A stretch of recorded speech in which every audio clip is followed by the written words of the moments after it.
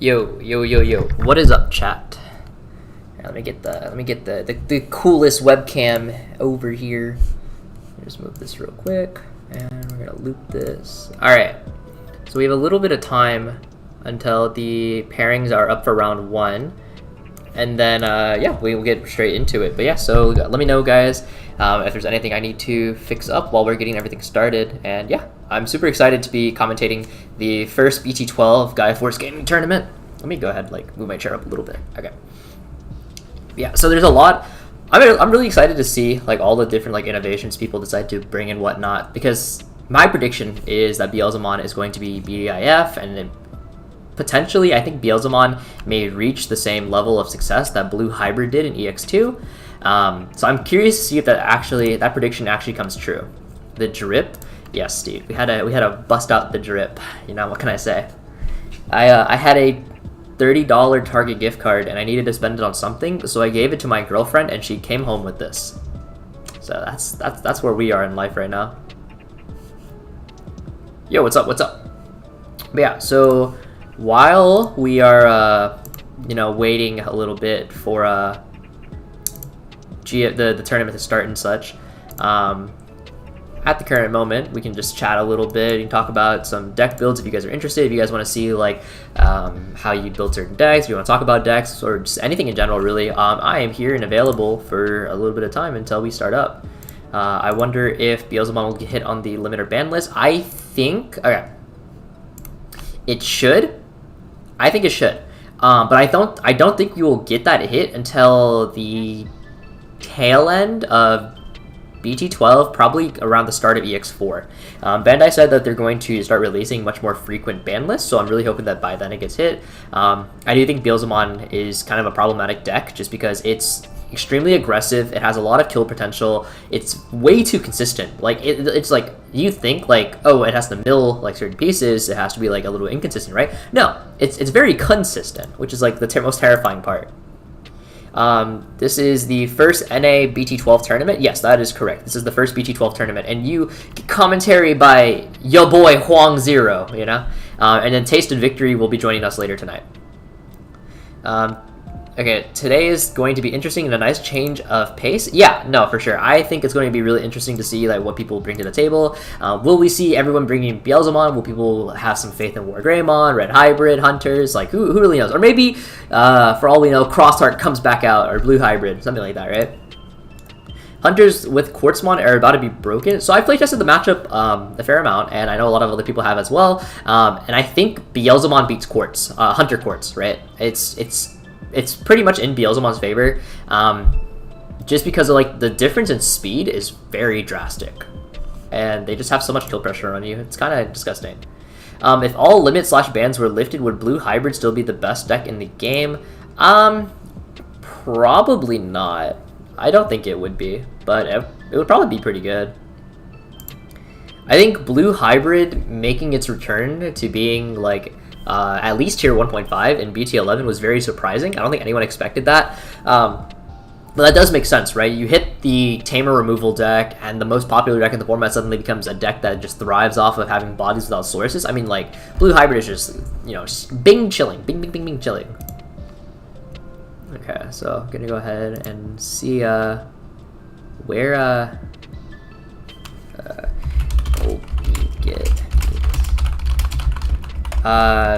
yeah, so we just wait until we see the round start up, and then we can start hopping into some rooms and whatnot. It'll be a good time, guys.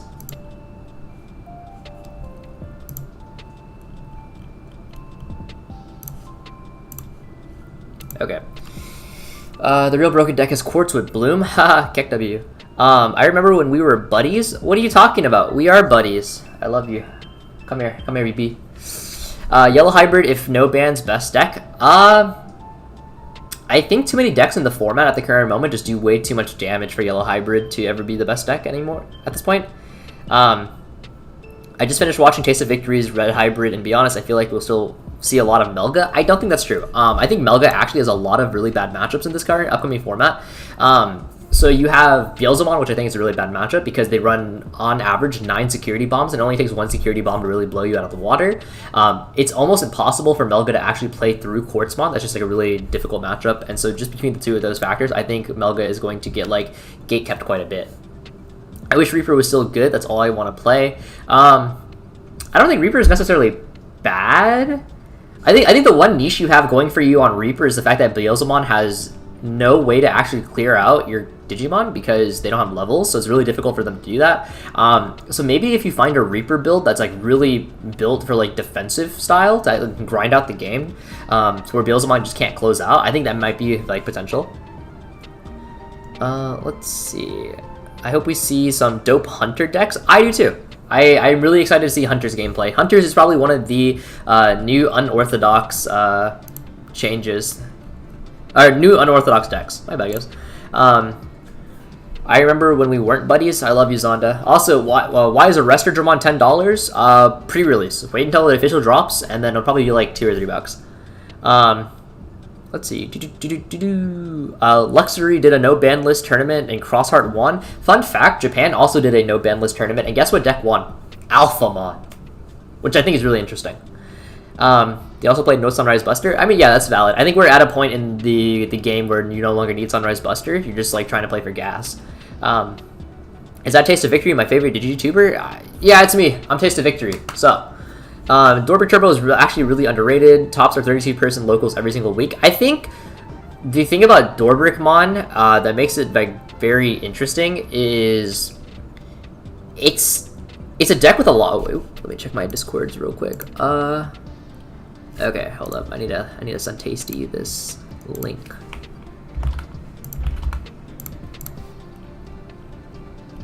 Okay, so we still have a little bit more time. Okay, Dorbrick Turbo. It has a lot of potential. It's one of the stronger high rolls in the format. I think the thing that keeps Dorbrick from ever being tier 1, unfortunately, is like your consistency.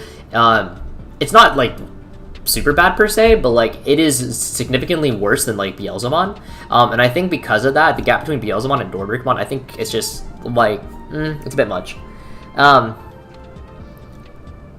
Reaper is good for a lot. I think it's a fine matchup. I just don't think it's as good as Beelzemon. Yeah, I think Beelzemon is just crazy. Can't Melga X bounce Quartz? No, Melga needs to unsuspend in order to bounce. And Quartzmon keeps you from unsuspending, so therefore you cannot bounce. Beelz and Old Force can't do anything to Reaper. That is correct. Their best game plan is to just outspeed you and just put you on a timer and then just kill you via that. So let's see what else we got going on here. Okay. Did you say you were getting a degree to teach? So I am getting a alternative teaching certification, which allows me, that means like I didn't go through the normal steps to get my teaching degree, but I'm going to go through a separate program that will allow me to become a fully fledged teacher. And ideally, I would like to teach high school biology if possible. If not, I'm open to a lot of things like chemistry, physics, etc. I just really like science. Hunters is gonna be cheap, yeah, like $35 max for like a solid like tier 1 deck. I can't wait for Alpha BT13. Yeah, it looks super fun. I'm definitely excited. First deck I tested, but might run for the some tournaments. D-Reaper? I support it. Red Hybrid equals best deck in the format? No, I think it's Beelzemon. I don't think Dorbrick is underrated. I think a lot of good players play with it. I agree. I don't think it's underrated anymore. I think it's definitely on a lot of players' radars. I don't think it's ever going to be like super popular, but I definitely don't think you should sleep on it. Ready for Quartz Diaboro Gas? I think that deck is too slow. Because before you get your stuff off, Beelzemon just goes BAM!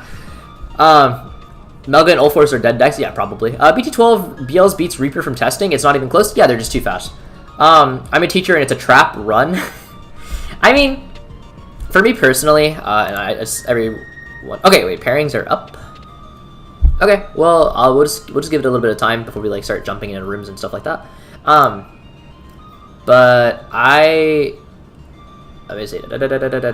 Okay, so I just wanted to say, so originally I was going to be a hospital administrator. That was my goal for like most of college. But then I like asked myself, and I was like, do I really want to be stuck behind a desk for the rest of my life? And the answer is no. I'd rather do something that's much more proactive and is like influencing people's lives for the better in the immediate. And so I thought teaching was like a really great avenue for that. I just wait for Shine Greymon BT13 best deck. Yeah, Shine Greymon is BDIF BT13. Hoang is a teacher in love. I mean, I'm a Rizzler, you know. Alright, chemistry teacher Hoang, what's the chemistry between you and Karan? Karan has been my best friend for, I believe, 13 years now. So that's our chemistry. So what made you want to be a teacher? I started teaching in the fall, and I'm looking forward to it. Yeah, like I said, I really just wanted to make an impact now, and I wanted to improve people's lives as soon as I possibly could. I'm doing the same as well, to get a teaching certificate, but I teach career-ready classes in high school. Oh, nice. Teaching is a trap, but it is fun. Yeah, I mean, that's super fair. I've had a lot of people tell me relatively the same thing, but I've already committed to this, and I kind of want to see it through. I feel like raid Greymon is mostly bad because your opponent will just suspend their entire board and prevent you from using any raid advantage. That is very true. Yeah, that is really annoying. Well, I'm a mod on YouTube. Should it make me a mod in the same Discord? We'll see. We'll see. Okay. So... Okay, so we have a couple of tables going on right now. And I do see my boy Tessero, of course. So I'm going to go ahead, get everything set up so we can go ahead and watch Tessero. So just give me one moment, guys. I know you have to put up with my clown over here. All right, one sec. Here, I'll give you guys my webcam so you guys have something to look at. My gorgeous face. What's up? Okay. And then this is round 1. Where is it? Ah, there it is. Round 1. Okay. Weird cookie lists, but in this one. Hey guys. Yeah, how's it going? What's up? Yeah. So I'm just gonna go ahead. I'm gonna like deafen, mute myself, do the whole shebang. And yeah, I'll just be streaming you guys. Okay. I'm getting streamed twice. Let's go. Appreciate it. Thank you. All right, 1 second, guys. Let me just go ahead and get these settings up and running, and then we can go ahead and fire off. Okay. Here's 1. Here's 2. Okay.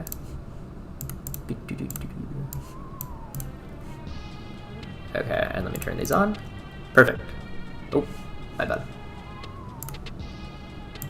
How do I... There we go. Okay, we are all set to go. Okay, so I imagine Tessero is... Oh wait, let me actually flip this real quick. I can flip this for you guys. We should see which one's being flipped though.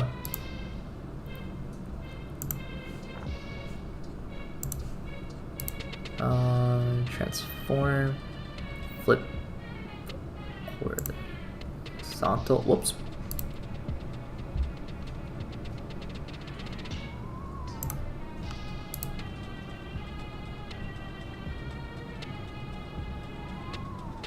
Okay, and Tessero is playing Beelzemon. Okay. Alright, well. Unlucky. So, I guess we'll have to deal with this like that for a little bit, unfortunately. And then I'll figure it out later, guys. But, oh, is Sack here? Nice. Okay, and I'll read through the rest of chat in a bit. So, just, yeah, we'll get to it. Okay. So we see what going on here. So we do have a Beelzemon mirror, and then so both players are going to go ahead and go into the Wizardmon on turn 1. And then the player, what's his name? One-Eyed Burrito. We're gonna go on One-Eyed. So One-Eyed does go into the Wizardmon X, and he looks like he's actually going to pass the turn entirely, which I think is really interesting because there are a lot of cards that you can use to actually pass turn in Beelzemon, like Mist Memory Boost, Darkness Wave, and even just like playing it down in Impmon, right? Like a BT2 Impmon. And so meaning that you're passing is probably incentivizing the fact that he doesn't have a lot of low-end targets in his hand. Tessero has a really strong setup right here. He also does have the Wizardmon X. Because of Wizardmon X text, because he has a Wizardmon underneath, he does not mill 2. Instead, he does gain blocker for until the end of his opponent's turn. He does have the Wizardmon underneath. He has Imp X as well as the Yammon. So if he were to choose to swing, this means he can stack 1 card of his choice as well as mill 4. So he's going to go ahead and stack the Rival's Barrage. Rival's Barrage is a really powerful mill, being able to have that late game recursion guaranteed. We do see that the Blast mode is going to go ahead and get milled. It doesn't matter, there's nothing on the board to actually pop, and he does hit the Wizardmon, so that is going to be a +1 memory over on Tessero's side. Tessero is playing with 4 memory now, and is going to reveal the Impmon X. Impmon X is, by the way, an amazing card. So yeah, really strong position for Tessero. If he has the starter deck Balmon to follow up on this play, it's going to be a really, really great position. In the mirror matchup for Beelzemon, you really do just want to look to like prioritize making as strong of a stack as possible. Oh, okay, so we go into the Impmon. Impmon is unfortunately only able to grab Beelzemon as well as I and Mako. We do see that he does reveal double Beelzemon as well as the X-Antibody. And the X-Antibody is a really interesting tech that we do see some Beelzemon players playing. And the reason why is because it allows you to go Warp, Imp, Swing, Digivolve into starter deck Beelzemon, Mill 4, gain memory, gain +1 security attack, and then Digivolve into Beelzemon X, resolve, burn however many, probably like 2 on average, and then swing for 2. So it's giving you like a lot safer of a check. You can also go Balmon, X-Antibody, swing Balmon, Evo, Beelzemon X, burn 2, and then swing for game. There's a lot of different like variations that you can do with this play. He will go into the Imp X over the Impmon. That will allow him to cycle 1 additional card. Does he, however, choose to discard 1 in order to grab back one of his cards, either a Blast Mode or a Wizardmon per se? Even I believe he can also grab Imp X, but he is going to go ahead and Digivolve into the Wizardmon X. That will go ahead and mill 2 extra cards. He mills the 7th cluster as well as another Wizard X. So currently Tessero is actually in a really great position. His opponent's only at 1 memory, which means he is, in order for him to actually retain turn, he's going to have to mill into double memory gain, which I think is really spooky. Do note that his opponent, I'm looking at this correctly, and it's a little bit difficult for me to see. Okay, so he does have the Wizardmon underneath. Okay, and then is that, which Impmon is that? Ooh, okay, so he's going to go ahead, he's going to stack the Deathslinger using the promo Wizardmon, and he's also going to reveal Rival's Barrage, so actually very great. So that is going to be +1 memory. Will he choose to block? Tessero decides to let the attack go through, so now his opponent does have a little bit of leverage, because now he can go into that Balmon for 3, pass over to Tessero at 1, and then the Balmon will have the ability, if he has enough cards in his trash by the end of Balmon's destruction, to call it a Beelzemon. So now he's going to go ahead and mill 3. Oh! Wow! Wait. Okay. So that was a crazy mill. Like, that's just...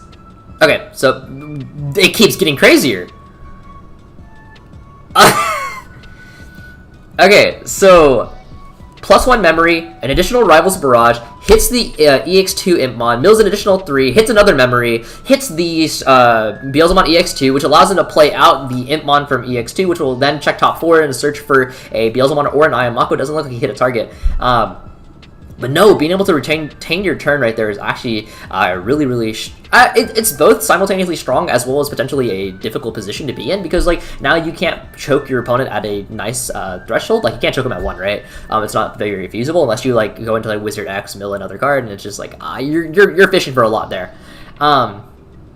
So this is a really interesting position, because on average, he's either going to pass Tessero over with 2 memory or 3 memory. If he passes Tessero over with 3 memory, then Tessero is able to guarantee go into the Balmon, not pass turn. But if he passes over on 2, then Tessero will have to secure an additional memory gain in order not to pass turn. While also keeping in mind that if he does remove the Balmon, it will spawn out the Beelzemon, which he did just mill. So he will be able to call out the Beelzemon EX2.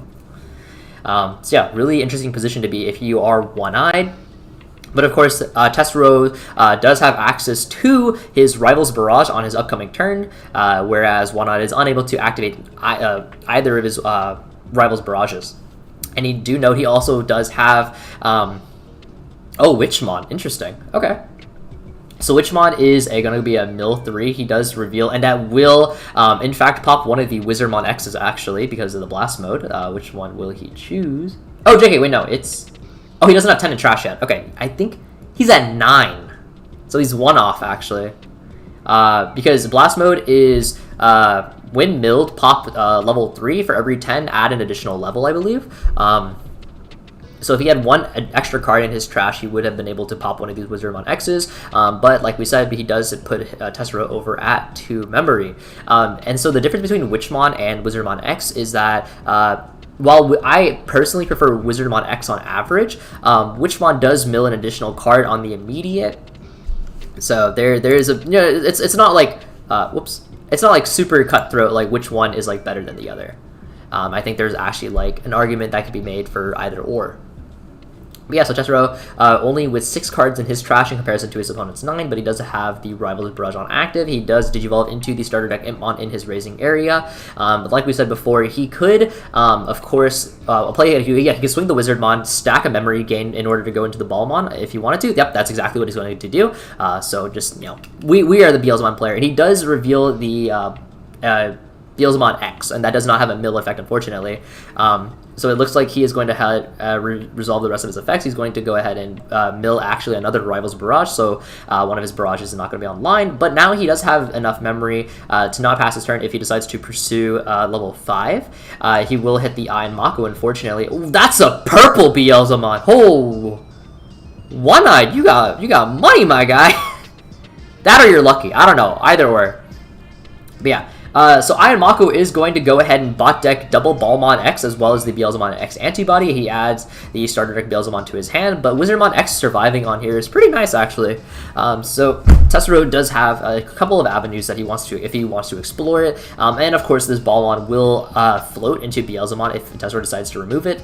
So I'm interested to see whether or not he decides to pursue that. He does go into the BT10 Balmon. BT10 Balmon is a card that I expect to see pick up in popularity a little bit. It's on attack mill 3 instead of when digivolving.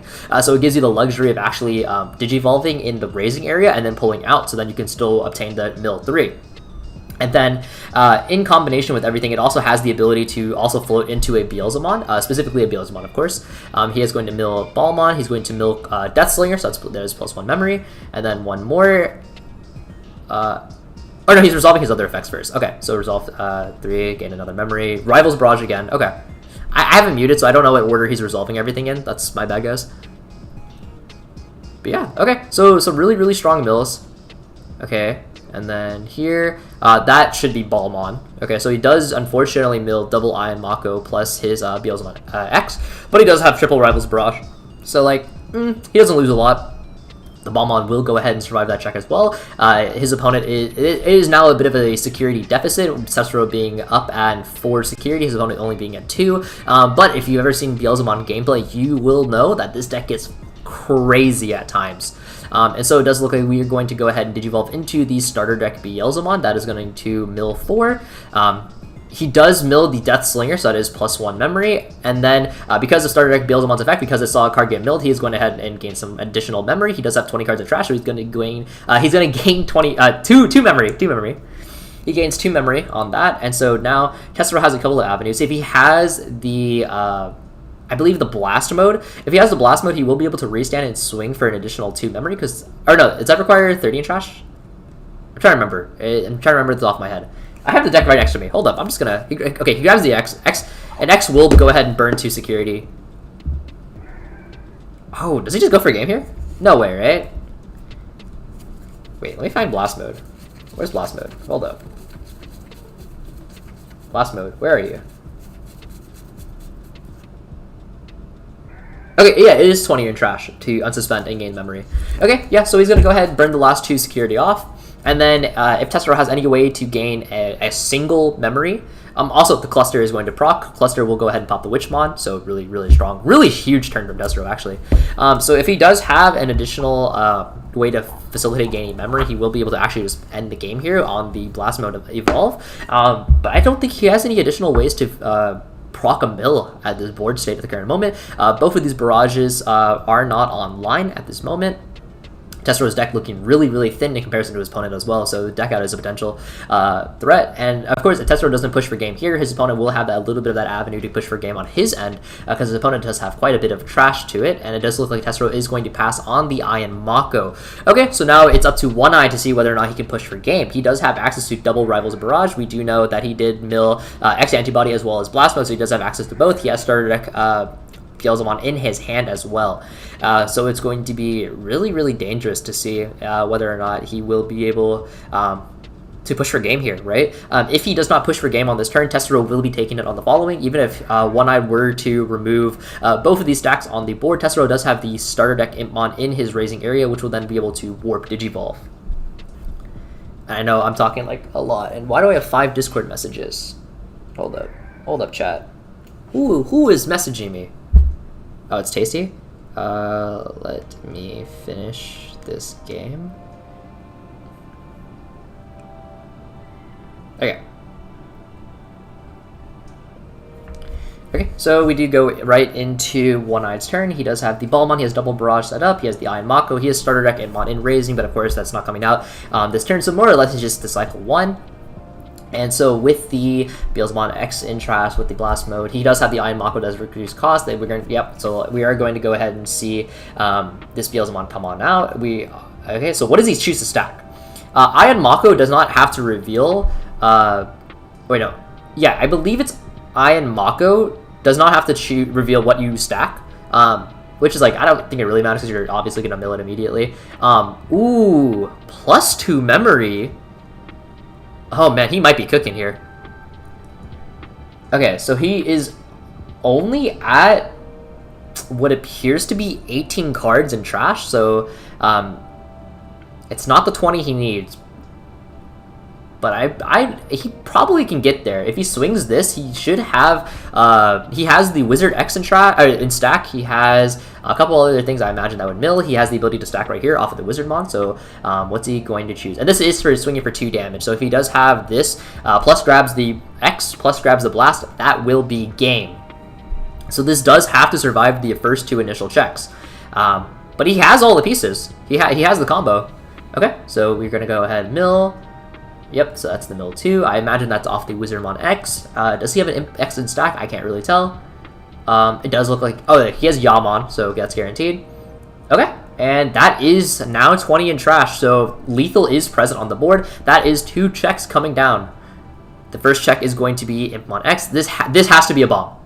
Rivals Barrage comes out! So that will actually go ahead and completely take the Beelzemon off the board. That does mean... he has to have Loemon in order to restabilize his board state, but does he run the Loemon? That's the big question. If he doesn't have it, or he can't even do that because the Iron Mako is tapped, that should be game. That should be game on Tessero's end. Yeah, that's the first or the second check had to be a security bomb in order to keep Tessero in the game. Otherwise, it was cooked. It was GG. Beelzemon X burns 2, blast mode, restand, swing. Yep, they're going to game 2. Okay, so let's see. Let me go ahead.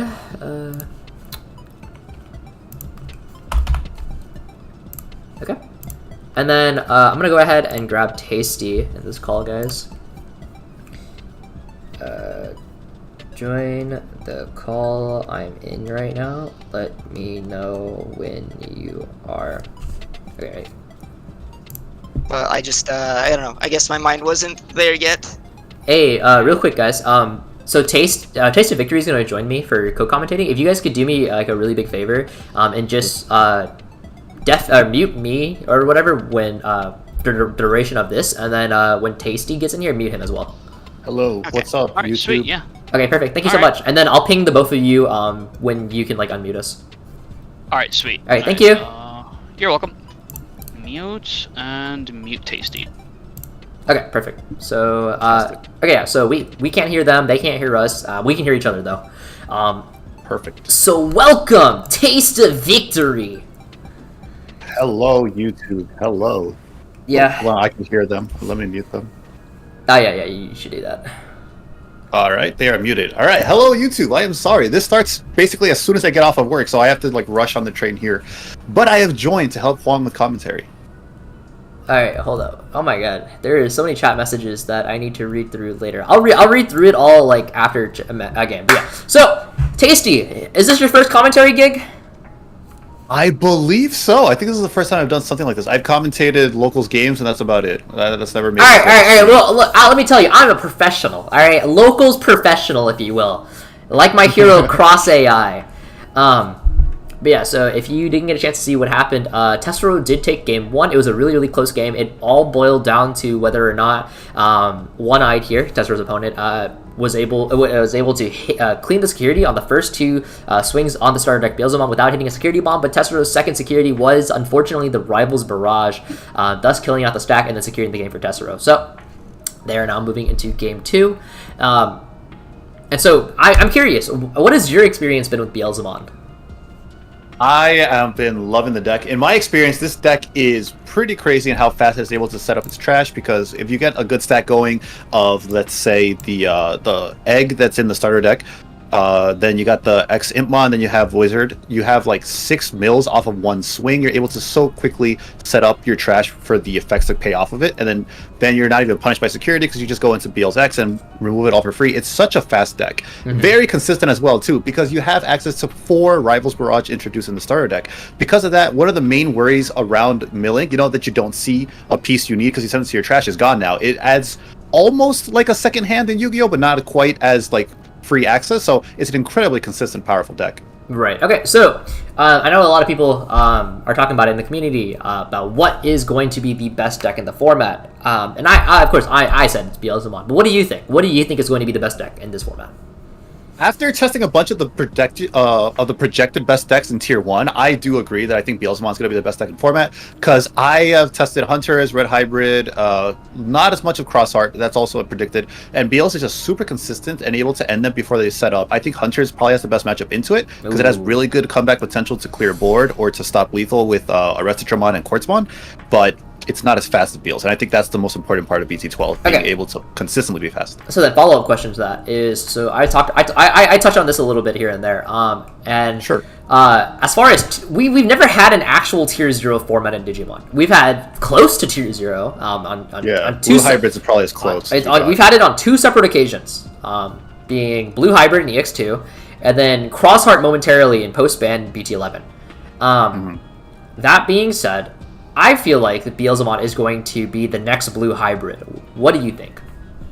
I've seen a lot of people like doom posting about BT12. They don't expect to enjoy the format that much. I really don't think Beelz will be that represented as much as Blue Hybrids, because there's a lot of skill in not decking you out. You do still have to know what you're doing, and the other decks are good. Like, I think Red Hybrid is really easily able to sneak away games, and Hunters has really good comeback potential. I don't think it'll be as good as Blue Hybrid. All right, so I think you're wrong, but that's okay. That's fine. That's why we're here. We're having a discussion. Yeah. Okay, but fair. jumping right into the game. So we do see that One-Eyed is going to go first. Testero has elected to go second. Probably, I would assume, because like it's a really awkward memory thresholds for Beelzemon to play off of going on turn 1.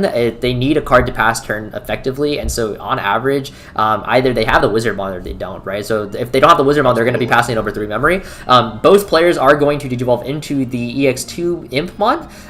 So yes, they don't get the on play value, but like who really cares about that? You are getting the DP plus.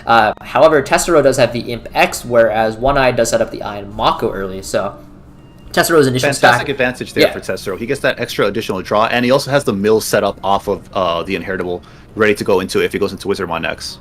All right. So also, what do you think? How many Impmon X do you think a list should run? Because I've seen a lot of like opinions about this. I've seen a lot of people say that like, oh, I don't think any of the X antibody cards from BT12 are really good. And I've also seen people like praise the ground they walk on, right? So what do you think? This is specifically just for Imp on X, or like the whole X line? Let's Imp for right now. Imp right now. I personally have been running it at 4, and I think 4 to 3 is a good number for it. I would really push people to run 4, because like being able to set up those extra mills on swing is so huge in the early game, and then he's an additional draw for free off of another Impmon. And if you really need to in a pinch, being able to grab back one of those evil wizard guys, or is that what it searches for? It's evil wizard, evil wizard, and demon lord. Yeah, you won't do it often, but in a pinch, it's really useful. I like this guy at 4 a lot. All right. So since you're new here around here, I'll let you take the play-by-play right now. Let me hear it, Tasty. What's the play-by-play?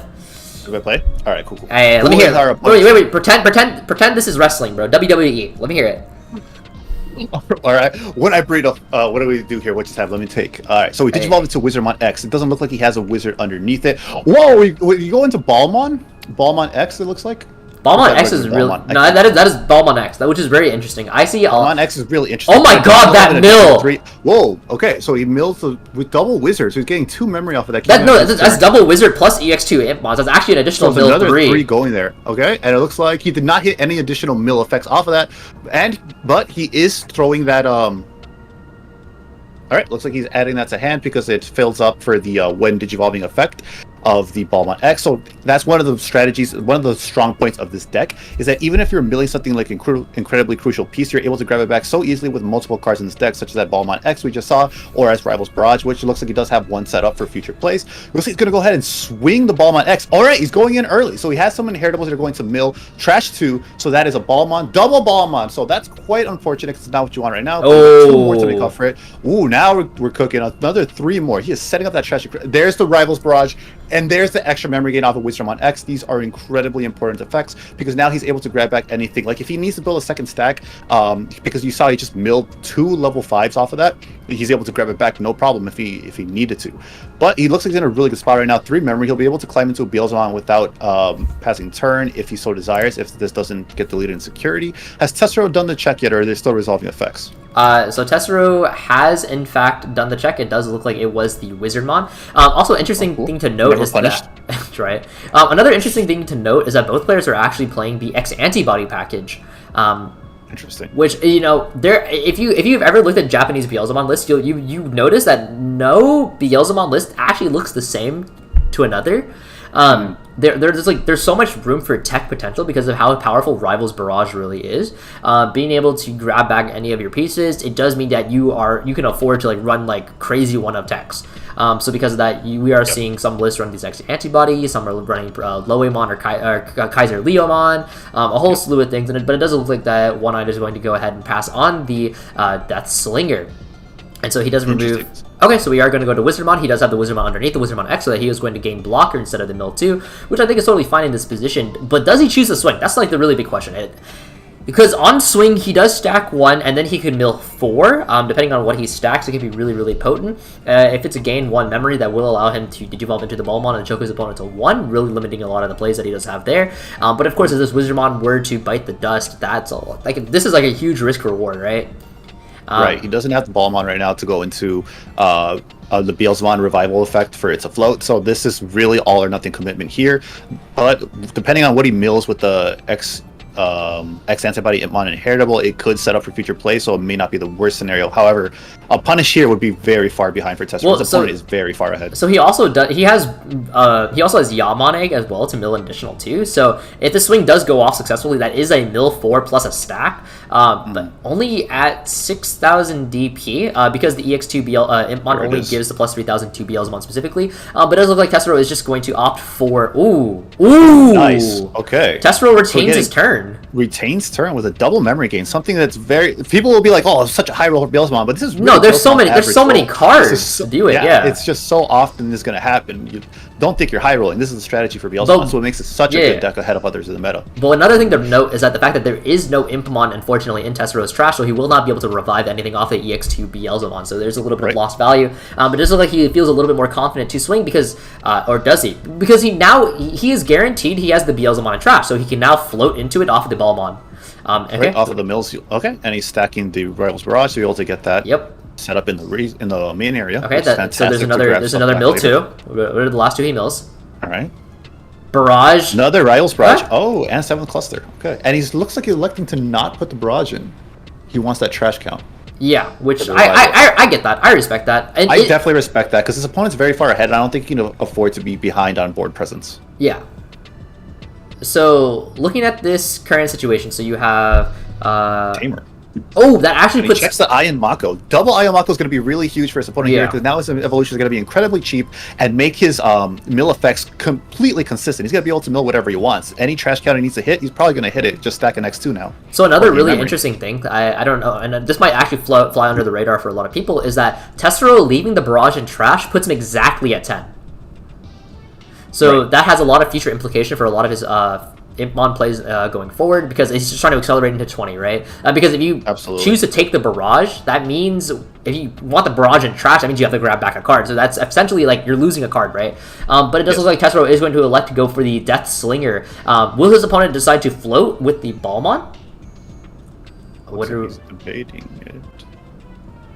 Because his opponent went into Ballmon. Oh no, it was Ball X. Looks like he's not. Well, No, it was Ball X. Oh right, he does not get the float effect. Yeah, it doesn't That's true. float. Oh, this Slinger He was went huge. straight into the Ball X. He didn't digivolve over anything, so it didn't carry. The Ah, effect. So, and yeah. see that's Wow, why okay. that's why we played the huge other for Tessero. Ballmons. Yeah. He's far ahead now. Nice. Okay. No, yeah, Fantastic. Tessero is like Tessero. in the driver's seat right now. He's in Yeah. a really good spot right now. Yeah, fantastic.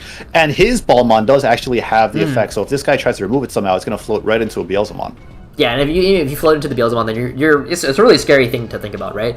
Absolutely. Especially since he has the X2 Beelzemon. This one is actually able to self-mill, unlike the new starter deck one, where right now it might not be... If he had the starter deck Beelzemon to float into, it might not be the best position for Tessero, since it doesn't look like he has too many other options to cause the mill. But now with the X2 in his trash, that is a lot of pressure if you decide to remove that Ballmon. And then the one of Darkness Wave like peeked its head and it's just like pay 1 cost, mill 3. Suddenly starter deck Beelzemon's turned on, like whoa.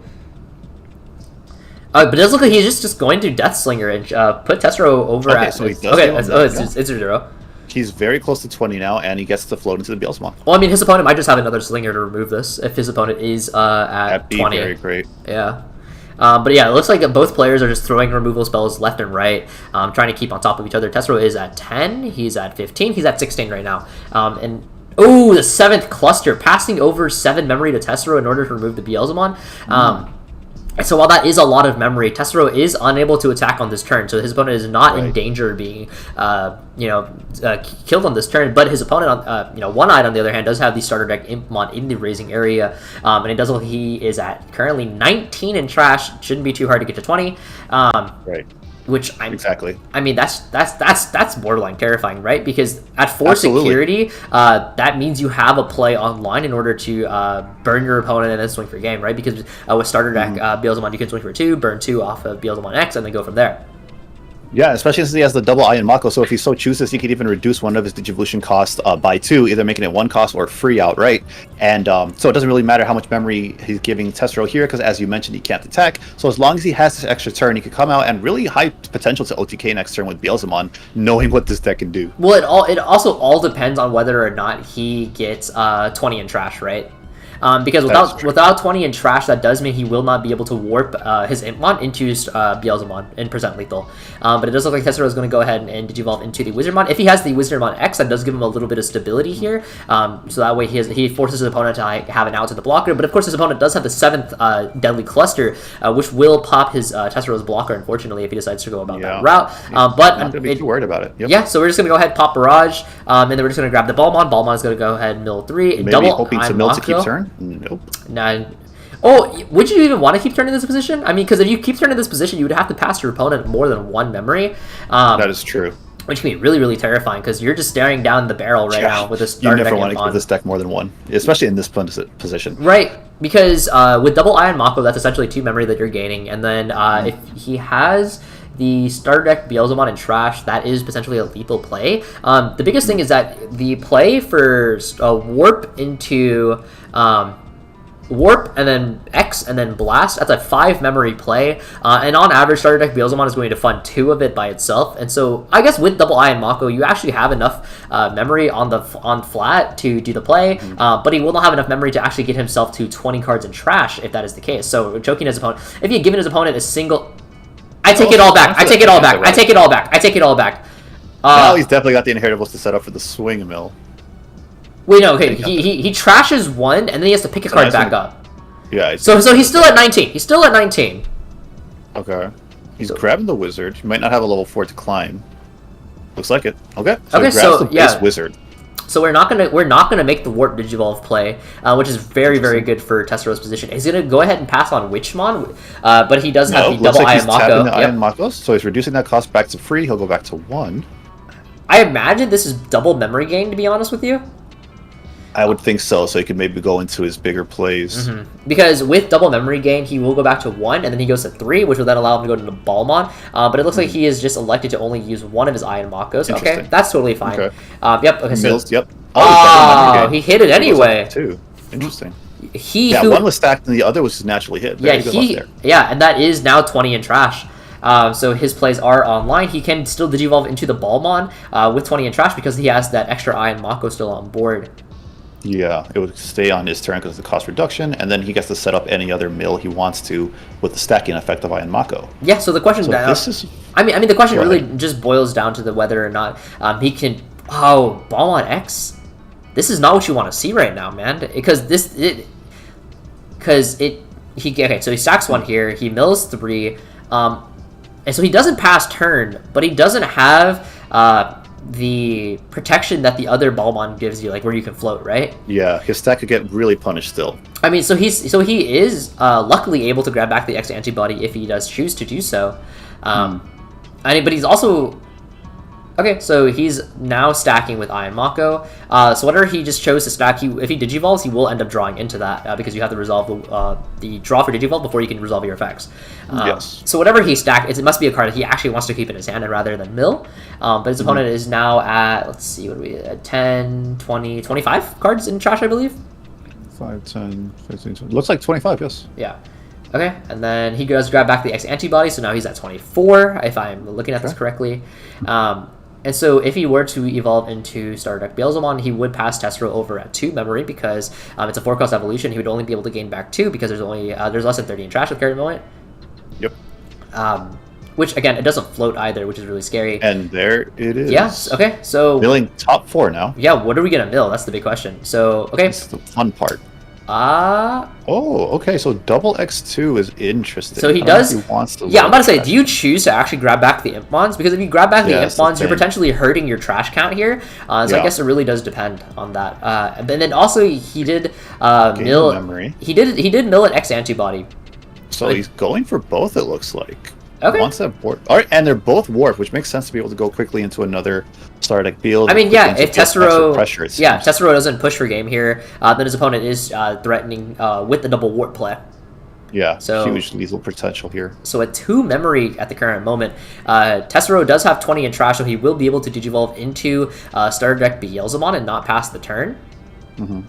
And he also can digivolve into that Starter Deck Beelzemon using a Warp Impmon if he has one in trash for 3 instead of 4, which then enables him to digivolve into the Beelzemon X and not pass turn still, and then he would need an additional memory in order to digivolve into the Blast mode and go for game here. His opponent being at 4 security does mean that threshold is online, and at that point you're just hoping that you don't hit the Rivals Barrage, Death Slinger, Lots of cluster, security I guess. bombs in this deck. Cluster as well, yeah. Lots of security bombs that could potentially interrupt your lethal, so Tessero has to be very careful here, which is why the players really like the addition of Beelzemon X Antibody, just trashing all that security in the mirror for is sure. huge.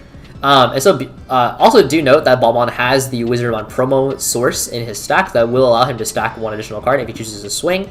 And he did see the 7th Deadly Cluster already revealed out of his deck. Most players only play the 1 cluster, so it's unlikely that he hits another cluster. And that does mean that that's 1 less card to hit his Impmon if he does choose to go about that route. So he could stack memory gain, go to 3 memory, then digivolve. Digivolve into Starter Deck Beelzemon, gain 2 memory off that play, and then he would have enough memory to do all of his plays, but it actually looks like he's just going to go ahead and digivolve into Starter Deck Beelzemon right off the bat onto his Balmon stack, actually. And 20 in trash is going to be digivolving into it for 2, keeping turn. Let's see what he mills off of this. He Looks did like mill a Death another Slinger, yeah, Death so he Slinger, does get to gain the 1. memory. That's fantastic there. That's another 4 into trash, so he is at 24 now, I believe. Yes, that is 24 cards. He could also potentially hit 30 cards in trash, which would also present lethal in and of itself, right? That would, yeah. Oh no, actually no, that's a joke. No, this is dead. Oh, he's dead. No wait, there no, it this is. just said he's swing. Burn 2, swing for 2, Impmon for game. Yeah, there you go. Yeah. We don't gotta overthink it, you're right. And Well, seventh I guess- that the cluster comes out, it's gonna pop one of the Impmons. Okay, so again, this all boils down to whether or not Beelzemon X. The last 2 security. He has double cluster actually. That's huge. So that's both he gets rid of Impmons. both of the warping Impmons, so he's only left with the boss monster on board Okay. now. And he just needs to hope that those last 2 checks that are gonna be left after he clears security aren't security bombs. Right. And Or so he's going to go ahead and go and swing. Alright. If this is Moment a of bomb, Tessero no He longer has is game. able to stack 2, so we're gonna see what that is in this. Alright. Yeah, but Tessero doesn't have any ability to mill on this currently existing stack, No, unfortunately. not on this swing. You're right. It's Impmon. First there. And Oh, it's Rivals and Barrage! the Rivals Barrage! But that pops highest, so the Impmon is alive, and that's game. That's it. That's game. You're right. Yeah, Top highest, has no choice. It had to be There we go. it had to be Whoa. Barrage on the first check. So that is going over to Testero. Oh No man. fear. Tessero just swung in there. It's a do or die situation there. You either could go in because you have to like play to win. You have to not play to not lose. You know, you have to go all gas sometimes with this deck. And he went in there. He said, "I'm gonna go in there. I'm gonna attack the security. I'm gonna make myself famous." And he just ripped 4 security like nothing. Jeez. Okay, so we're gonna go ahead. We're gonna catch up on chat a little bit here, just because that sounds like a great time while they work out setting up for the next game 3. Well, there is no game 3. That was it. Okay, I just came in. Tessero 2-0? Yeah, that's 2-0 Tessero. Okay, I came in mid-game. That's great. Yeah. Tessero's a really fantastic purple player. He is dedicated to that color. For sure. Okay, so I'm gonna go ahead. I'm gonna mute. I'm gonna Yeah, unmute. you're right. Well, Yeah. no. Yeah. Like I would have like I would like be able to buy another turn. Is what I'm saying. Yeah, I was considering that. Like, I'm not sure if you tell, but I was looking at this Robles Barrage, and I was thinking, like, instead of going to the Battle X, chat while you do that. I'll go ahead and read up on us. So let's see. Tessero got saved for after later this play. turns, which is why I didn't one do burning it. back But the you blast know what? from That's Yeah. Flash. fair. Okay. So let's go ahead, catch up on chat. What do we got? Where's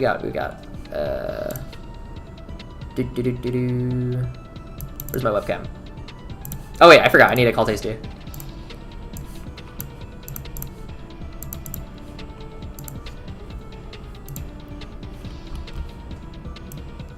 Hello? Yo! Yeah. I realize I need to actually hear you. Oh, can you not hear me right now? Okay. Yeah, no, I can hear you now.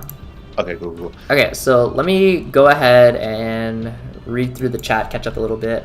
There's a lot of there's a lot we missed. Yeah, there's a lot we missed. Okay, hold on. Tyler from Gaia Force Gaming thinks that Bielsaman won't be quite at the level of Blue Hybrid was when you asked that question earlier. That's interesting. Okay. I mean that's valid. Like it very well could like not do that. Maybe I'm just a little pessimistic after getting my ass beaten by the deck quite a bit. Okay. So I finished a 9-year teaching stint for ELA in Houston middle schools. I spent the year finishing mentoring my replacement. It is rough out there, but every educator deserves to make the call of the job, whether it's right for them or not. Yeah, I mean, I want to try it at least once. If it doesn't work out, I'll go back into medical. So talking about ages. Remember that kids are kids. They don't owe you for doing your job. They make you work for their gratitude, trust, and empathy, but it's very rewarding. I mean, yeah. If I can work with sick cancer patients every single day, I think I can handle children. I'm ready. I can do it. Let's see. Mirror match first thing, and Tess can get his revenge match. Oh, did Tessero lose to One-Eyed previously? That's funny. Let's see. Oh, nice. That was a run back. Interesting. Tessero's last check is always Rivals Barrage. Truly a rifle. Anti-X is overkill in Beelzebub. I don't think it's overkill, but I do think it's not like a 100% necessary thing that you have to auto-include in for every deck. The option? The one-of option? The one-of X antibody option? Yeah, I don't think it's overkill. It's a very nice option to be able to go into if you don't see certain pieces. Yeah, and just to guarantee the on-swing. The on-swing Evo is what really helps you secure out some games. It's yeah, nice to for have, sure. You know, yeah. not necessary. Being able to like burn 2 casually and then swing for game is like crazy. Yeah, it's huge. Let's see. Heart tasty Hoang. Thank you, Digipanda. Oh, Digipanda's here? Hey, what's up, man? Yeah, thanks, man. Dude. Great commentary, Digipanda, on the last couple streets you've been doing. You got a voice made for radio. I've already given you that compliment before. Dude, we gotta hang out more, Digipanda. Because like you're actually like super fun to hang out with that Nats, and I wish we could hang out more. Hoang telling people to preemptively mute Tasty. True. Hoang is toxic, yeah. Wait, no. Very toxic. Let's see. Tessero misplayed? That's fair. He might have. That is very, very valid. Have you seen East's video talking about sims? Listen, man, I want a simulator. If a simulator ever drops, like an official simulator drops for this game, I will easily throw like $1,000 day one, dude. Like, dude, your fans are gonna hold you accountable to that. I will literally live stream. Yeah, you can. Like the moment we get a sim, 24-hour live stream, boys. It's happening. Holy. We should do like what they do in. Have you seen in these videos, like in Genshin Impact, they like do a gambling versus or whatever when the new character comes out, who can pull the most of it at the same time. We should do that for the sim with Secret Rares whenever it comes out. You let Tasty take commentary and then immediately talk over him. My apologies. I think maybe I'm just too comfortable with you disrespecting your opinion. Like, nah, I'm playing. Yeah, I think Tasty and I just have like a really back and forth kind of like way of chatting with each other. So I think that's just like something that comes naturally. But I will keep that in mind. I apologize. Let's see. Tyler from Gaia Force Gaming said, I have a face made for radio. That made me laugh really hard, Tyler. No, Tyler, you're handsome. Can you whiff on Rivals Barrage? Do you mean like the effect to mill and then put it into battle area, or the effect to like grab backer card?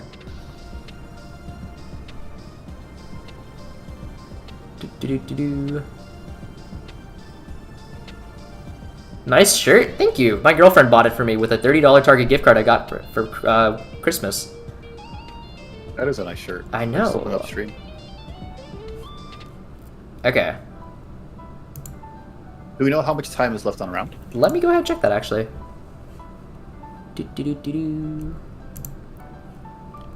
So Hoang, while we are in between games, what is the best soul in the entire Mega Man Battle Network series? Number Soul. Number Soul Fanatic. Whoa. 100% it's Number Soul. I don't know. I gotta go with Search Soul. Search Soul looks so cool. Okay. I don't know why, but something about Number Soul like really speaks to me. It's definitely not a popular choice when you ask someone that. Dude, this Doom Dice looking motherfucker, you know, he got like the one finger, and it's just like, wait, what's it? I just unlocked it in Battle Network 5. That dice goes crazy. Let me see if I can balance a dice on my finger. Fuck! You're not him, bro. You're not Number Man. I'm not as cool, unfortunately. But yeah, no, I'm a Number Soul fan, actually. That is so cool. I feel that. I probably gotta go with Search Soul. Search Soul? The design looks so sick. I like... Okay, so Number Soul is my number one. I'm also actually a really big fan of Gut Soul. And... that one's sick too. Gut Soul is really good. Yeah. Aqua Soul. Honestly, they're all so cool, dude. Ah, man. It's so cool. Like, that's when the series peaked for me. I thought it was the coolest thing ever as a kid. Yeah. Then you have, like... fucking Toad Soul, I guess. Toad Soul's so funny. Napalm Soul is unbelievably sick. Is that what it's called? Which one? Napalm Man? Is that what it's called? Napalm Soul? Napalm, yeah. Napalm Yeah. Sick. I love that design. It just looks like a walking... Nah, dude, fucking Night Soul goes crazy. Night Soul's awesome too, yeah. I really like that design. Can you whiff Rivals Barrage? I do not believe you can. I believe it says you have to grab one. The dice he has is huge. It's like a basketball. It is pretty big. Okay, like, does this count? Like, if I hold out like my dice like this, like this count? Like, I definitely can't do this. I definitely do not have like the finger strength. Like, what? Wait. The stream is delayed, so I don't even know what you're doing. That's okay. Don't worry about it. What was the best Mega Man series? Battle Network. Is that even a question? Oh, I will fight you on that, Hoang. It is Mega Man X series. That's so crazy. Imagine having a wrong opinion like that. Oh my god, I'm so glad I could correct you on your wrong opinion. I agree. You know what's crazy? ZX was better than X. That is crazy. That's crazy. It doesn't even work in that game. You cannot say ZX. Bro, ZX Advent was the goated series. Okay? Advent's good. You got one good game versus like 6 good games. Huh? Nah, dude. That's crazy. That's crazy, dude. Bro, right. Call me back when the cliffhanger gets resolved. Dude, I'm so mad about that. Actually, like all of these years later, that still bugs me to this very day. I can't front with you. Yeah, that's so sad. Do you know how many Mega Man franchises ended on a cliffhanger? It's depressing. Legends, ZX Advent, and Mega Man X8. Please, Capcom, more Mega Man games. Did you see that the new Battle Network revamp actually sold out like completely in Japan? It is. I heard. It's like, the #1 selling Mega Man game since Star Force 3. That's amazing, yeah. I heard it's literally better than every other Legacy collection. Like, it's so better than all of them. It's so awesome. No, it's amazing. Yeah, everyone We're knows getting Battle Network 7, I feel it. Okay, so we get Battle Network remade. Lit. Yeah. Star Force remake, though. That'd be kind of lit. I'm down for a Star Force remake. Bro. Did you play Star Force? No one wants Star Force remake. I want Star Force. I want Battle Network. Okay, imagine if... Okay, here. Capcom, I'm pitching you an idea. Battle Network 7... It's not split into 2. It's one whole game, $60 on the Switch, and it gives you access to all of the souls across the history of Battle Network. Dude, that'd be the best-selling Mega Man game ever, probably. I might just lose it, dude. I might start throwing money at the wall. You know. You might have to become a professional Battle Network streamer. Honestly, dude, I would play a Star Force remake. I was a really huge fan of Star Force 2. Star Force 2 with I have with like never Tribe played King. any of them. Then why are you talking? Because like it just looks so lame. I hate the like first-person 3D perspective. The Battle Network one is so much better for battles. Okay, Just like from I will never understand, and this is just like my personal gripe, and you don't have to agree or disagree, but I will never understand people that like have an opinion, like a negative opinion or like a strong opinion on something, and they've never actually like partaken in it. because you can do research. You can know if something is worth like $40 to $60. Whoa, how much research did you put into Star Force? Bro, I can watch Let's Plays. Oh my god, bro! It's called making an informed decision. It's not the same, man. That's fair. What informed? But just for like if you're gonna buy it or no. not. Like, Tasty, we live in an era where we have emulators, man. Okay, you're right. That's fair. That's fair. At the time, I was a wee lad and did not know how to use those to try out the game for free. I'm sorry. How old are you now? I am 26, Barry. Yeah, you're an old man. Get with I the just turned 26. Get I'm young as get with the time. Get with the times, old man. I'm a dinosaur. Is it Battle Network? Where is that one where he's like, I'm 30 years old? Yeah, it's Battle Network. God. So funny. Okay. How much longer do we have until the next round starts? Do we just want to go into another game? How much is left? There's not another game, so I imagine that any moment now, probably. Any moment now. Yeah. Okay. For sure. I like how we're on a Bandai Digimon stream and we're pitching Capcom to make a new Capcom game in between rounds. Wait, let me see. I will never understand people who have an opinion. Look. You can you can have an opinion. I just won't take it I just won't accept it as much as somebody who's actually put in the time and the effort to understand the topic. Which I think that's fair. If you've never played BT13 before and you try to tell me about BT13, your opinion's going to be worth less to me than somebody who has played a lot of BT13. That's fair, but I think it also depends what you are asking. Because if you're just asking someone like, "Do you like the format?" and it's like this one deck that they hate to play against normally, dominating it anyways. I don't think there's much. Okay. So like for example, people that are worried about Melga still being a thing in BT13 or BT12. Melga's not a thing in BT12. If you've played the format, you'll know that like playing into Beelzemon and playing into Quartzmon is just miserable. Or like people that put like Ulforce in tier 1 for BT12. It just says to me like, oh, you've never played the Quartz matchup. You don't know how like miserable it is, you know? Right. Because last I checked, Quartzmon is green. It is a searchable level 7. That is just the biggest pain in the ass for these blue decks, man. Except for like Blue Flare, I guess. Like I don't know. Moment said, "Shut up and get with the times, Tasty." Whoa, what was that in regards to? Battle Network or Star Force? Everything. Donkey. Pairings are up. All right, it's lit. Moment says he's digging the shirt. Thank you. Would you be mad if I got no secret if I got a no secret box for BT12, but the box was Altart, Takato, and Gallant? Dude, I don't want the secrets in this set. Like, take it away. Do you see Curtis Connor's video on Digibattle? I didn't. I don't know what that is, but I'll look it up in a bit. Okay, but anyway, let's go check out. I think Jambo pinged us about it earlier. I'll have to check that out eventually. I have no clue, but I see Sack. You want to go watch Sack? Let's go watch Sack, sure. Alright. What table am I joining? 2. Alright. Ooh, he's doing good. Hello. We're gonna be on stream. Yeah. Yeah. Alright, anyway, if you guys could just do us a favor and just mute us, we'd appreciate it. Thank you. Sure. Mute you guys. Give me 1 sec. Thank you. I already had. Thank you. Alright, let me get. Alright, I got him muted. Yeah, give me 1 sec. Okay, we should be. No worries. Take your time, fam.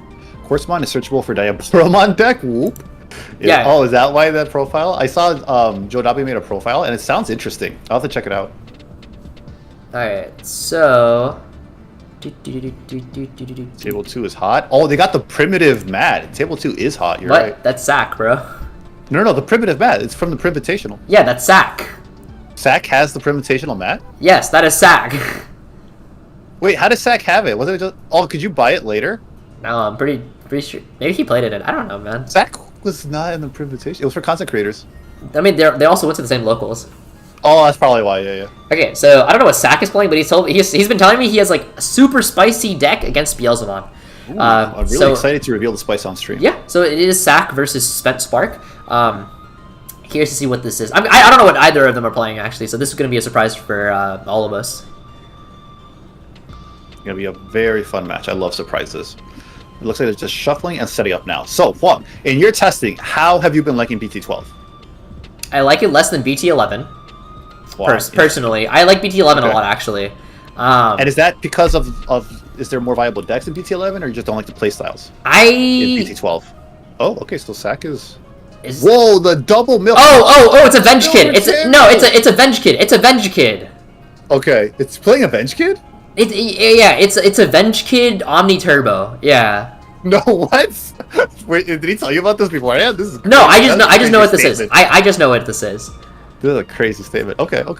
Yeah, so the entire thing is like you're supposed to turbo your trash, go into a Venge Kit for like 0, and then go into Omni X. But he is going to be playing into what looks like War Greymon with the War Greymon X, so a little bit of spice right there. This is going to be interesting because Sack security actually should be quite a bit of bombs. So interesting. I guess the question really now is just like, can War Greymon force through the bombs using like their layers of protection given from like Greymon X and like obviously Greymon X from BT9 as well as Greymon X from BT11. All right, multiple chances to be able to survive those effects, definitely. And it is. Well, I guess we'll only be able to find out if it's enough to. Okay, so yeah. Pass. Okay. Yeah, no. Yeah, that's kind of the thing with those kind of like security-focused decks, or ramp up into a big body. You sometimes just don't have a play in the early turns. I don't even know if I would say that, because if you look at security control has plenty of plays that you can make earlier into the game, right? Whether it's like setting up a Mimi or playing your Magna Angemon, whatever it is, right? You actually have like a lot of viable plays. You see them, yeah, absolutely. But the biggest thing about Avenge Kid Turbo is that you're not really security control. You're not a climb tall deck. Like you're like a weird. I don't even know what to call it. But basically, you're literally just trying to fill your trash as soon as possible to get into Avenge Kit for as cheap as possible. Really. That's really funny. And so Spencemark now has Greymon X on the field. He has the protection live once he digivolves over that Greymon X, since he does have a Greymon underneath it. He has Aglu into Aglu X as well, so I do believe he has 2. Yeah, it is double layers. Insane. Yeah. So he might just have enough to be able to work through the security bombs, unless Sack is really lucky. Oh, and then he's playing the black-red Agumon to search for a tie, and I believe something with Greymon. Yes, that is correct. So he's can only grab tie at this point. Only grabbing the tie there. Interesting. It is a good grab there at the very least. So good to have the same. Yeah. Okay. So there's the analog man. Mill 3. Nice. Yeah. It literally everything is just a mill. That's so funny. Okay, but Sack, did he reveal the slinger? Didn't he have gained a memory? Did he not gain it? Yes, he should have. Wait. Or is he? No, those reveal and then send to trash. That's right. It's analog. It doesn't mill. No, I forgot. Yeah, you're right. Okay, so his opponent is playing the BT12 This Greymon. is why I'm here, chat. True. Go on. I personally don't like BT12 Greymon. I feel like it's a little bit slow and clunky in the deck. But I have seen some people play it as a 1-of, so I do respect it a little bit. But yeah, so Sack's trash. How many does he have in trash actually at the moment? I don't think he has his Darkness Wave. So that's 4 6. plus analog, so that's 6. Yeah, it should be 6 right now. I want to say 6. And yeah, he went ahead and did Death Slinger that Greymon. If he had the level 5, he would have had 2 layers of protection. He would have been able to keep his stack. But yeah, so it's a little bit of an awkward position. But we did see a little bit of a glimpse in Spencemark's hand. He does have a level 4 already. Doesn't look like he has a level 3 for his Coralmon. If he has a tie, he can play the tie for free, which we do know he has a tie because he grabbed it off the Agumon previously. So really great value right there. Being able to play that tie out is great. And then that tie also is both on play and start of main phase, game plus 1000 and blocker. So this Greymon X is now currently a blocker. He is going to go ahead and devolve the Agumon into the back, so he is setting up his future plays. And then does he currently have the level 5 to then give himself the protection? Because that will be, again, 2 layers of protection. He does have it. That is going to be the Raid Metal Greymon from BT12. Unfortunately, there is no target to raid into, so he will not be able to gain any additional value off of the Metal Greymon's second effect, but he still could swing. This is a really unorthodox matchup if you don't know what to expect. It's kind of hard because you see like what kind of like resembles security controls, so you like I don't have this expectation of like, oh, if I swing I might hit a security bomb. Right. I myself am not super familiar with this matchup, so it's really hard for me to also analyze. I have no idea what to call as the optimal play or anything like that, which makes it really awkward because you don't know when to hit the gas and start going in or when to build in the back. It's very awkward for the plays, especially since the Greymon deck relies on raid and something being on board for this. Also, give me 1 sec. I need to like change the like overlays and stuff. Round 2. Okay. Nice fancy overlays. Yeah. Thanks to Aspira and Eggman. Oh, well, Aspira made them, and then yeah. Nice. So Aspira's really good at graphic design. It's a nice overlay. Okay, and so we are. Did they scoop? Wait, did they scoop? Who scooped? Yeah, who scooped? I did not expect that. It didn't look like it was going terribly bad for either player. If I had to guess, it was probably Sack that scooped. Because from what from the board state, it looked like Greymon was in like an advantageous position. So. Yeah, I would assume he's Looking at the board, I would assume that's probably the best guess. Interesting. Okay. Well, we're going to game 2, and they're shuffling it up right now. So, I don't know. I'm not sure what exactly the red-black war ground player wants to do in this situation. He kind of just has to see what Sack has. If you have layers of protection, then like going into game 2, if you're up a game, I would probably fish a little bit to see like what your opponent is really playing. Just because like you at this point you probably don't know what to expect. So I think it's very valid if you like decide to like fish a little bit to see like what their security maybe contains. Yes, you revealed 8. You revealed 8 cards from your opponent's deck, but then your opponent decided to scoop. If Sack doesn't recognize the fact that he's able to win from that position, I think it's actually very smart to scoop in that position. Keep that element of surprise. Right, exactly. Mm-hmm. Absolutely, yeah. Yeah, so not revealing any additional information, keep his opponents on his toes a little bit, so that way he doesn't know exactly what to expect in security, thus making it still a bit risky going into the game too. If I were Sack, I'd imagine does he go first? Go first, Darkness Wave, turn 1? Nope, okay, so it does look like Spent Spark is going to be on the play. First, yep. Digivolve Embracing, and the Heart Slams the other Agumon, so that's going to let him search for the top 4. He does find an entire evolution line. Doesn't find the tie, unfortunately, so no free tie. One of them. Right. So he does decide to. Ooh. Okay, so he does decide to go with the War Greymon. So he did go ahead and bot deck double X cards. Right. So that is one layer of protection. Also, Tasty, you take the play-by-play here. I did game 1. You got game 2. All right, so right now, is it still on Spence Sparks turn? No. No. Oh yeah, he put him back at 1. All right, so he played. Oh yeah. Digivolves into the Agumon X. Agumon X is going to reveal the top 3. Oh! There we go. Okay, so he gets the Greymon X. That's the one of now after the ban list. So that is very huge for him to be able to get that and set up for protection. We don't know if he has the X antibody in hand to get the protection live this early, but it's really great to have that, and just to have the cost reduction effect that it has that makes the speeds up the deck. He's gonna go ahead and swing into it. So and Sack gets the X antibody off of that, limiting his plays a little bit more because he loses that 1 memory. So it's gonna make it really awkward for him to pass turn. He's gonna go into it in the raising area to set up for next turn. I really like that. So anything that comes out next turn is gonna have that cost reduction and be able to be a little bit more aggressive. Sack is going to go ahead and swing into security. No, he swings over the stack to make sure he doesn't have that little advantage there. He reveals, what was that? Missed memory boost. Okay, so trash. No, that's not missed. That's grave memory boost actually. And grave memory boost is you played missed and milled grave. Yeah, that's what I meant. I thought you were talking about what he milled. My bad. No, I don't know. I didn't even see what he Do you actually know what grave does though? Yeah, you get to delay it to grab something back from trash to hand, a purple Digimon. Something like that. I'm not sure if I have that exactly remembered, but I'm pretty sure you delay it, you grab something back from hand. I thought the grab back was on the initial cast, and then if you on the delay, you gain 2 memory. You gain 2 memory. You're right. Yeah. I had it backwards. You're right. Because I was like, otherwise, like, what is the initial effect then? Yeah, no, you're right. The delay is to get the memory. All right. Pop off, King. Where were we? Is it still Sack's turn? No, it's a Metal Greymon into Metal Greymon. Oh, Ghost is the Metal Greymon X. Okay, so that's great. So now he gets the security attack +1 and the DP boost. So he's able to aggro really early right now. So he can go into security, do what, 2 checks right now? I don't see a security attack +1 inheritable underneath it. So he's going in for it. 2 checks. I believe this is like what?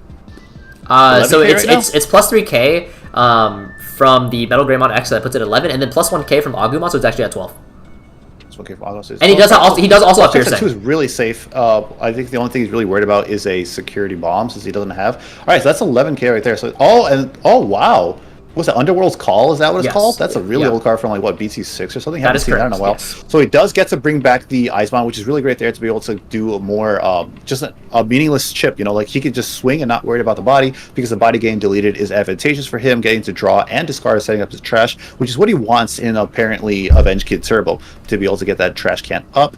So it is still Spent Spark's turn. He has 0 memory, so now he has an awkward position here on how to pass turn. because more likely than not, he's going to give him 3 memory minimum by going into either War Greymon or hard slamming another Agumon for the search here. So, well, it could. It could. What is he doing here? Oh, so he does. Okay, so he does actually elect to go for the tie. The tie will go ahead and give his Metal Greymon an additional plus 1,000 DP because that is on play.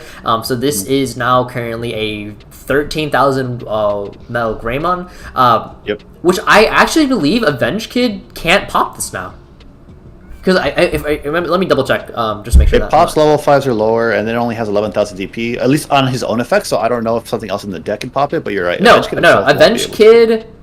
Avenge Kid pops 8,000 DP or less.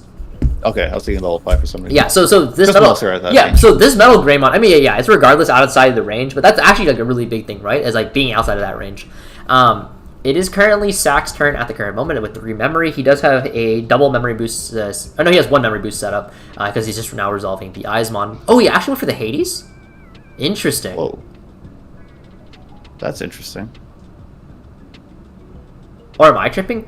Did Eismon hit Hades? I looked away. I assume Eismon hit Hades. I looked away at the chat. Okay, no, yeah. Eismon hit Hades. Okay. I understand the situation now. Okay. Right, not the worst, not a bad position at all for Sack, depending on follow-up. Yeah, and this stack, it doesn't have protection. Memory is fantastic.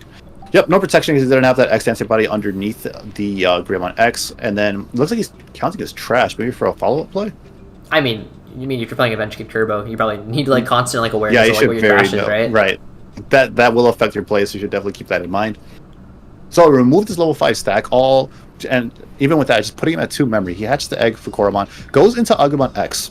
So no additional draw there, not able to evo over it with another Agumon because it's the X itself. But he can go into Greymon, that's the security attack plus 1 Greymon, able to get him a little bit more aggro. However, in this situation, it's not the biggest plus since he only has 2 security left, but with a restand, it would let him get into game. Goes into Greymon X for free, giving him the protection. It's ready now because he has the Greymon underneath it, so he has at least 1 instance of protection there, which, depending on Sack security, you definitely don't want that blowing you out this close into closing out the game. So it's a really good option there to have. Plays the red memory boost to pass turn, reveals the top 4, able to grab a red card, grabs the Metal Greymon, so he has the line set up now. He could climb. Bottom deck's the BT9 War Greymon X. Alright, so it looks like he's very set up for next turn. Not only will he have the extra memory to work with, he'll have protection to go into. Sack comes out, goes into the Eismon. Digivolve's putting him at 1. So he could just swing here and get more draws, get another chip at his opponent's security, and set up trash. I don't know his exact trash count. I don't know if you've seen it, Hoang. I don't know at this point. So that is 4,000. I do believe that deletes, right? That Eismon is dead, yeah, so that is going to head draw 3, discard 2, draw 1, discard 1. Yeah. And then he's going to get another one off of. After that, he'll be able to do the Demi Miramon. So it's discarding Underworld's Call, which does have an effect, right, when it's discarded from hand. It's been so long since I've seen that card. Yeah, so when discarded from hand, it does draw 1, and then its actual effect is like when you play it, revive a level 4 or lower purple Digimon from your trash. Also, I think it's really interesting that you can tell where a person spent most of their time playing a card game based on how they refer to your trash, grave, etc. I love that. Yeah, I love because I don't know if you noticed, but you said Eismon trashed, and I said Eismon discarded. Oh, that is so funny. I think it's like a really because like I played a lot of Yu-Gi-Oh, so you know it's discard in Yu-Gi-Oh, whereas it's discard, yeah. And I know I have played Yu-Gi-Oh and Pokemon, but not to the extent of this game. So yeah, it's totally taken over my vocabulary. That's funny. I'm surprised when I started this game, I called the trash the graveyard a lot. I got that out of my system though. Well, when I played Digimon, a thing I do a lot is that so you know how it's supposed to be like deck, or no, it's supposed to be trash and then deck. Like in that order, like it's supposed to be like trash as close to you as possible. Yes, yeah. I was talking about. I do it the other way because that's how Yu-Gi-Oh does it. Yeah. Yeah, I like Digimon setup more. It just makes more naturally sense. No, it makes so much more sense in Yu-Gi-Oh. If you pull from the deck more than the trash, so it makes sense that it's closer to you. That is totally fair, but like in my mind, when you mill something, like it goes from the top to bottom. So like for mill effects, it makes a lot more sense for Digimon's layout, in my opinion. When you say mill, do you mean like actually mill, or do you mean like bot deck? Like actually milling, like setting a card from the top of your deck to the trash. That motion. So it makes sense for purple. The way I do it is the way Digimon is set up. So it makes sense for purple. It makes sense for purple, sure. I guess for that one color. Yeah. I don't know. I just played a lot of Lightsworn and Yu-Gi-Oh, and it really annoyed me. Oh hey, you played Lightsworn, the milled meh. Whatever. Anyway, so Avenge Kid is going to come on down. Avenge Kid is going to bot deck all of the options. Looks like Avenge Kid was actually able to keep turn here. Will Sack be able to go into the Omnimon X in order to go ahead, check his opponent's security, then burn 1? Being able to we saw it off of the draw, right? Did off we? Of Icepawn. I remember seeing it in his hand, but maybe just checking trash. Well, I know he discarded. I know he discarded. There one. is the antibody option. Yep, so he does there it have is. Perfect. And there he goes. So what are we revealing? Is there a Tamer? Is there a Hades? None of the above, but there is an Omni, and I would just give it to the Omni. Omni probably the most threatening thing in there, so Yeah, just give yeah. rid of that, and that's fine. And it looks like we have DDP that joined us in chat. Welcome, DDP. David. You are surrounded by fans. We all love you here. Wait. We have a lot to catch up on after this match. Wait. Hold up. Let me DM DPP. Hold up. Are you gonna invite him on the stream? Yeah. I love this chat. It's like Hey, love David, channel, do and you DDP loves you wanna join the Let's go. stream? Commentate English meta, DPP. Let's see. Ron is saying Tomahawk Soul is the best. I don't know about best, but I agree with you. It's top 5. Okay, back to the game. I'll wait until Back to the DP. game, I'll wait until David responds, and then back to the game. Okay, so we are going War Greymon's turn. He is going to pop the red memory boost. He's actually going to stay in Raising, and then he's going to Digivolve into the Metal Greymon in Raising. I do see the BT1 Tai Kamiya in his hand, so he can actually set that up and then potentially threaten his opponent on the following turn. But then War Greymon is a 4 memory play, so he would need an extra memory on top of that. But then the Tai gives back a memory, so he actually has enough memory if he does play the Tai Kamiya. There it is. Nice. Smart, Hoang, smart. And DPP just informed us that he's at work, so he unfortunately cannot join us. Would have been so much fun. Would love to have you one time on stream, like everyone together. It'd be awesome. Okay, so currently with the Omnimon X, he can actually still burn 1 because he can bot deck the X antibody, and then he can also swing, so he can put his opponent at 0 security actually. But the question then becomes, does he have a follow-up to that? Because, like, yeah, he could play another Avenge Kid, but it won't be able to actually attack because it will have Summoning Sickness. So, that will be... He has a blocker in the back due to the tie, right? Well, I mean, I imagine you're probably going to push for game here, right? True. Well, if he's able to raid restand, so he will have the blocker active. If he... Oh, no, you're saying to end the game. You're right. Yeah. To security. I totally forgot. to security. Yeah, I might as well just end there. I think, yeah, Sex is kind of a neural spot. I mean, he still has 3 memory. Here. There's a Glaive. Right. He might be... Boost. Okay, so even... We did see that he runs the Lucimon, but even if he were to Lucimon in this position, we do recognize the fact that this Metal Greymon stack has 3 damage attached to it because of the tie, plus security, plus Greymon. So it's actually a 3 damage Metal Greymon, or more than likely he's going to go into his War Greymon. Actually, do you even need to go into War Greymon at this point? I guess you do to end game, actually. Yeah, you have to go into War Greymon. And so with the Tai Kamiya plus the Tai, that actually is going to be enough to Digivolve into the War Greymon and not pass his turn. Yes, the Omnimon X is... Antibody option. Oh, okay, so the BT9 one? So the Omnimon X is in fact tapped. Do note that. However... It's a little sideways. However, so that does mean War Greymon will not be able to raid restand. So Sack will need the Blitz Omni to actually push for game. Yeah, that's true. That's like the one thing about the raid mechanics, that it's so easy for your opponent to play around. It really is, yeah. Yeah, which is, I think it kind of hurts the War Greymon deck a bit in going forward and whatnot. Okay, so we are going to see War Greymon come on out. There it is. Yep. All right. Goes down to 1 memory. Debating his play, it looks like. Most likely he's going to go in though. All right, so counting up the stack.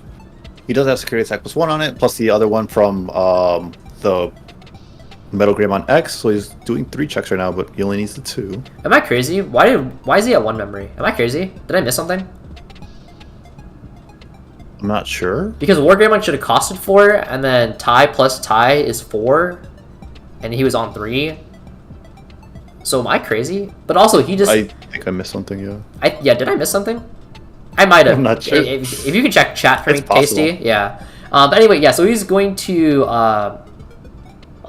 Tyler said get him and Donkey Nog in here next game. Bet. Okay. Gonna make it a party. Okay, yeah, No one has mentioned yet, though, about the memory game. Yeah, that's game. There's a 2 checks. No. Okay, wait, no. This is game if he has Blitz Omni. Show the Blitz Omni. That's Omni X. That's not Blitz Omni. Where's the Omni? See it. Oh, he doesn't have it. Oh. Ooh. Oh yeah, if he had it, he would have slammed it by now for sure. This is not game. This is very scary too because he doesn't have blocker anymore, and that's still not blocker. So does he just? Yeah, that's not blocker. Just loses. He just brings out the Electron and loses, right? Yeah. Because Yeah. Ty's only giving it to Greymons. That is Yeah. not rebooting because the raid does nothing to raid into. Right, exactly. No, that's game. That is that. Oh no, that's a lie. I'm done. War Greymon comes with reboot. On Digivolve, War Greymon gets reboot until the end of your opponent's turn. No, he's being chilling. Oh, okay. I forgot. When did you always doing this? Oh, you're right. That's not part of the raid effect. Cool. Okay, great. Oh. So he should be. Well, I guess it depends what the 5 Mario. What's he gonna do with it? Okay, so the Electmon is going to go in. He's going to block. That kills the He's gonna eat that block, Agumon. That's totally fine. And then the raid he has will proc, rush. so he will actually restand on there too. Right. So Okay. you have a way to remove this stack and buy another turn. Because I don't think anything in this deck has rush as far as I'm aware. Black Automon. Oh, right. But And does have- he still has the blocker up. Like this War Greymon is still he ready to has block. another one, yeah. He has to have a way to answer this now. Because he's not getting through his defenses this turn to win game. Oh, Black BT12 Black War Greymon is a 3 cost on Metal Greymon. Ah, might be. I All forgot. right, the special black Digivolve. I forgot. That's game, right?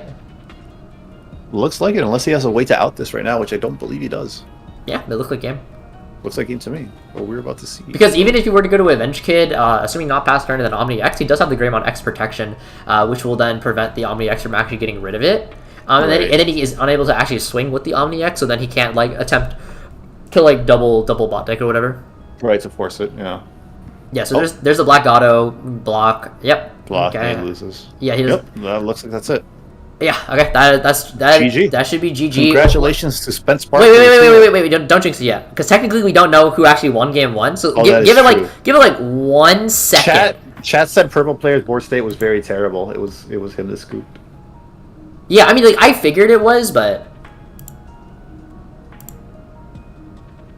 Yeah, Yeah, it doesn't look like they're setting up for a game 3. Okay, yeah, so that is going to be game. So what I'm going to go ahead and do... I'll send you a call, and then I'll invite Tyler, and I'll invite Momin. Awesome. Sounds good. Alright, chat. 1 second. Let's see...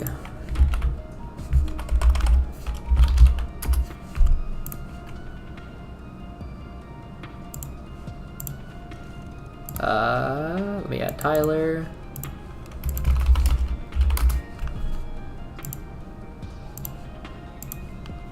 Okay. Let me call the boys up. Hello? Yo! Yo. Oh Party. my god, Momin! What's going on, Hello, boys? Mr. Donkey Nog. Hello, Tasty. Hello. How did you like the Mario movie, Mr. Donkey Nog? I haven't seen it yet. Oh, same. We're twins. Let's go. Bro, I need to watch that and John Wick. Okay, so, Same. really quick, Momin, if you want to introduce yourself to the people here. What's going on, guys? This is your boy Donkey Nog here, best DigiTuber. I'll take Alex and Tasty in a fight any day. Whoa. Okay, wait, no, Right. wait, this is fair. Momin is ripped. He's. Oh, yeah, I don't know yeah. about Rift. No, he's you're huge, ripped. bro, He's you're huge. Like I Huge. He's modest, but he's huge. No, like I'm losing that fight 100% of the time. Like that's an L. Bro. Yeah, he's folding me like a lawn chair, bro. I'm dead if I fight him. Well, hey, you've been in the gym recently too, Tasty. I've been training for the boxing match with Donkey Yeah, Dog. we're training for the Digi boxing. We'll see next One day, bro. That's the dream. The celebrity boxing is so funny, or YouTuber boxing, whatever it's called. Okay, That's so fucking let me go ahead. Let's read comments real quick. But also, how have you been, Momin? Dude, I've been good. Just really busy with school. It's been kicking my ass. Fair, but, it's fair. I'm excited to play BT12. Yeah. Because set 11 format was pretty terrible in my opinion. And I'm excited to hang out with you and the boys next weekend. Yay! What's next weekend? It's Cardfight Vanguard Spring Fest. Oh, nice. You guys are going to a Cardfight Vanguard event. Cool. Yeah, So- there's Vanguard, and then I have some friends from back home who are going there for White Schwartz, which, like, whatever. Card But game I'm lovers just there to here, hang out with everyone. I don't I really feel care that. about. Oh wait, Momin, what time? When do you get in? Friday or Friday evening, yeah. when evening? Like probably like 6 or 7. Probably like 8. Let's say 8 to be safe. Okay, so I was gonna say if you got in a little bit earlier, you can come to dinner with us. But Okay, bet. I'll let you know for sure. But Yeah, for I'm sure. pretty sure my class gets out at like 5. Okay. Are you Okay. tossing? Are we inviting Tyler too? No, I asked He him. said He was joking He's about busy. it. Oh, he's joking. Oh, I was about to say. No, he's at work right now. He's at work right now. He's at work right now. Oh, he's at work. Okay, Literally. just like DPP, the working men, bro. Okay, so let's read chat. Salary a men. bit. Throwing Quartzmon into my Imperial Ultramon deck. Whoa, big out of the box thinking. I like it. Hold on a second. Let him cook, bro. Holy crap. Okay, true. Yeah, you gotta let him. Let him That's cook. crazy. Let him cook. That's kind of crazy. Let man. him He's cook cooking is as well. crazy. He's cooking. Don't burn the house down though, bro. Let's see. Do. He's cooking. Tasty getting knowledge gapped right now. You're ready to do my boy in like that moment? On the what was it, the glaive memory? I boost? forgot what. I think I said that when you guys were talking about like great. Yeah, it's great Yeah. memory. It was Okay, on yeah. glaive, yeah. So I legit mixed up the effects. So Don't worry, girl. Digipanda, aka my boy Ben, he said, "Stop! There's so many cards that I'd be surprised if a player had everything memorized by cost, ID, and effect." So This is very fair, but I'm only saying this because it's tasty and I like. okay. So fun fact: up until like set 7, I had every single card in the game memorized. I agree with that. I mean, Yeah, I don't even probably blame you did. for that. I feel like I know what basically every important card does. But No, there might be one thing not just important prominent. card. Not just important card. Like I mean, like the most dog Every shit, single like card. niche card. Yeah. Like Yeah, okay, right here. You guys ready? Digimon quiz. All right. All right, let's go. What Alright. does BT4 Sound Birdmon do? I actually know the answer to that. It's Is that the discard an option to gain a memory on attack? yes. Yeah. Holy shit, you remembered it too. Holy shit. Why Yeah, wouldn't you no know that? What? It's so okay. Yeah, that was Okay. the most Musketeer All right. I Yeah, am but that your was like fucking years ago. I am your quiz host, Hoang Zero. Hey, yo, let's get it. Digi quiz. All right. I will Knowledge ask. gaps. Okay. I will ask what X card is. You have to tell me their play cost, their Digivolution Oh my cost, God. their DP, main effect, and inheritable effect if one is present. All right, bet. Alright. And you have to, if you want to buzz in, say something. I don't know. Say something. Are you ready? Say I'm Jack ready. in. Jack in. We are. Battle Network. All right. Whatever. First question. whatever, just- What is BT1 Dolphmon? Inheritable effect, right? Inheritable, what a... Okay, BT1 Dolphmon is a vanilla on both. I'm pretty sure it's a 2-cost. Wrong! Evo No. 4000 P. I don't remember, it's like... It's a 2-cost Evo, it has an inheritable effect, no main effect, and the inheritable is like, if opponent has something with no sources on the field, gain 1000 DP. Tasty is close enough. Good job. Yeah. Yeah, let's go! What is it? I actually didn't know that. It one. is your turn while your opponent has a Digimon with no Digivolution cards in play. This Digimon gets plus 1000 DP. Let's go, I got it! 4000 I- DP, 4 play cost. Like what? Fun fact. People meme that card. For the Someone like longest, from BS okay, probably knows. so really fun fact. For the longest time, Dolphmon was Blue's only source of DP plus inheritable. Yeah, Real? so it got Oh, that's memed a funny. bit, so that's why I I was, remember I, it. I was right on the DP. It's 4000 DP. Yes. Okay. Wait, is that part of the question? We have to answer DP too? Yes. Okay. I think at this point, just whoever gets it closer, probably. Yeah. Whoever gets it closer. Also, you like just whoever speaks first, the other person wait your damn turn. Okay. All right. Are you ready? Round 2. Shout Momentai. Oh yeah, Momentai. That's the good word. Shout Momentai. That's All the right. buzzer. All right. BT4 Hippogryphinmon. Moment. I don't. Okay, know. moment. Go. Alright, okay, so it's a yellow level 5. It's 3 Evo costs. Mhm. I don't know what the hell the play cost is. Okay. I think it's like 8000 DP. I'm pretty sure it's like on attack, like give something minus 2k or something. You're so close. Tasty, do you want to try and steal? I think it's a vanilla. Okay. I'm pretty sure it's like a 3-cost level 5 vanilla. Hippogryphinmon is 6000 DP, 6 play cost, 3 cost evolution. When attacking, if you have 3 or less that's an security, one of your opponents gets minus 3000. One of your opponent's I was Digimon never gets minus getting that. 3000 What the DP. fuck? Okay, it couldn't even be like somewhat decent. It had to be like you have to have 3 or less security. All right. We'll do a recent card. We'll do a recent card. Ooh, Alright. okay. Okay, this one's a little bit more fair for y'all. We should do, yeah. This is fun. BT11 Centaurumon. Momentai. Okay, go. Okay, wait, the horse guy, right? Yeah, the Yeah, centaur. the The centaur. Okay, The centaur. it's the yellow level 4. I'm pretty sure it's 4 play cost, 2 Evo. I think the DP is 4k. It's on Evolve. You can place one of your other Digimon on your security stack. Yeah, Tasty. he's right. That sounds familiar. It is No, close. It is close. Tasty. Got it. Yeah. It is Tasty. Do you want to try and guess for the full points? Okay. I know it's a level 4. Probably Digivolve for 2 memory. I don't remember anything else. The effect is when All right, never mind. Moment has it. You're useless. Oh, moment tight. What? Huh? You said I don't remember anything else. Automatically disqualified. No, I was about to say, I put know- Digimon. Put one of your other Digimon on instead. It is 5 play cost, 5,000 DP. When Digivolving, Bro, you may cut me off. I place was gonna one of finish. your other yellow Digimon. I was on top about of to say the scale. that. Yeah, I knew there's other. I didn't Yeah. remember if that would specify yellow or not. Alright. BT11, Mon. Wait, how much time is left in round? Tyler's saying to check out table What? 3. It's Beals versus Dark Knight. Okay. What the hell is BT11 Mon? Oh, BT11 Monmon's just a black blocker. Nobody. That is false. Also, so you're wrong. No, I was thinking about the blue one. BT11 Monmon. It's black. 1,000 DP. I don't. And then it can't be bounced or something like that. 2,000 DP, 3 play costs. All turns, this Digimon cannot be returned to hand or deck by opponent's Oh, dude. Let's go. I was technically right. effects. Also, I I'm was thinking of the blocker one also, but I was like, no, that's the old card. no, we're still commentating. Table 3 is BLs versus Dark Knight. I'm waiting for table 3 to pop up. I want to watch this matchup, dude. But I'm waiting for table 3 to start. Did it not start? Do we know how much time is left? I don't know. I don't know. But we're waiting because I want to watch my boy Dark Knightmon. You know. Wait, are you guys watching it? Is there like a Guy Force Gaming Discord or something? I'm assuming. Yeah. I'll send you the invite, Moment. Okay. Oh. Dude, you picked some really hard, Hard cards. ones. I'm impressed. Yeah, you picked hard ones. Yeah. Okay. Dude, I'm still waiting for this table 3, man. Tyler, where is it at? I want to watch Dark Knightmon versus Beelzemon.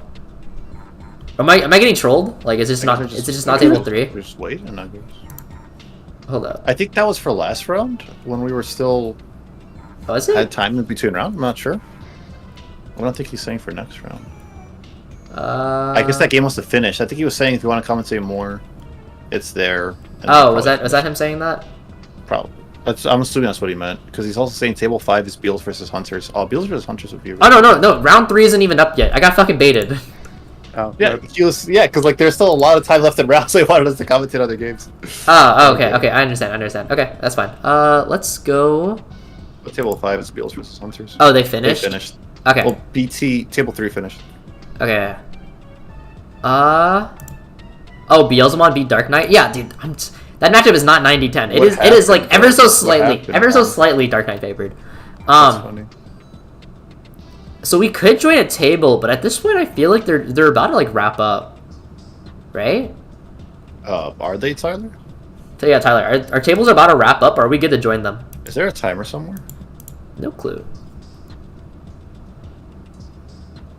I don't know. Alright, well, until Tyler gets back to us with that information. Alright. Yeah, Andrew was saying, don't forget the ID number. Oh, okay, calm down, calm down with that one. Alright. That's impossible, dude. Alright. Pretty crazy. The next Digimon we have up on the chopping block is Pegasusmon from BT8 or BT9. BT9 Pegasusmon. Who the hell is Pegasus? Bro, that's an armor evolution of Panama. What do you mean? Oh, that one. Oh, yeah. Oh, I God. don't remember what it does though, because it doesn't seem play in the deck that much. I don't know. Momentai. It's like, does it even have the armor Digivolve thing clause? I'm pretty sure it's just like Digivolve gives something minus 4,000 DP. Okay. My guess is like it evolves from Patamon. It's yellow, blue. Mm-hmm. I don't know what the hell the play cost or anything is. Tyler, he was asking how much until next round. I think it's like minus 3k in like Striposaurus. It is Armor Purge, Digivolve 2 from Patamon, it's 5 cost, play cost, 3 to evolve, 5,000 DP. When Digivolving, one of your opponent's Digimon gets minus 1 security attack. Oh, I would have never guessed that. It's so bad. Yeah, they're pretty bad. Alright. Yeah, I would have never got that one. I was like, oh well, they usually mix like play styles with the dual colors. No, Tourney's not over yet. Tourney is still going. Yeah, we're waiting for next round. How much time is left in round, Tyler? That's the question he was asking. And if there's a timer anywhere we can reference. Actually, let's check announcements. There's 13 minutes left, actually. It's kind of... Okay, perfect. Yeah, no, the tourney is still going. We're just like waiting in between right now. I think 13 minutes is enough to hop into a game. You should. You think so? If you click the registration link, it has the pairings and the timer now. Nice. Okay. Okay, then let's go ahead and join table 4 then. Okay. Table 5 is Beals versus Hunters. Table 4, do we know what it is? Nope. Surprise! Alright, we can go for surprise. Still how I have to do it, so... Hey, really quick, sorry to interrupt you guys. If you don't mind just muting us, we really appreciate it. Oh, maybe. Yep. Thank you so much. Okay. Let's see. Okay. That's muted on that end. Give me 1 sec to fix the setup. Sure. Okay, so we should be good now. Okay, cool. So looks like we came into Blue Flare versus Bloom Lord, which is a little bit of a throwback over to BT10 actually. So what is the current board say? I don't know who is like currently. I don't know what game this is at. I probably should have asked what game this was. No idea, yeah. Yeah, I have no clue. But currently, Bloom Lord is in the driver's seat. Yes, he's only at 1 security in comparison to his opponent's 3 security, but he is staring down a Hydra Cherry plus Bloom Lord board. The question really is now, how many of these cards are actually stunned? If all 3 cards are stunned... Oh, he has a Cherry on back too.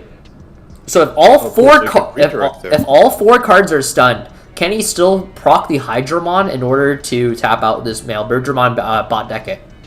And so we do see that the red Vegemon is going to come out from raising. This red Vegemon is not stunned, we know that for sure, so he does have 3 memory, which means he will be able to go into the Agitar-mon. He has Agitar under the Hydra, Agitar under the Bloom Lord, and now Agitar on top of the red Veggie. So if he were to go into the Agitar, play a card, and then Digivolve into like Bloom Lord, he will gain a lot of memory.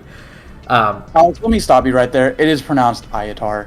Ayatar? Ayatar? Yes, it is Ayatar-mon. No way. I've never heard that. I've never heard anyone say it like that. Everyone calls it Agitar. It's Ayatar? It's I'm pretty sure the Japanese name is Ayatar. I'm like very confident on that. Well, that's crazy. Okay, no, are you gaslighting me in the way that like? No, why would he do that midstream? Because listen, Steven was like Modokai Betamon, and I had to like, I was like, Steven, it is Madoki, damn it. It's Ayatar-mon. Really? Yes. Ayatar. Oh, Perfect King says that's his teammate, Arcane Kaze, playing Blue Flare, baby. Oh, nice. Oh, we have a teammate in the chat. That's awesome. Okay, For the so Blue Flare player. Ayatarmon is going to go ahead Ayatar. play the Palmon. It's going to tap out the Bloom Lord, which I assume is actually stunned out. And so if he has another Bloom Lord in his hand, he will be able to extend. That's at least 2 damage. I don't know if he can actually force his way into 3. At worst, with double Cherry, that does mean he will be able to redirect even through the stun. So it's going to be really difficult for the Blue Flare player to actually push for game in this situation, just because he will be able to redirect the attack into the Hydra, into the Bloom Lord, really whatever it may be. So it's actually a very interesting predicament for who is this? Arcane Kaze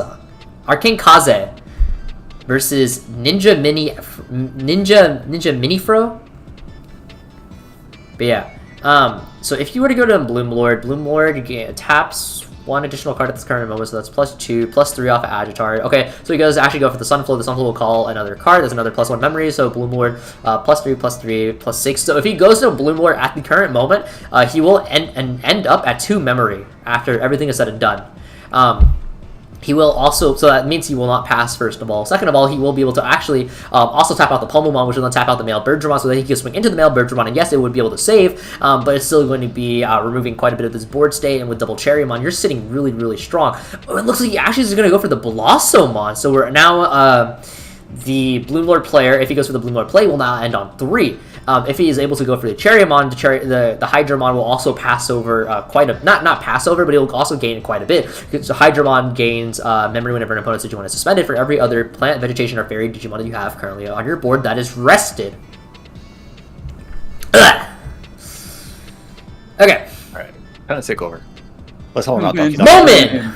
Man, it's a one-man commentary team. Yo, Right, Blue prove Lord yourself. Bro is cooking, Man's got double, Bloom Lord. You know, he's got the double cherry. He's about to gain 1 billion memory. I feel like, is everything on his builds stunned, like from the last turn, right? We don't know. Aside from like the new We came stack? in a little too late, but that's what we're assuming. I mean, it seems like he's just gonna swing over the Mailbird like with piercing. So that's 3 checks right there Yep. on Looks like 16k. Yep, 3 checks. And so it's a matter of like whether or not he has an unstunned Great. target to actually push for Gals, game. And another male version. Oh yeah, the Hydra's Hydra unstunned. won't be just Alright. attack, so that's- There's the Hydra one swinging. So and that's it. the question now is, was that game 3?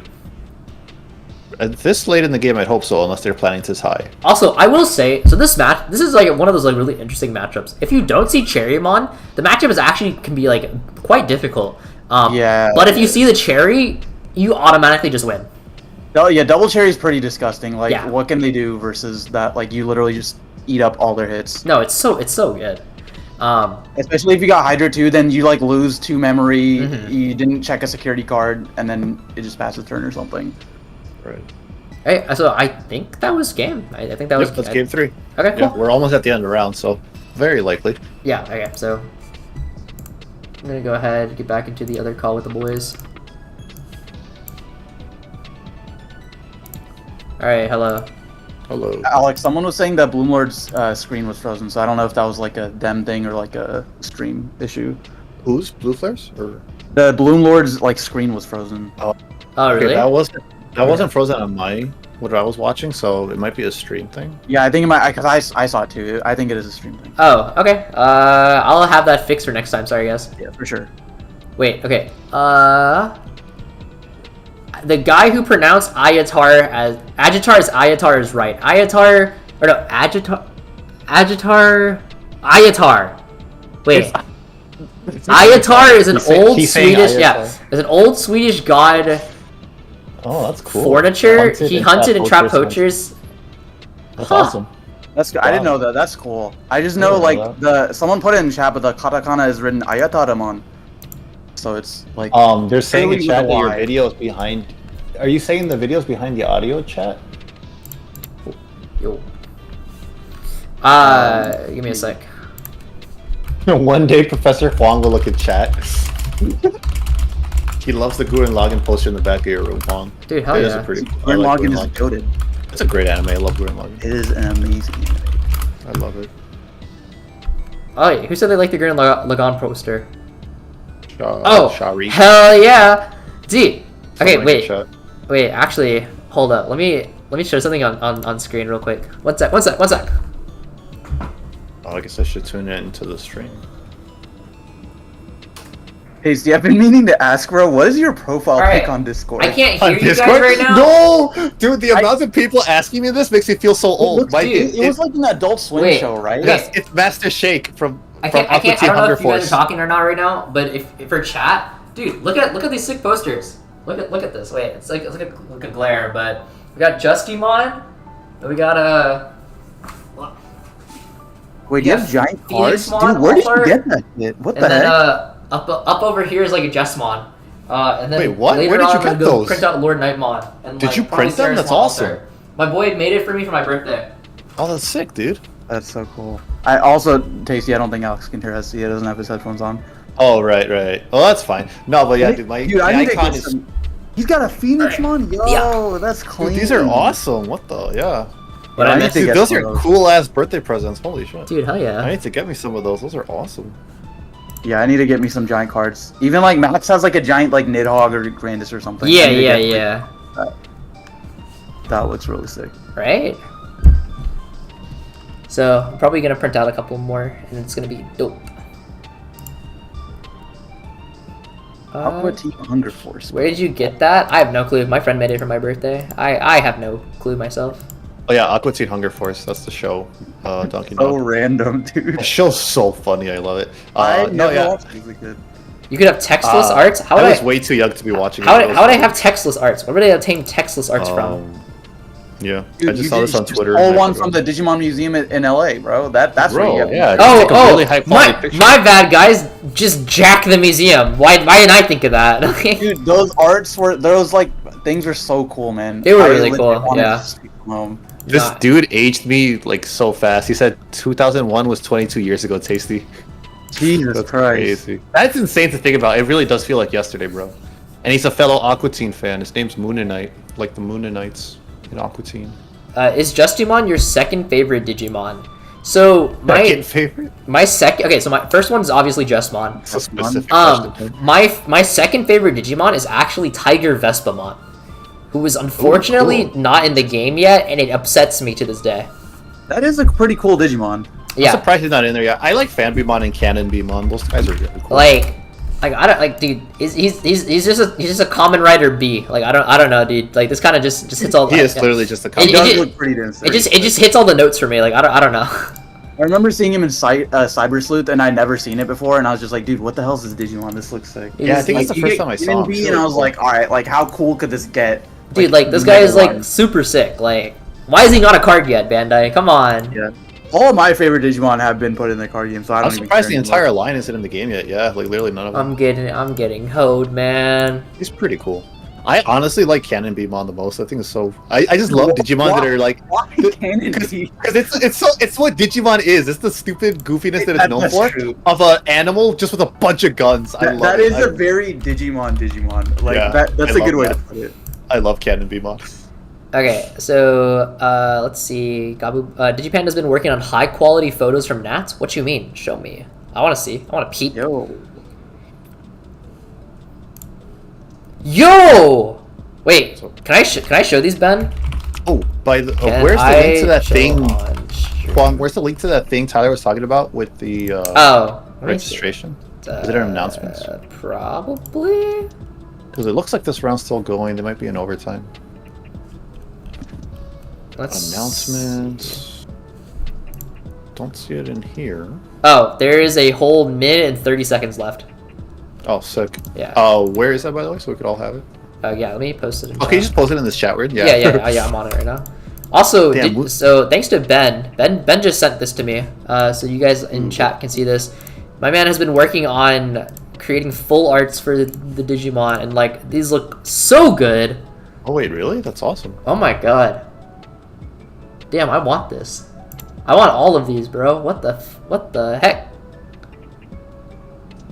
Man, Oh, dude, that looks sick. these look nice. I want a as hell. full art of the Yo, that Garamon would art be- and the Galamon alt art. Dude, I'm a Lord That's Knight so enthusiast. Okay. Yeah. I don't know if you guys know, but like back before like the early like Japanese format, like Japanese BT5, I played like 500 games of Lord Knight, and like I was, remember you told me this, yeah. dude, I was kind of goated on that deck, dude. I believe it, bro. I was not good at Lord Knight, but I definitely enjoyed the deck until I got sick of it. But it was cool. You should stream tournaments more if you can.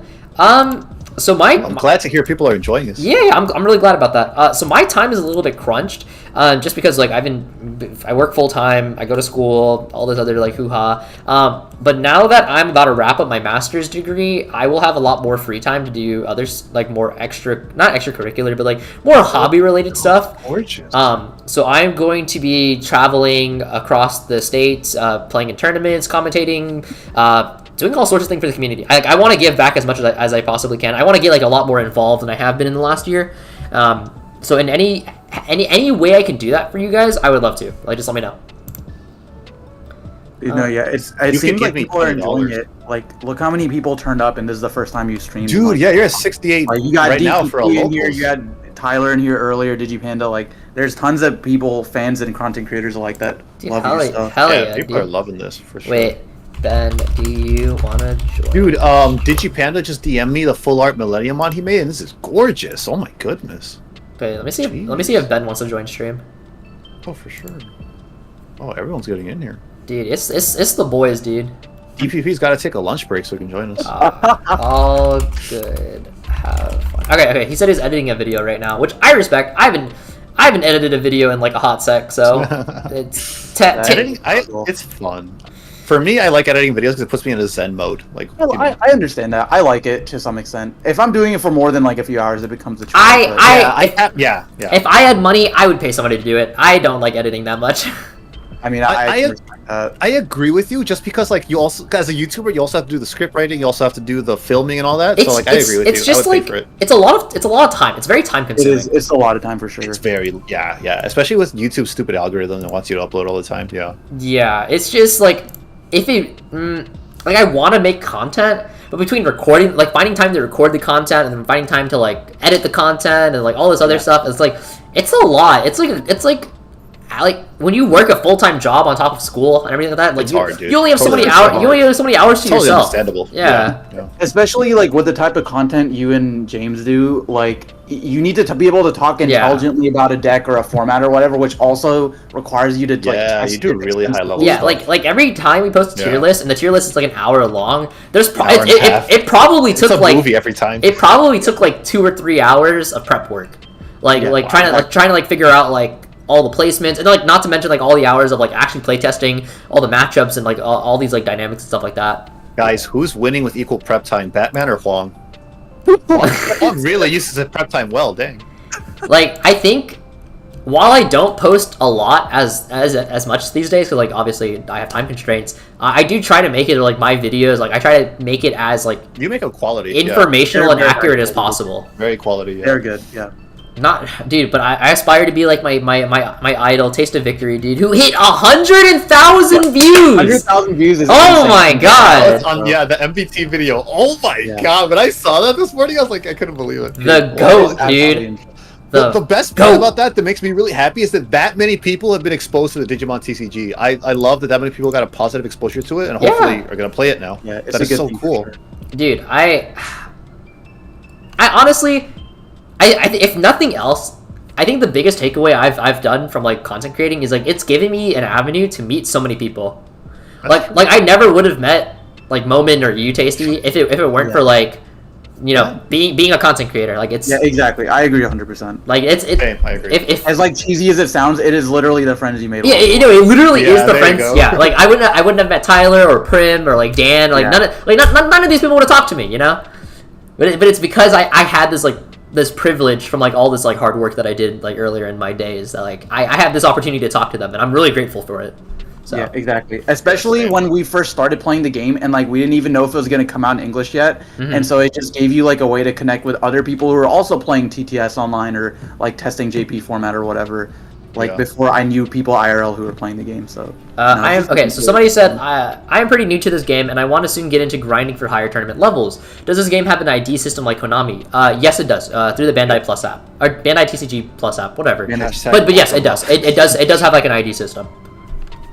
This comment's really funny. At Taste of Victory is the best Digimon player with machine guns for hands. That's Dude. really funny. Hey, boys, what video should I make next? Honestly, Video.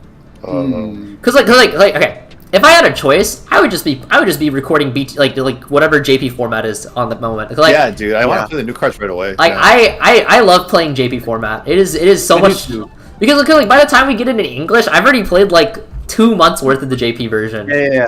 Bro, you want to know something? I have like 3 BT13 gameplay videos just like recorded and like finished, nice. but I just haven't put them out. Oh, you're Like, waiting for I English? wanted to That's play so that funny. format so badly. Okay, what if I just like what if I did the tier list video, and then I did like one big video, like all the deck profiles, just knock it all out of the park or whatever, and then I Just just one giant video. and just one giant video, and then like I start like just shooting off like random like gameplay videos for English and then Japanese. Yeah, I think that. I mean, I works. think people will like it. There is a bit like, I mean, look at DPP. He has tons of True. viewers who are from like America or like who don't even play the Japanese meta, but they Yeah. still want to watch it. Like, there's They're tons 5 tons of minutes big into market for overtime that. in this round. Yeah, I saw that. Okay, but do we do it like Rustmaro does, where it's all on TTS and then he plays himself? Or do I go out of my way? Those videos. Oh my god, this is a side note, by the way. Okay, I don't know okay. if that's the right answer, but dude, I love his content. He is hands down my favorite DigiTuber. Really? Those- Like, the way he scripts his videos are just like so entertaining and makes it feel like I'm watching an anime. He just makes it so hype. Yeah, him like, and it's card always protagonist. entertaining. It's Yeah. interesting because for cool. me, knowing that he's playing himself kind of ruins the illusion for me. Bro, Like It's like wrestling. I can understand It's like that from It's WWE. wrestling. Yeah. because Like, like I can understand that agree, competitively, but for as a viewer, just like solely trying to Yeah. watch it for entertainment value, I don't care at Yeah. all. Yeah, I don't care. Like Carpetagon's videos are awesome. No, yeah, for sure. For example, he's another one that does that. I think it's funny that there's multiple to do that. That's really funny. I think for me, as just like a player, you're like a super. I'm a sweat dude. Like I only watch content if it makes my game better. Yeah, I can understand that. For me, it's like kind of an escape from that because I do quite like playing competitively. But I think between making videos about competitive Digimon and then playing it, I want to watch something that's like separated from that. No, which is yeah, why that's valid. I really enjoy like the scripted, casual content. Right. Okay. Somebody says rate every Digimon card. What? I did something similar to that, and it didn't seem very popular amongst the people. So I'm not sure if it's worth doing something like that again. You should do a video like Digimon player tries to guess how good Digimon cards are. Oh, so basically Hoang Flame's tasty. Hoang Flame is tasty. A meta prediction video could be interesting. How do you foresee the blast mechanic working potentially BT14 cards? That actually brings up a really good point, which I'm actually curious to hear you guys' opinion on. Is the blast mechanic, are blast aces hand traps? Yes or no? Not in the way people think of Yu-Gi-Oh! No, not at all. That's exactly what I was about to say. Yeah. Yes, but no. Yeah, there you go. Tyler said rounds up. Okay, perfect. Bloom versus Hunter is table 2. Ooh, that sounds cool. Any other spicy ones, Tyler? No, but yeah, I basically what he said, yes and no. I think they're actually gonna be really great and spice up the game. I think they're really cool as well. I've tested it out a little. I made a couple videos on it just because I was super hyped about testing it out. Okay. But so I'm looking through the tables. We have not watched. Oh no, okay. We saw. So table 2 is. We saw it's table 2. We've seen from table 3. Ooh, hi, Static Fox.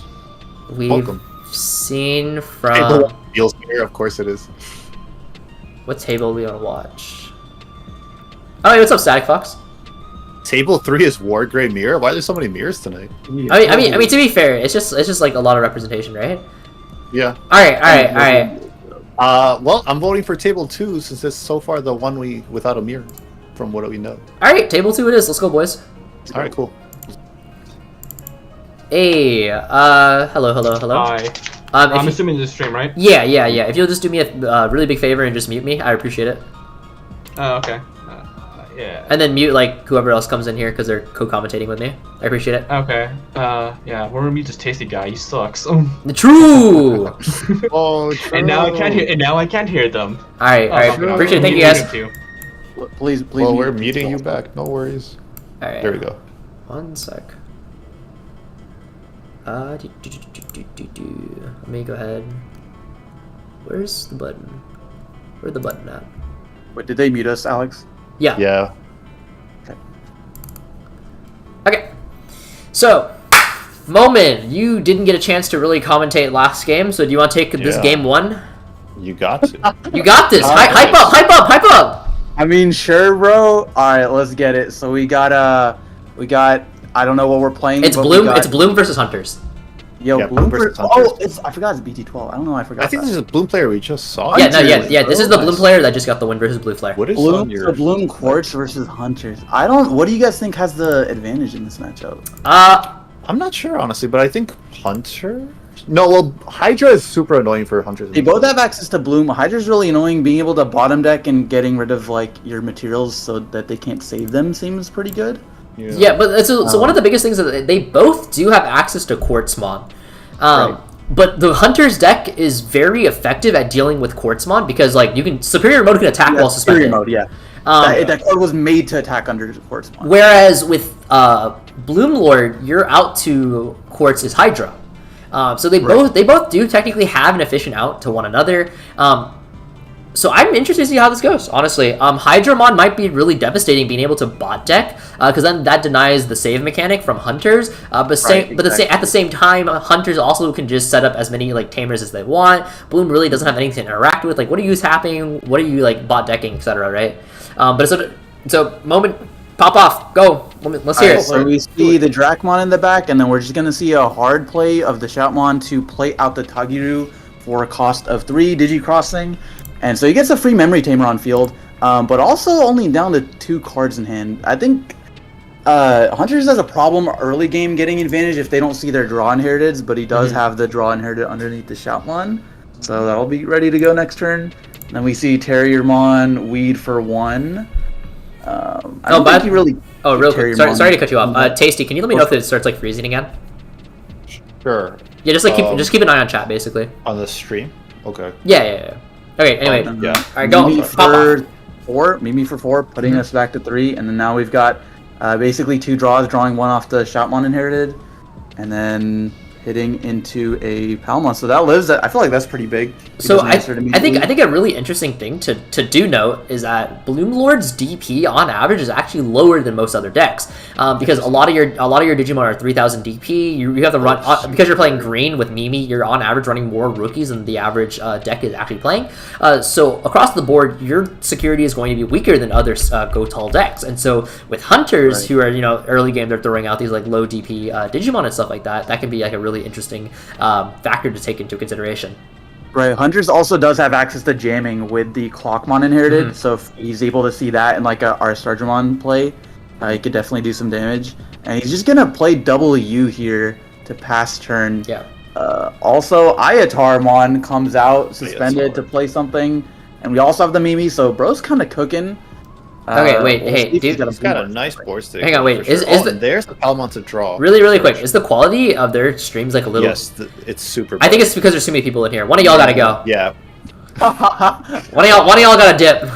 Okay, I can dip. Fixes it, sure. All right, goodbye, Momin. Oh, Momin. We will have you back soon. And the quality immediately got better. All right, good talk. Did it? Oh, okay, so that was it. Yeah. No. Unfortunate. Okay, so anyway. As long as we don't cause lag for them. Yeah, of course. All right, so whose turn is it? Still Bloom currently? It is currently Bloomlord, yes. So he grabbed did we see what he grabbed off of the Palmon? I did not. I think we got distracted by trying to fix up the quality, yeah, but it's fine. He did evolve into another Palmon on the back. Now he's debating how he's going to pass turn. There's quite a few ways you could go for it here in Bloom. You could digivolve into a Sunflowmon to set up for next turn. And it looks like he's going to go for that, potentially. Okay, so he's going to choke at 1 instead. Which is really great, Tageru is a memory tamer. Okay, yeah. I wonder if he had that in mind. So Tageru being Tageru is a memory tamer, and then you gains you memory is it a mono?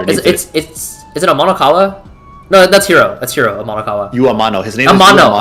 At the start of the turn, you can put a card with save underneath his text to gain a memory. Yeah, and then I know he's got 2 of them, so he's okay. Yeah. And he's going into Arresture, or is that? Yeah, that is superior mode. Yeah. So he's gonna put one thing underneath the other right now, and then with Shoutmon, so he can put Ayatar underneath the. Hey, whoa! Say it right, sir. Say it right. I said Ayatar, didn't I? I heard Ayatar. Nah, maybe I did. Yeah, maybe I did because you're just so used to it after a while. Yeah, and he looks like he's putting his opponent at.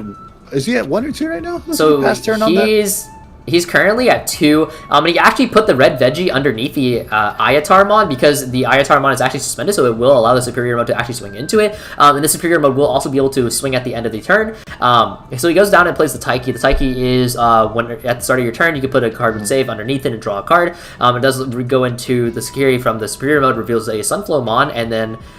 Only 2 security left. Ooh, Bloom is in 2 security left. So do you agree? So he has the King Shoutmon inheritable underneath, and I believe that Red Veggie is only 3,000 DP, right? So on swing, he would have been able to pop it with the King Shoutmon inheritable. Could have gotten another swing there. Do you think that would have been necessary?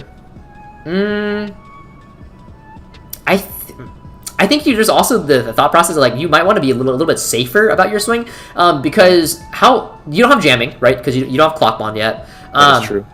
In superior mode, he does have the Dracomon actually, so the superior mode should be what, 14, 15k? So he's actually bigger than the majority of the things in Bloomlord's stack. But he's not bigger than Quartzmon. So if he had hit a Quartzmon, the superior mode stack would have been gone. Okay. So I don't think there's necessarily anything wrong with playing it slow, but I also do agree that maybe he could have played a little bit faster and gotten off 2 damage instead of the 1 damage. If they both went off, it would have been threatening lethal next turn. Right. So yeah. I mean, but he's also threatening lethal right now because there's Dracomon and Raising. That's true. Yeah, he's still technically also doing it. So I think you're right. Better to play it safe because what is it, like 2 copies of Quartz and Security? But those 2 copies will show up in there, and you're gonna regret not playing safe. Might as well play it safe. For sure. Also, there's that option that suspends something and prevents you from unsuspending next turn. I do not remember the name off the top of my head. Samadhi Santar, is that something? Samadhi Shanti? Samadhi Shanti. I think it's Santi? Samadhi Santi? Okay, Shanti? so it looks like he targeted his Taiki so he can't get the unsuspend and then be able to put something underneath it. It can't reduce cost. Yeah, so yeah. he's still going to be able to put something underneath it at the start of your main phase. But this is still this is still representing lethal, no? Right. He's not really too worried about it here. He could still, go for game here because he swings the rookie. He swings superior mode, and then end of turn, if it lives, it just swings again, and he has lethal. So actually, I think it's really important that we pay attention here. The fact that he chose to swing, that was a Hydramon, by the way. I know it's a Pixely, but like that was a Hydramon.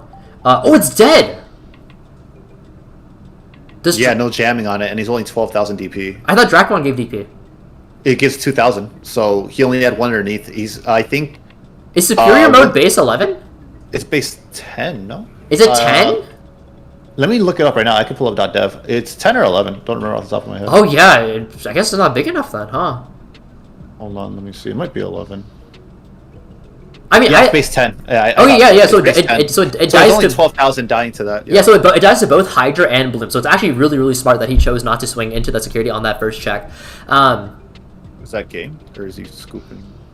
No.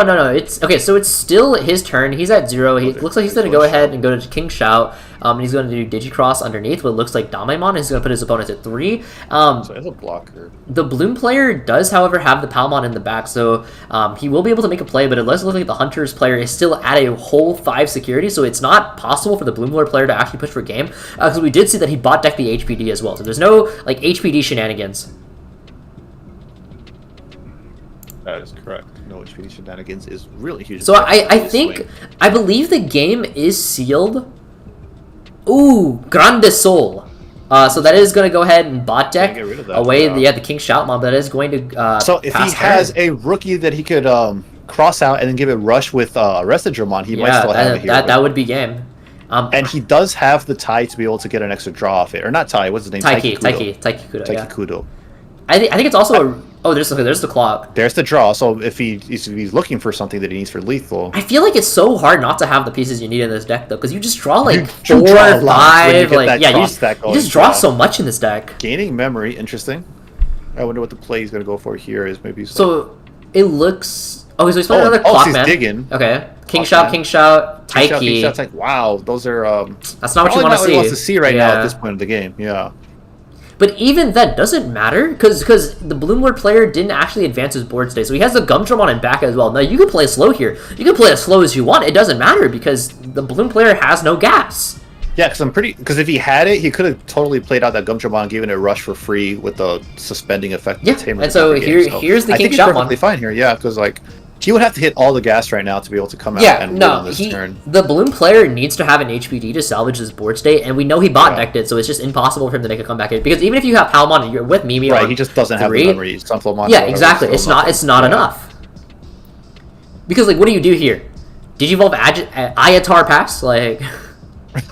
Yeah, without giving him too much memory, there's nothing he can really do. And like, even if he does clear this board, he's got the rookie in the back. Even if he were to go Blossomon, if he goes Blossomon, Digisword, it's just not enough. Okay, so that's game 1 Hunters. Yeah, it's just not much you could do in that scenario. That was game for there.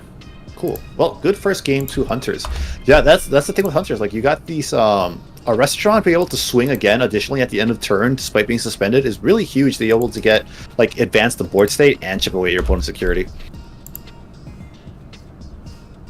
Alright. Yeah, so I think this is one of those matchups that, again, it is very interesting, because it really just depends on, like, who hits the gas pedal a little bit faster. If you noticed, the Bloom Lord player, they were a little bit lagged on their initial plays, because they're playing out a red Vegemon, the Ayatar, and they've made themselves prone to the superior mode tuck away, which I think is very interesting. Right. Likely their hand just made them have to play into it. Either that or do nothing at all. So somebody in chat mentioned that the Bloom Lord player needed to evolve before going for the Grande Sol. And I do agree, you do need to push a little bit. But even if you had made that play, I don't think it's enough, because he's too far behind. There's just too much momentum on the side of the Hunters player, because all it takes, even if you remove everything off the board, even though there's nothing in raising, all it takes is a Restor Dramon gain rush, superior mode, bah! Yeah, I think the biggest crucial pivoting moment in the game was when he used the Samadhi Santi. He suspended a Taiki Kudo so it couldn't unsuspend and reduce costs. He probably should have hit the Arrested Dramon, because even though it can still attack suspended, you get one less swing off of it. Right. Okay, so we're gonna go ahead and sub security. I wonder who's going first. If you are the Bloom Lord player, I would want to go first, and yeah, he does like to go first. And I think the reason why you want to go first is because you want your one cost evos, right? Yes. Between Red Veggie, Weedmon, etc. It just makes you so strong going first. It also means your opponent is more than likely going to give you over 2 memory on your turn, so you can play Ayatar for 3, pass them over to 1, and you're just going back and forth, but you're in such an advantage game position. So see, literally exactly what it literally just happened. Yep. Yeah. Deck needs to set up its tamers early game, so you kind of have an idea of what memory you're going to be playing with, depending what you choke them at. Yeah. Very flowcharty, like early couple turns. Yeah, so it you does get those priority tamers out. I think that's a quartz spawn actually. Is that quartz? I don't think that's quartz. It's green. It could be Dracmon. Could be. I don't know. So he swung, deleted, gets to draw and save because of the deletion effect on right, and so Monimon. Fun fact: if you do the save before the Monimon draw, you don't actually get the draw. That's funny. It's because the card that's triggering the draw is no longer in your trash to resolve it. Yeah, that does make sense. Needs to be in there. Judge Hoang. Judge Hoang. When are we going to see you apply Never. to the program? What? I never want to be a judge. I'm a judge. Chat, I have not tweeted this out. I'm an official judge now. I passed the test. Okay, so Ayatarmon... So he plays out the Vegemon. That's the one that gains a memory, right? Yes, that is gained memory. When is the timing? Beginning of turn? It's... Start at main phase? It doesn't matter. Not really. I believe it's start of main, though. I believe it's start of main. Okay, actually, that's a lie. It does matter, and I believe it's start of main. But let me just go ahead and check. Let me just check before I look like an idiot. Oh, Black Wings is right. Arrestra was already suspended, so Santi wouldn't have prevented the unsuspension. It needs to be by its own effect. You're right. Hey, I didn't say anything about it. That was you. That was all you, baby. That was me. I totally forgot. It's not like the other cards that are good. Veggie is start of turn. Okay, that actually matters a lot because otherwise you would be able to like evolve Veggie and Raising, move out, and then start a main phase, gain a memory. So it is start of turn. That actually is really important. Definitely. You're right. Oh my god, why does he have so much memory? What happened? I looked away. 5 memory. Why does Bloom have 5? What happened? Where are we? He played the. It's because Mimi go to 3, Veggie gain 1, and then Argo gain 1. Okay. Yeah, so that's why he's at 5. So yeah, Hunters wasn't able to punish the board state, but he does have a Psychmon and Raising. His Taiki has triple sources under stack. And but it looks like this is a really good board state for the Bloom Lord player if this is where you are at. Let's go ahead and Mimi pull out the Pomomon onto the battlefield. 5 memory's gonna pop off. No, yeah, this is a pop off turn if I've ever seen one for Bloom. Yeah, it's tapping the Mimi too, so bring out the Pomomon. Okay, so Ayatarmon. I would personally leave the Vegemon standing just because making it a little bit harder for your opponent to get rid of it. Cool. Ayatar, tap Pomu, call card, call Palmon probably. Oh, he's gonna tap the Ayatar instead. Okay, seems fine. I mean, okay, that's fine. He doesn't have any inheritables that would benefit off of this. There's the red Vegemon. He could maybe set up a cherry stack, but like that superior mode could come out and just like really ruin his day here. So it does look like we go into the Sunflowmon. The Sunflowmon is going to use its effect to tap itself out and then play a 3000 DP Plant, Vegetation, or Fairy. I wonder what the choice is though. Yeah, we're about to see it come down. Alright, another Sunflowmon hardcasted? Why? Yeah, I was like trying to figure out why Red Veggie was tapped out if he tapped out the Sunflow, but yeah. Okay, interesting. Maybe he's looking for an OTK here. Could be. If you have okay, so there's another Ayatar. Okay. Another Ayatar, interesting. So Ayatar tap out. Yeah, he might be going for the memory. He might just be going out for like a huge blowout play. Okay, there's another red Veggie. So if he goes into a Bloom Lord, that is going to be 4 go to 0. Wait. 4 go to 0, gain 1. So he'll be at 1 memory if he blooms on this position. A pretty good spot. Yeah. And then I also think it's important to note, is that Cherrymon? Oh, it is a Cherrymon. Okay. It is indeed Cherrymon. And so that is going to be a 1-cost Evo. He's going to choke his opponent over to 1, but of course he has the Tagiru, so he goes over to 3. And while this is a very impressive board, and also the fact that even if you go into superior mode, you can't get rid of all 6 bodies. Right. Still a lot of board presence here. At most, you can get rid of 2 to 3. Swing. But I need something, pop it, swing into the other thing. Yeah. Really good board state for the Bloom Lord player right now. putting a lot of pressure. Puts the card underneath Taiki, letting him get an additional draw at the start of his main phase. Looks like he is going for the Uemano, or he was signaling towards it. Looks like he's thinking about it now if he wants to gain that extra memory. That would put him at 4, which in Hunters is a really good memory threshold to be at, since it lets you guarantee with the reductions that you're able to go into the rest of your I believe he just stacked the Dracmon underneath SM. the U. Yes, there it is. The green card, that was Dracmon? Yeah, I believe Most it's likely Dracmon. Yeah, I believe you're right, because it looks like it has an inheritable. It's definitely Yeah. Dracmon. So he's put that underneath, went to 4 memory. He brings out the Psychmon. He's going to swing into security, it looks like. But the Cherrymon is up on the board, so he can go ahead and nullify this Right, damage if he chooses redirect to, it. which I think, yeah, he is going to go ahead and redirect it into the Ayatarmon. Yep. He does still get the draw and get the save underneath it, which is going to reduce cost further later in the game when he digivolves. So if he doesn't not clear out all this, is lost there. If he doesn't clear out this board, then the Bloom Lord player will be going starting on 6 memory. Actually, it looks like we're going to go ahead and Clockmon on this position. Nice. Okay, so Clockmon, go ahead. I didn't see what he had. I believe that was Damemon? I couldn't actually tell. I looked away at chat for a split second and I missed it. So Clockmon is a blocker, so versus a board like this, it's not going to do too much, but it's at least 1 less swing. I mean, yeah, like you're fundamentally representing lethal at this point if you're in the position of Bloom Lord, just because you between the 6 bodies and like being able to digivolve into the Bloom Lord itself, you just have so much gas in this position. Really giving into like the style and the theme of Bloom Lord, right? It's like the jungle overgrowth and whatnot. Yeah, but it looks like this is probably Ultramon and King Shout. Yeah, this probably looks like it's going to be them. game for the Bloom Lord player. Yeah. Because he's going to go to 3, he's then going to go to 6 because of Vegemon effect, and then Agitar are both going to unsuspend, triggering the Argomon. Swing. Yeah, Huntress does not have a good security, not like a very threatening security, so you can really swing through it most of it pretty safely. You're not really worried about getting blown up like Beelzemon security that has 7 clusters, Rivals Barrage, none of that in this deck, because you just don't have the space between all the Tamers and Digicross materials you need. I mean, like, what would you even run if you were looking for a bomb in this deck? Like, I can't think of That would fit in here? Yeah, I can't think of a feasible one. Yeah, me neither. Maybe Crimson, but I doubt it. It's aight. Yeah. But yeah, so you're very limited in your options. You're absolutely right. Yeah. Okay, so it looks like the Ayatarmon is going to go ahead and play another Red Vegemon, and then I assume we're going to go Ayatar again to use Red Veggie. The Sunflowmon is going to draw an additional card. Yeah, no, at this point, I guess it really just depends on like how do you want to end the game as Bloom. Green memory boost. He might not have Bloom Lord. JK, he found Bloom Lord. Yeah, it looks like he might. Man, there it is. Okay. Cool. So he's definitely got game. Yeah, this is game. This is for sure game. Like I don't see because any potential options in Hunters? Well, he can also make his Bloom Lord into 16k, so then it swings over Quartzmon. Right, that's important.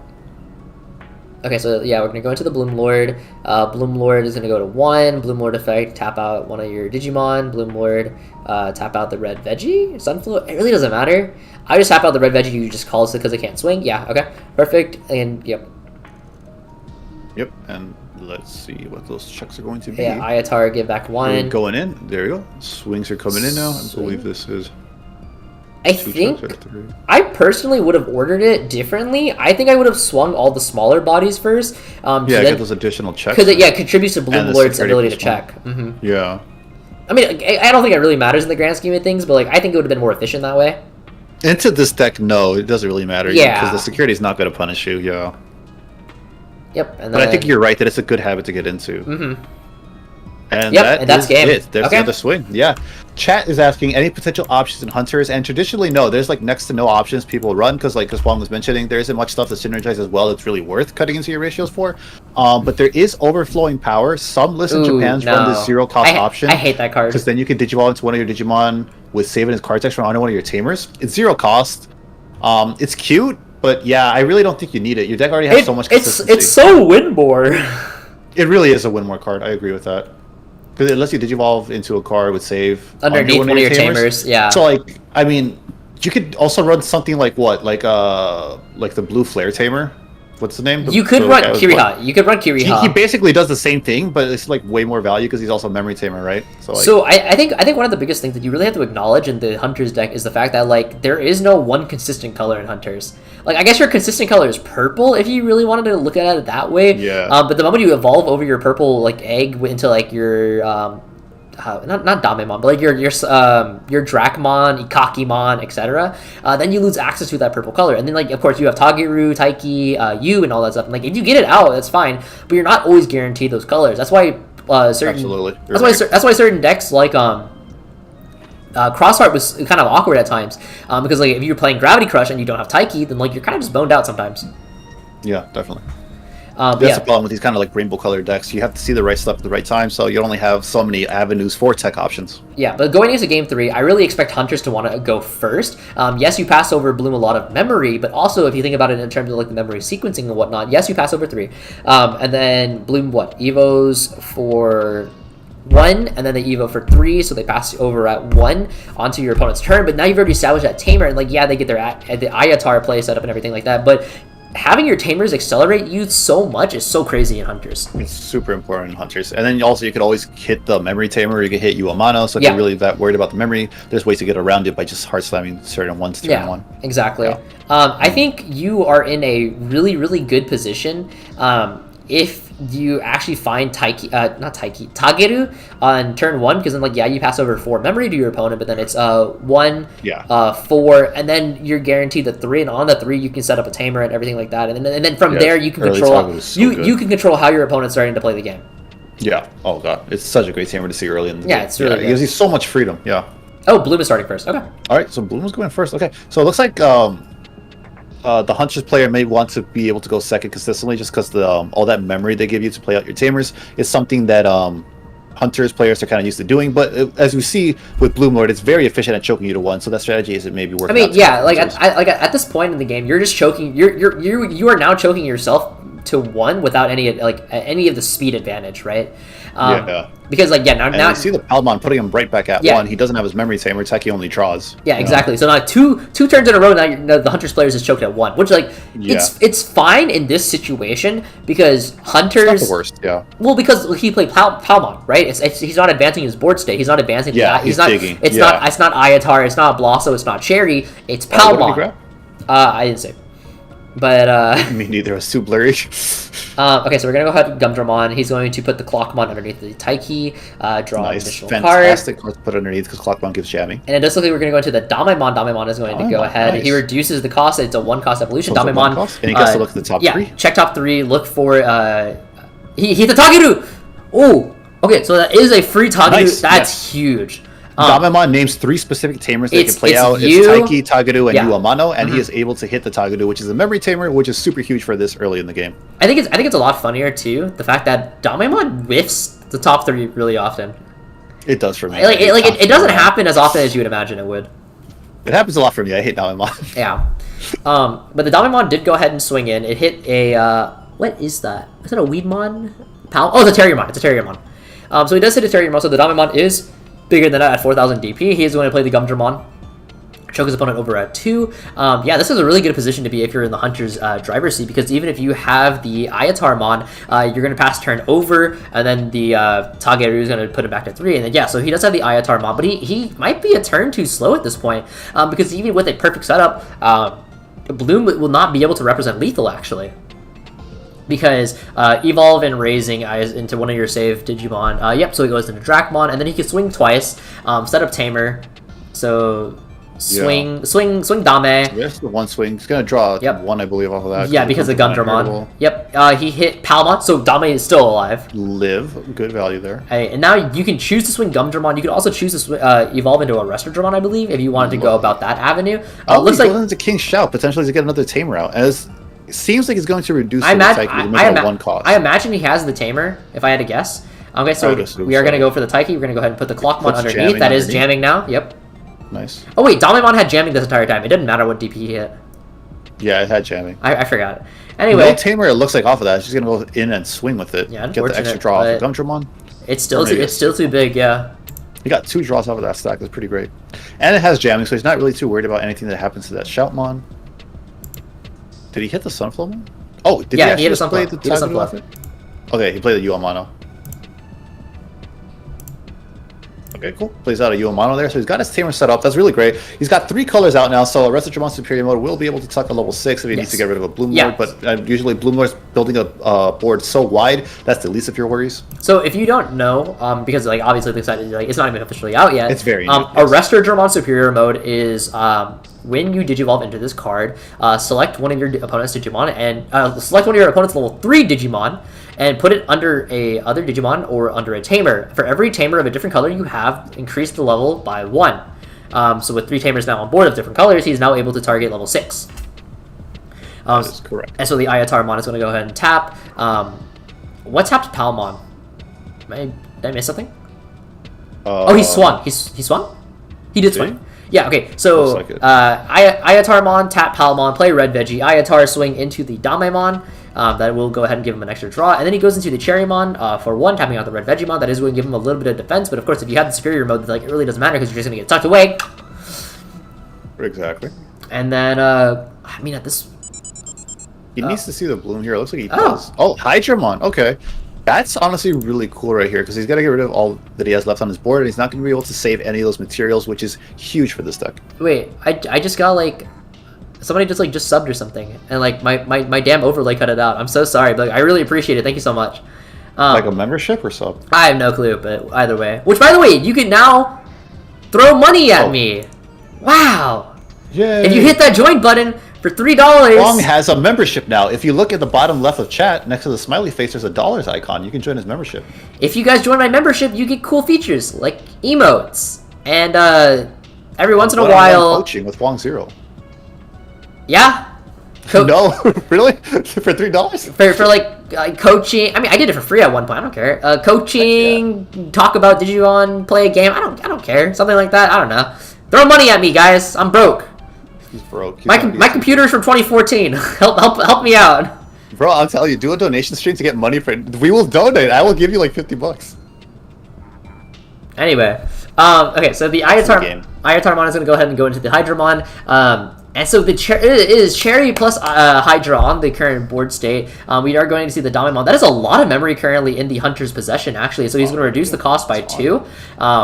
Yeah, so using the U, using the Tageru, and then... is it free? Yeah. Gonna go ahead, check top. He does hit the Taiki. Okay. Value City. Four Tamers is fantastic. So now the big question is he able to go into the Superior mode?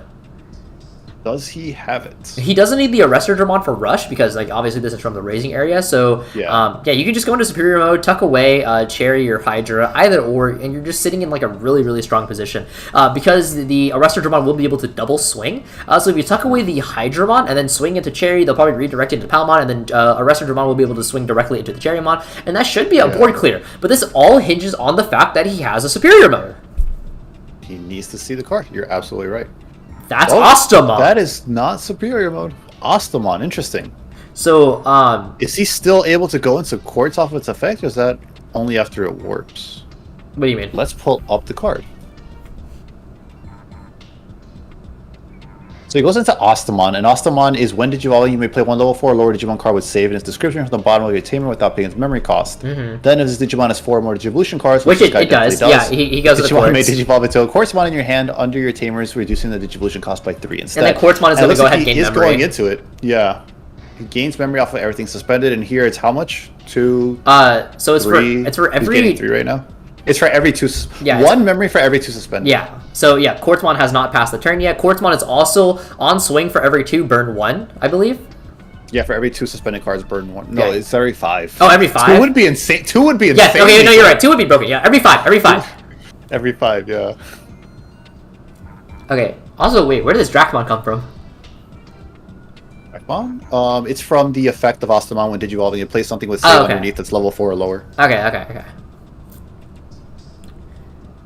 So it's the Bloomlord players. All that, and he put his opponent at 1. Yeah, it's Bloomlord's turn now. He's at 0. I mean, is he able to bot deck Quartz? I mean, you can't you don't have any Samadhi value. Needle spray, like. Yeah, I don't know if he's at 1 memory. I don't think he's able to here. You would have. Do you need to suspend your own thing, right, for Santi? Yes, you have to suspend one of your own Digimon in order to pay cost for Samadhi. Don't think there's anything you could do to bottom deck this Quartz this turn. No. Okay, but Needle Spray. Needle spray. would be Needle funny. spray. No one is running that in BT12, but maybe we're finding out that they should. Maybe Live needle spray reaction. needle spray is the tech. Well, I mean, he could. Zero Wait. tech. I mean, You he heard it also here just first. wait. If he evolves into a Hydra, he also has it. Oh wait, he doesn't pass. Oh, he can't restand. He can't restand. He cannot restand. Yeah, he can't because of quartz. Yeah, no reset because of quartz. quartz. Aware of that? If he had a Hydramon, he could bot deck the quartz. But then you're still probably losing the game off that position. No, that should not restand. Or it's of his own. What the? Okay, well, quartz. Sure, why not? That's funny. It works. I thought he was restanding it to like actually restand it, but no, it was to go It's into. evoing. It's, Yeah. Okay, so neither quartz can restand. It's a quartz lock. A quartz log. What the? They've both locked each other up with quartz, but the difference is one of these decks has superior mode, and the other Asta is doesn't. Either or. Hold on, let me pull up Asta. You may play one level 1. No, you could do both. When did you all play one level 4 lower Digimon card with save its description from the bottom of your tamer without paying its memory cost? If the Digimon has 4 more Digivolution cards, it could digivolve into Correspond in your hand under your tamers, reducing the cost by 3 instead. Yeah, it should be able to do both. Okay, more importantly, if he has a superior mode, like Arrestor Superior, none of this matters because Arrestor Superior can swing while tapped. That's very true. Wait. All he has, but does he doesn't have any more cards. Oh, Hydramon bot deck. No, Hydra bot deck the quartz. Oh. Wait. Yeah. Because Hydra bot deck the quartz. Wait. Yeah, Hydra. Yeah, no, you're right. Yeah. Oh my god. Yo, the goat.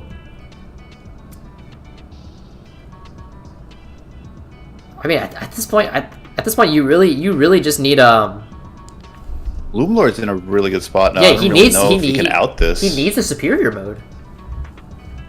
Because you need to get rid of this Quartzmon, because otherwise Quartzmon is just going to start wrecking havoc, because like you have all of these like tapped out tamers contributing to Quartzmon's burn. Like this is just like a really dangerous position to be in. He does have a Gumdramon in his raising area, so that gives him a little bit of like firepower, because that will be able to swing through the Quartzmon, because like it's not tapped out yet. But there's the Arrestor Dramon. Do we see the superior mode? But Quartzmon's a level 7, and he only has 3 colors, so he actually can't even bot deck the Quartz. He could bot deck the Hydra, which I think is what we're going for. Yeah, okay, so there is the superior mode. Okay, superior mode, I assume tuck away Hydra. But even if you tuck away Hydra, the Quartz is still on the board, and then Quartz can just swing at superior mode. And the superior mode is only 1 damage because there's no Clockman. Right. Okay, so he is going to go ahead. He's going to put everything underneath the Palmon. And that's fine. And he's going to swing. Or not. Is he swinging into Pal or Okay, so he's not swinging. He chooses not to swing. Okay. I would have swung, but I don't think there's no reason not to. Yeah. Yeah, I'm not sure what you're afraid of, because like might as well. Yeah. Yeah, this superior mode is Now he's gonna burn a security. Oh, he burned a Clockman. That's huge. That would have been very helpful for him. Yeah. Yeah, I don't know why you wouldn't swing there. Maybe I'm missing something, but I feel like the swing there is like really safe. Was it able to? Yeah, right. It was from a previous turn, so yeah, I'm not sure. Well, he had a Arrestor Dramon with Rush. Oh, okay, you're right. So he builds up the Ayatarmon. Yeah, I'm not sure. But he's coming out now, raising on his turn. He's got Gumdramon. Putting something underneath the Uamano, taking the memory off that goes to 4. Started at 3 from Tagaru. I'm looking up Arrestor to double check I'm not crazy. Arrestor? If this Digimon has 2 or more Digivolution cards, it gains Rush. Rush. It had it, right? I'm pretty sure it had it. It had the rookie on the egg, yeah. Yeah. Or there was something underneath that Drakmon, yeah.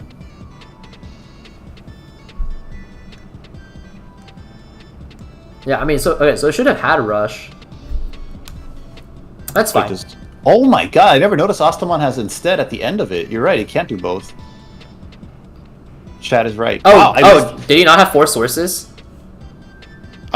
He did, but at the end of Ostamon's effect, it says instead, so you can't play the thing underneath if you go into Quartzmon. So he played that Drakmon earlier from hand. I see, I see. Okay, that's fine. That's the tiniest instead I've seen in the world. Whoa. No, that's false. Have you seen Wizard X? Yeah, that one too. It's gonna trip up so many people as we get used to this new set. Okay, but he does go into a new Superior Mode. Superior Mode is able to take away the Quartzmon on the board. We've actually managed to restabilize this board state. Good for Hunters. Nice, yeah. That's what this deck could do. That's really good comeback potential, dude. Hunters, Arrestramon Superior Mode is such a good card. That all being said, there is an Iatarmon in the back at 4 memory too. So he has 2 security left. So. Yeah, he might just be able to get rid of the Superior Mode right off the bat immediately after it makes its appearance. Yeah, he's running low on those. He's definitely burning through a lot of resources now. He can just outgrind at this point and go for game. I mean, tapping the Agitar, he's going to play something out from it. Looks like it's a Palamon, letting him search for more pieces. Wonder if he's missing his Bloom or a Hydra or something? There is Hydra. There's the Hydra. Jeez. That's Quartz, There's but Quartz. He can't grab it. It's an unknown. Right. Yeah, it's going to the bottom of the deck. Okay, so that it's is so funny that Diaboromon can search it. So that is the second Quartz, so he probably doesn't have any more Quartz left in the tank. Yeah, very likely. There's Red Veggie. For a cost of 1, draws off of that. Sure. Probably has everything you need at this point. It's 10 to start going in and set up. There's a new Iatar. So he will have enough memory if he taps the Iatar to play out a target. He will have enough memory to actually go into Bloomlord without passing his turn. We also do know that he does have the Hydramon as well in his hand. So go ahead, plays out the Palamon. Palamon gonna go ahead, check top 4. Sunflow, I think that was a Hydra. Veggie. No, it's not Hydra. That's Cherry. My bad. It was blurry, guys. I can't tell. It's super blurry. Yeah. Oh, Quartz is a level 7. He wouldn't have been able to bottom deck it because Chad is pointing out there was a misplay. Oh, you're right. Because he only has 3 colors. You're right. Yeah, but went through a long time ago now. Yeah. Oh, there's the Hydra. So there it goes. Well, did he? Yeah, there it goes. Superior Mode. So that's a very rough spot now for him, unless he has another and can rush out another arrest. He needs a lot of cards in hand to be able to clutch this out now. Don't know. He looks like he has a pretty sizable hand, but I don't know if he's going to have every piece that he needs. He hatches the egg, which is a Monimon. Monimon is great to get that additional draw, make sure our hand size is still up. But at this point, like, going into your raising area is not the best play. Like, you can set it up, but like you need to start doing something now to clear that board or to try to go for game, because this board from Bloom is winning next turn. You know what I've learned? What you learn? It is really hard to commentate when you can't tell what's on the screen. Tasty, yeah. Tasty, we might have to kill you, bro. Might have to leave the chat. You might have to get executed, brother. Let me leave. See if it fixes it. I'll dip out for a second. Oh, okay, let me know sure. if it works. Did he leave? The quality looks really good right now. It looks pretty good right now. Tasty's not here anymore. Alright, well, now that I can actually see the cards, so we are resolving... I believe that was Drakmon effect? Oh, that wasn't Drakmon effect. I don't even know what effect just resolved, but it's fine. Okay, we're catching up now. So, Drakmon has Psychomon underneath. Currently no Digimon in raising area. He's staring down the Hydramon. Hydramon will be gaining the additional memory, I believe. If I remember correctly, Hydramon is... No, it's 2 or more, right?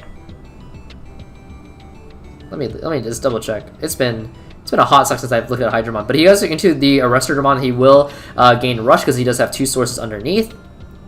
And okay, so Hydramon would gain at least 1 additional memory because Hydramon does not count for itself. Yes. Okay, perfect. Okay, so we're gonna go ahead and get rid of the additional stack. And then, I looked away. Where are we? Oh god, the entire board is gone. It's just Palmon.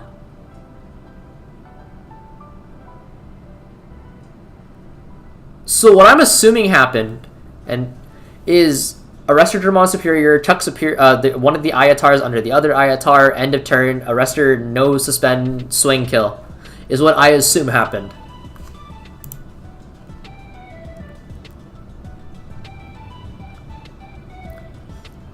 Why not use a different computer to stream? One to stream and one to commentate?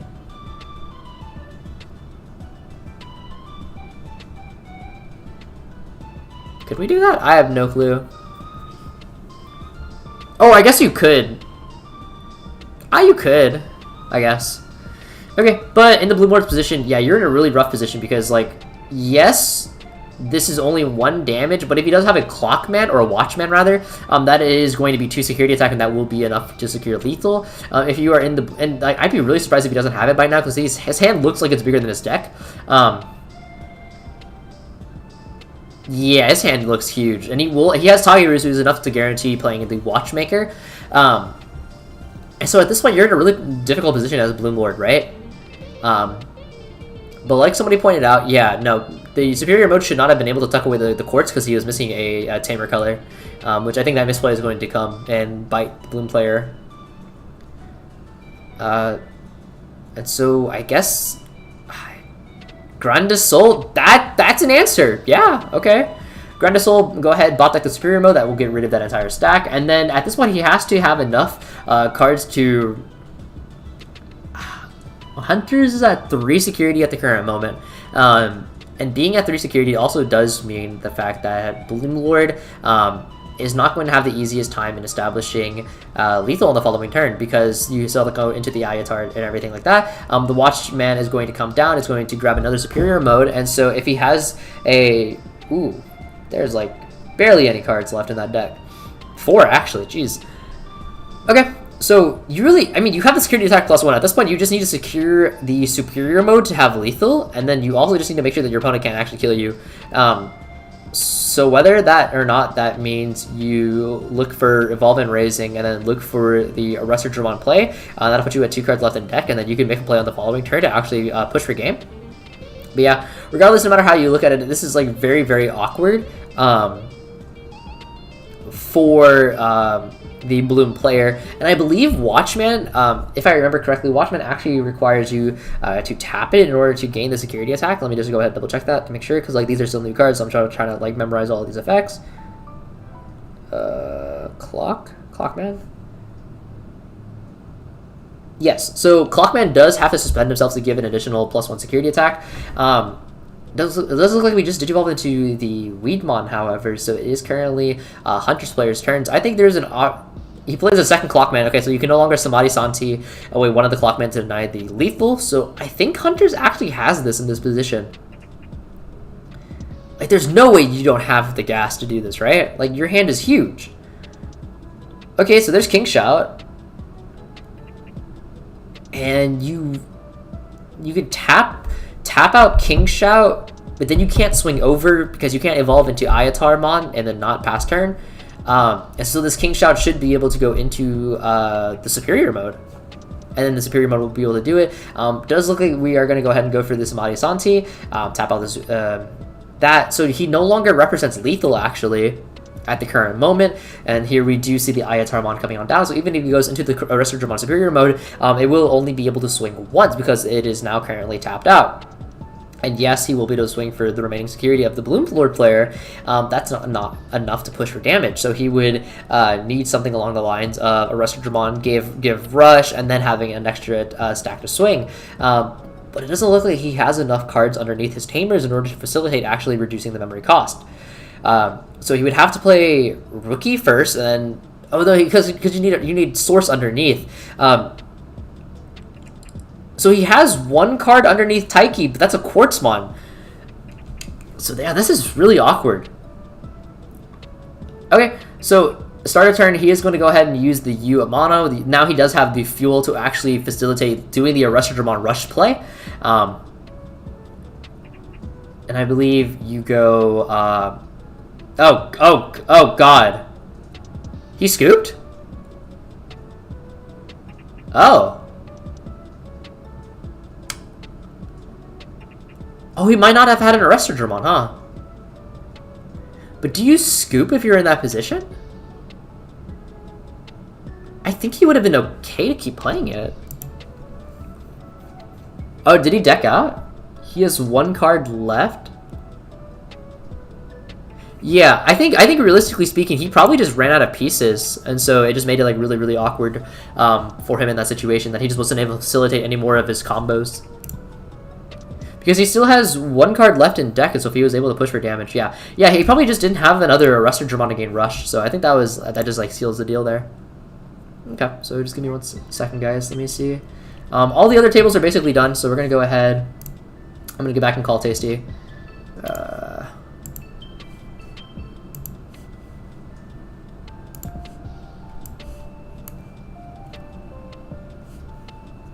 Let's see if he picks up. Hello? Yo! Hey, what's up? That was a crazy game. That was a lot of back and forth. Yeah, no, it was really, really good. It improved the second I left. Bro, I am not beating the bad internet allegations. This sucks. The server just doesn't have good bandwidth. Boost the server, guys. That's what it is. True. Hashtag that was game 3. That was game 3, yeah. Awesome. Yeah, that was a great game. Lots of back and forth there. Wow, I can't believe the hunters ended up scooping. I'm assuming they're just out of anything they could do. Yeah, I think they probably just didn't have another Arrestor Dramon to give Rush, because if they had that Rush, that was game on their end, right? Yeah. So really, really crazy, like, back and forth game, I would definitely say. Oh, for sure. That was exciting. I'm looking forward to BT12. A lot of fun stuff like that. Dude, hopefully it's not all Beal's mirrors. Hopefully we get some more of that back and forth. So much. Because Beal's mirror is solitaire. It's crazy. So much Beelzemon. Yeah. There's so much Beelzemon, man. It really is. Okay. So 4 undefeated, 2 games left. Okay, so 4 undefeated left. Oh boy. Wait, who's undefeated right now? Let's see. Should we try? I don't actually know who's undefeated. Round 3? Oh, Tessero is undefeated. Nice. Oh, let's go. The homie. The go. Tessero is like one of the highest accomplished purple players in North America that we know, so very exciting to see him doing good in this BT12 tournament. Dude, hell yeah. Okay. So, Tasty, are you ready to play another game of Guess That Digimon Card? Yeah, I'm totally ready. Hopefully I'll do better this time. Alright. Also, my throat is killing me, dude. Bro, get some water. Now that we're in rounds, get yourself a drink. I have a bottle of water by my side because, yeah, I'm going to be talking a lot. It's going to get a sore throat. Alright. BT1 Saber Leomon. Is that... It's like 11,000 DP. I don't remember the play costs or whatever. Effect is like on deletion. Suspend something? Suspend 2 things, maybe? 10,000 DP, 3 cost evolution. Win Digivolving, trash 4 Digivolution cards under one of your opponent's Digimon. Oh, it's blue. I was thinking of something green. After trying out Beelzemon, I'm like either Hunters has to answer it or potentially seeing a tier 0 meta, because Mervicross ain't faster than Beelzemon X. Yeah, it's rough out here. Hunters does not... Hunters does not beat Beelzemon. Beelzemon beats Hunters. Beelzemon versus Machine Dramon, how's that go? Beelzemon is too fast. It sounds like it's really good on paper for Machine Dramon, and then like you play it out, and like they're just too fast. They're putting you on the clock, and you just fast. Yeah. If you play the analog, you just concede too much like tempo to them. Like Machine Dramon needs a way to play the analog for free, and they don't have it. So, life is hard. All right, hit me with another card. All right, we're gonna go BT5. Okay. Let's see. BT5. Shooting Starmon. Shooting Starmon. That is a level 5, 7,000 DP. I'm gonna stop you right now. It's a level 4. Oh, it's a level 4? I don't know what it does. It's a vanilla. It's on deletion. Dang, I don't remember. One of your opponent's Digimon gets minus 3,000 DP for the turn. Minus 3,000 DP for the turn. Oh, I should have known this one. He was literally in the rulings. One of the rulings questions I got right. Because there's one, I don't know if I could even say, but like there is a question that involves it and DP deletion processing. I should remember what Shooting Star does. I see. Okay, somebody asked, already discussing ban lists, but what restricted would slow down Beelzemon? EX2 Impmon. Like it's EX2 Impmon. Yeah, that's a good hit. Yeah. Yeah, like it's either it's EX2 Impmon, so you stop its speed, or Rival's Barrage, and you just kill its consistency. But those are like your those are your 2 choices, I think. If you hit Beelzemon X, I think the deck is like really bad, or not really bad, but it's not competitive anymore. Only deck that has a good matchup is going Greymon, but without BT10 Greymon X, it is now a turn slower. I don't even think War Greymon is good matchup into Beelzemon. I think they're just too fast.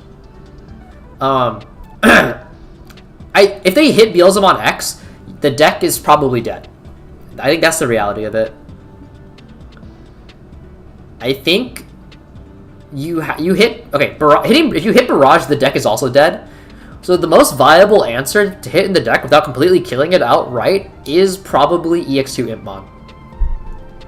Likelihood of this happening? I don't know. It's Bandai. Bandai said that they're gonna try implementing ban lists much more frequently, so we'll see if they like hold true to that. God, I hated that particular judge question. Oh, we got some fellow judges in the house. What's up, dude?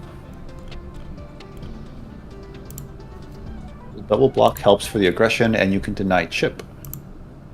Yeah, for sure. All right. Wait. Just catching up on like chat and everything. Oh yeah, you do that, bro. We definitely missed a lot of checks. That game was crazy. Yeah, chat was popping off. I was starstruck when I met the one and only Tasty. Thank you, Puddles. Kill Blastmon or an Impmon? You can't hit Blastmon. I think. Or you can hit Blastmon, they just won't. Blastmon. The double block helps for the aggression, and you can deny chip. But how fast are you getting into the double block? I don't think it happens fast enough.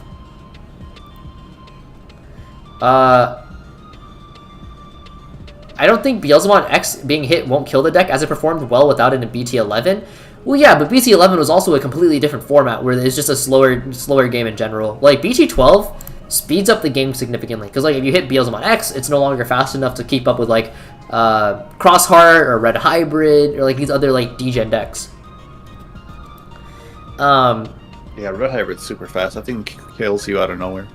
Royal Knight's also too slow for Beelzemon, I assume. Are we talking about BT13? BT13, no. If we're talking about BT13, then you have access to cards like Alphamon, cards like Craniumon, and they help a lot with slowing down Beelzemon's game plan. Yeah. And you can make them play to your pace. Also, Shine Greymon is just fast enough to contest you. Shine Greymon's going to be insane. Oh, man. Yeah. But other than that, yeah, it's a little bit slow. I think Beelzemon is still like a really strong deck in BT13.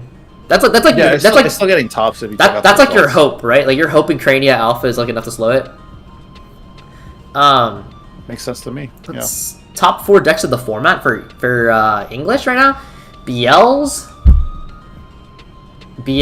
Crossheart,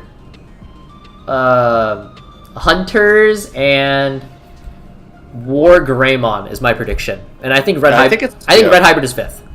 I agree. I think it's a pretty settled top 4, honestly. Yeah. Well, yeah, I don't know. Maybe North America will figure something out. Yeah. Always experiment a lot. But, for sure. A good matchup is Dark Knightmon, but it loses to every other matchup except Beelzemon. Yo, look at this message, Monkskip. Tasty, my favorite VTuber. Thank you. Who? Anyway. I said Tasty is my favorite VTuber. Okay. Oh, you were... Never mind. I get what you're saying. So... I thought he asked an honest question and he said who. No. So Dark Knightmon versus Beelzemon, you technically have a good matchup, and I'm the one that tweeted this stupid thing out. So you technically have a good matchup, but it's like realistically, it's like 55-45 against like a good Beelzemon player in Dark Knightmon's favor, which isn't a lot. 60-40 against like a Beelzemon player that doesn't know what's happening. But other than that, like it's not easy. It's not super easy. It's not like 90-10 or 70-30 or anything like that. I thought you guys Purple Gallantmon counters Beelzemon hard. I need to see this. I'm not a believer. Nope. Show me the way. Nice. Round begins in 30 seconds. Nice. So for the Beelzemon matchup, is it more so matching and denying chip early game with Greymon while setting up ties to help turbo into level 6? I think the biggest issue for War Greymon versus Beelzemon is that you're just too slow. Like you're a turn slower now, which is really significant.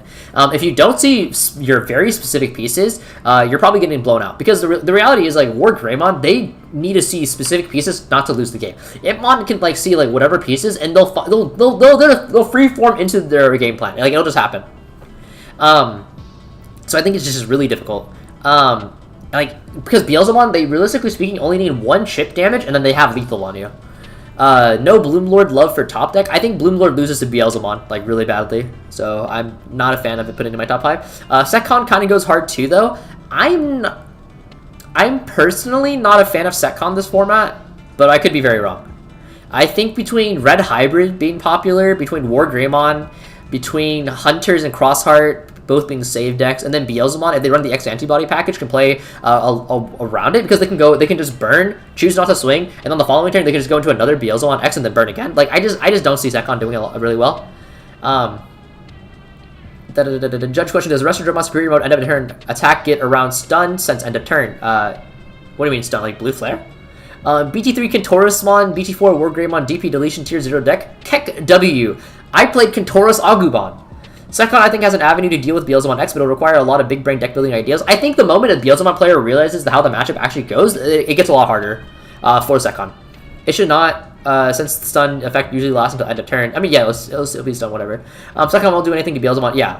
I'm cooking Avenge Kid to Merciful Mode Turbo to could counter Beelzemon. That's what Sack was playing, and then he lost to War Greymon, unfortunately. That was really funny. Okay. Bro, this dude Hoang talks like a YouTube video that's on 1.25 speed. How does he talk so fast naturally? What the heck?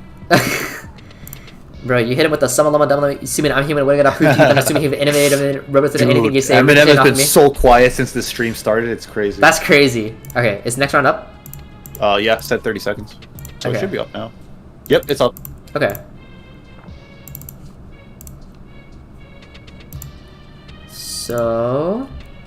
no inside details from Tyler about what has exciting tables. Let's go watch War Greymon versus BLs. Oh. We got our streamer on deck. Okay. One sec, chat.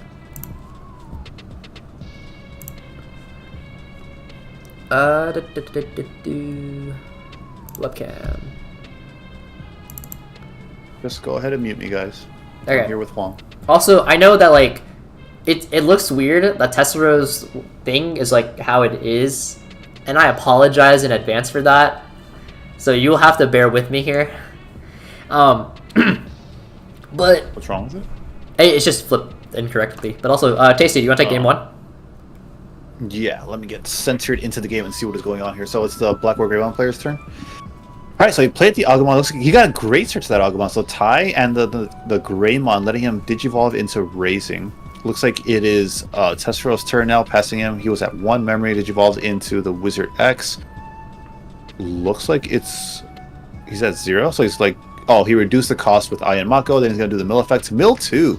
Beelzemon X and Beel's Blast Mode. So that's huge to get rid of that Agumon off the board, just so he doesn't have that extra body to be able to build a second stack, forcing you to answer both, get some extra chip into security maybe perhaps. Tessero's now thinking about what he's going to do. He's going to swing early, so that's fine. That's great. Because you are milling 4 off of this. Between the egg and between X Impmon, you are milling 4, and there is the X2 Impmon milling another additional 3. No mill effects off of those, but that's fine because what matters is the trash count being filled. If the stack, it doesn't even get deleted, but if it did, it's not even the end of the world because you can just start rebuilding again. This early in the game, what you really care about is just setting up your trash, but now because of that, Tessero has a lot of avenues he could go into. I'm pretty sure that is 10 in trash by now, so he could go into Balmon to prevent the punishment. It looks like 1, 2, 3. That is 10. That is 10, yeah. Or, yep, so he could go into but Balmon even if this wasn't 10, if he can go into the Balmon, get the effect, and then if Balmon were to die, it would put the 10 in trash. Right, it mills the trash and all that, yeah. So even if it wasn't, he's in a really good spot right now here just to be able to set up for following turns. He's not really too worried about the punish right now. Tessero, like, with that swing, he's now so far ahead now. Well, so I think how much memory he leaves him at. I think another really interesting thing is that, like, even if the Wizardmon were to die hypothetically into security, having the Eye and Mako already on board does mean he will be able to still cast purple options. Which is like, yes, that's like a missed memory boost or something, right? Which is like, yeah, really, exactly. really You huge. can pass on a missed memory boost. It looks like he deliver opponent at 1 memory. He puts him back at 1 memory as well, so it goes into Greymon and Raising, which is nice. Good stack to be able to get that early aggression. He digivolves, or rather he hatches, gonna get the egg. Hopefully he has the rookie there. Yep, there is, again, the X Impmon. It doesn't have the base Impmon to digivolve over it. To both of these stacks, as we can see, he just has the X Impmon, which is fine because that is a really great rookie that you want to see to be able to get its inheritable set up live. Debating what to go into here, so maybe he doesn't have the Balmon. He's swinging again, so I'm assuming he doesn't have it, or he that's just really Barrage, wants to and get that's an that EX2 Imp. Oh my god. EX2 Imp, nice. So here we go again. So huge value off of these mills so far. Gain Gains some 1. memories. That's huge to go to 2. He could choke him back again, and there's another ball.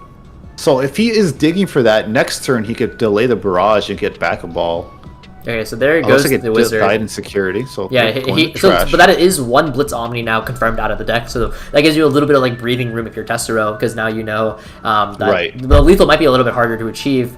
But looking at Yes. the War Greymon's perspective, I mean, you're staring down what is potentially lethal already, right? Yeah, it's very possible. With the what is Ooh, it? the ball Almost bonds 20 there, already, too. or is this 20? He's Probably like 4 off. he's at 19.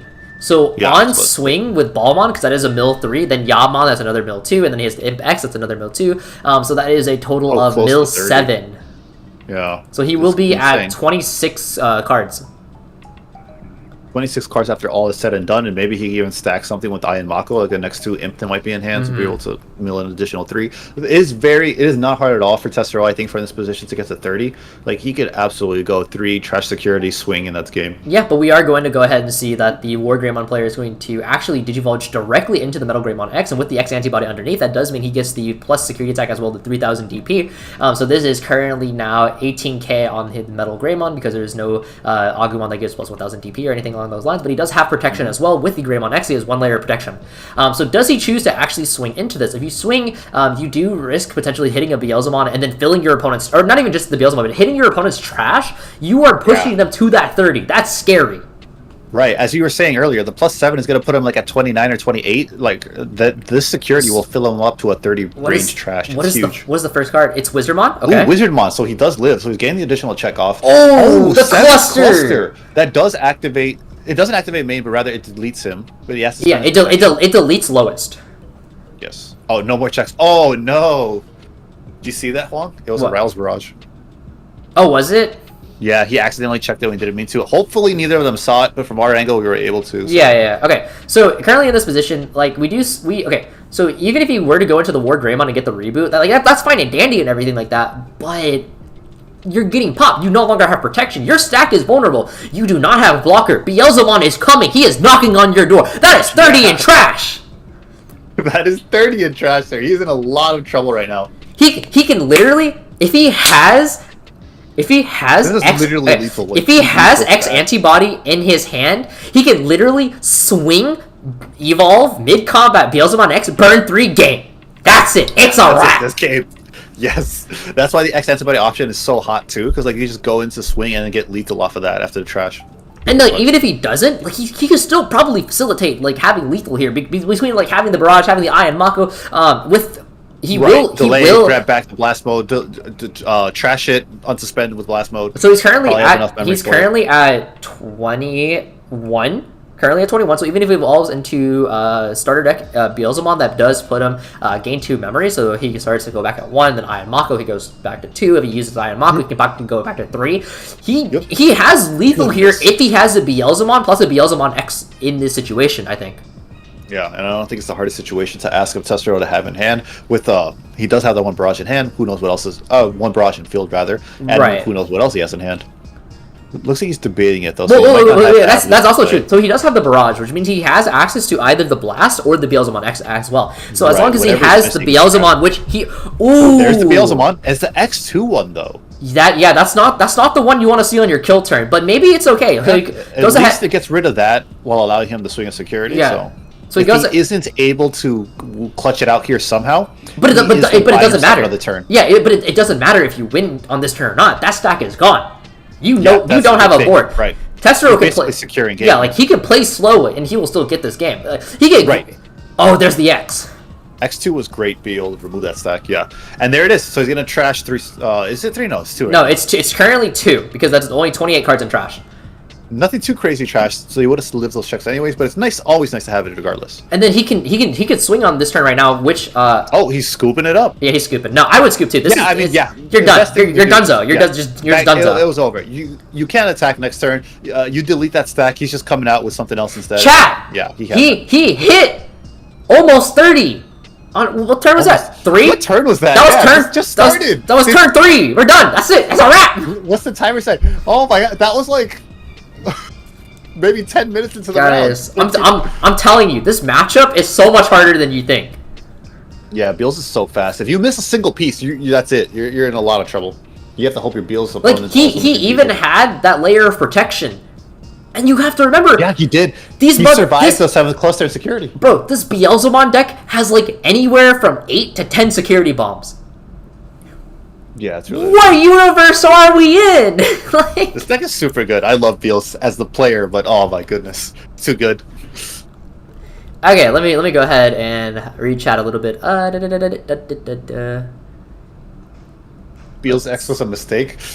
I understand that thought, Beals. Beals X is a mistake, but it's not BL's X's fault. It's the other. It's EX2 Imp and Barrage's fault for making it as consistent as it was. That's how I see it. Yeah, that's fair.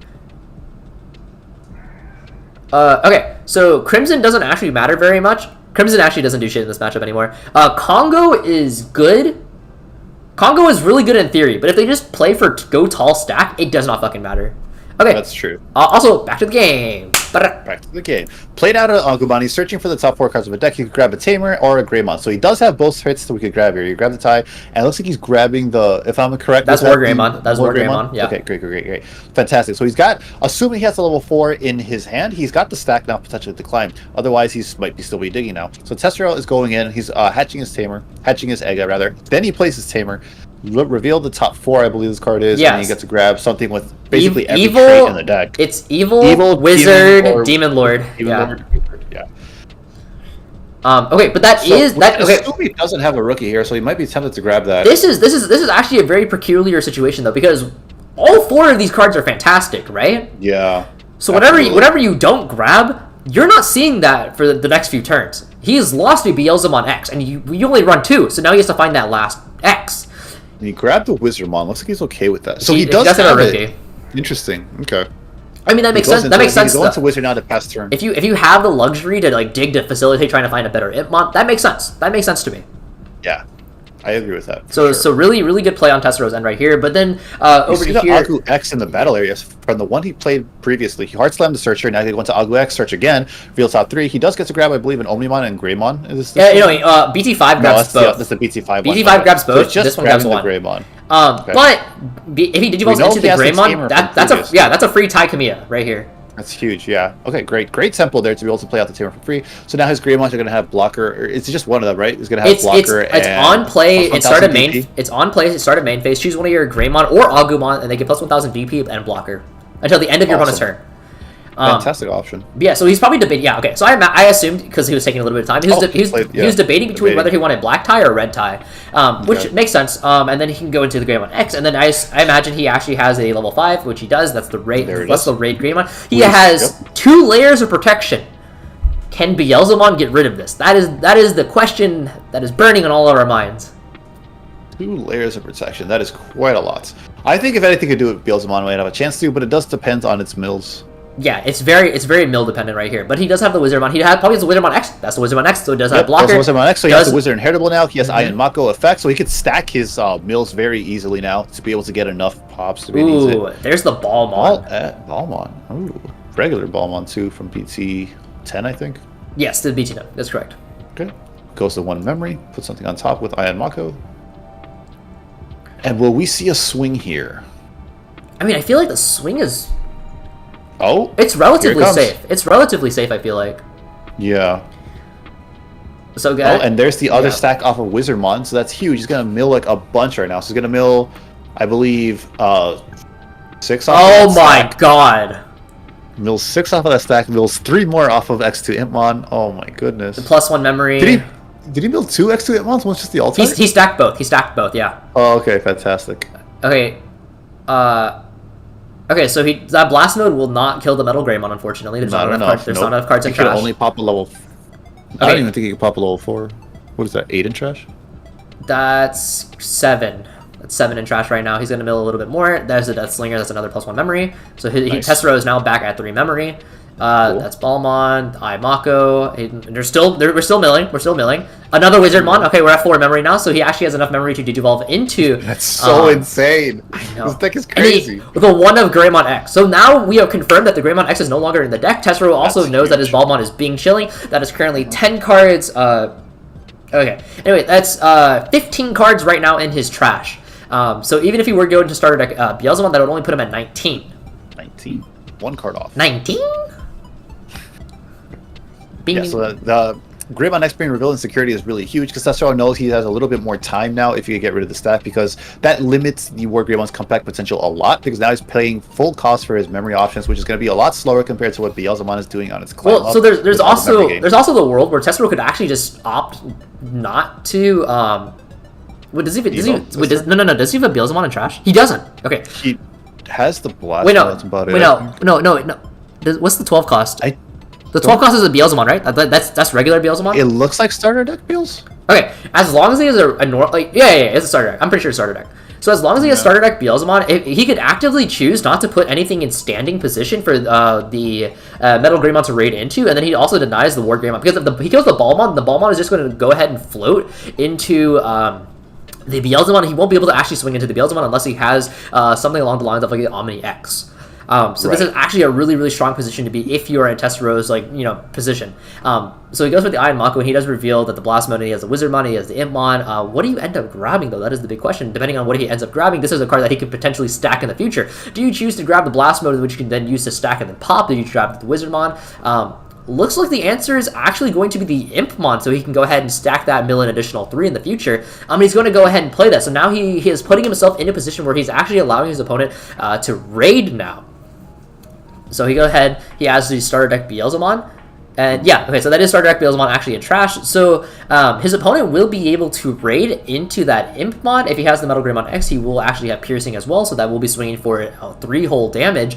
If you have the War Greymon will be able to evolve for 3 with piercing, 2 damage. That's going to spend with raid. It's huge. The War Greymon represents lethal right now. So War Greymon, evolve, raid, swing into Impmon, piercing, swing for 2 checks. Ooh, X antibody. Yeah. If he has that Metal Greymon X, there it is.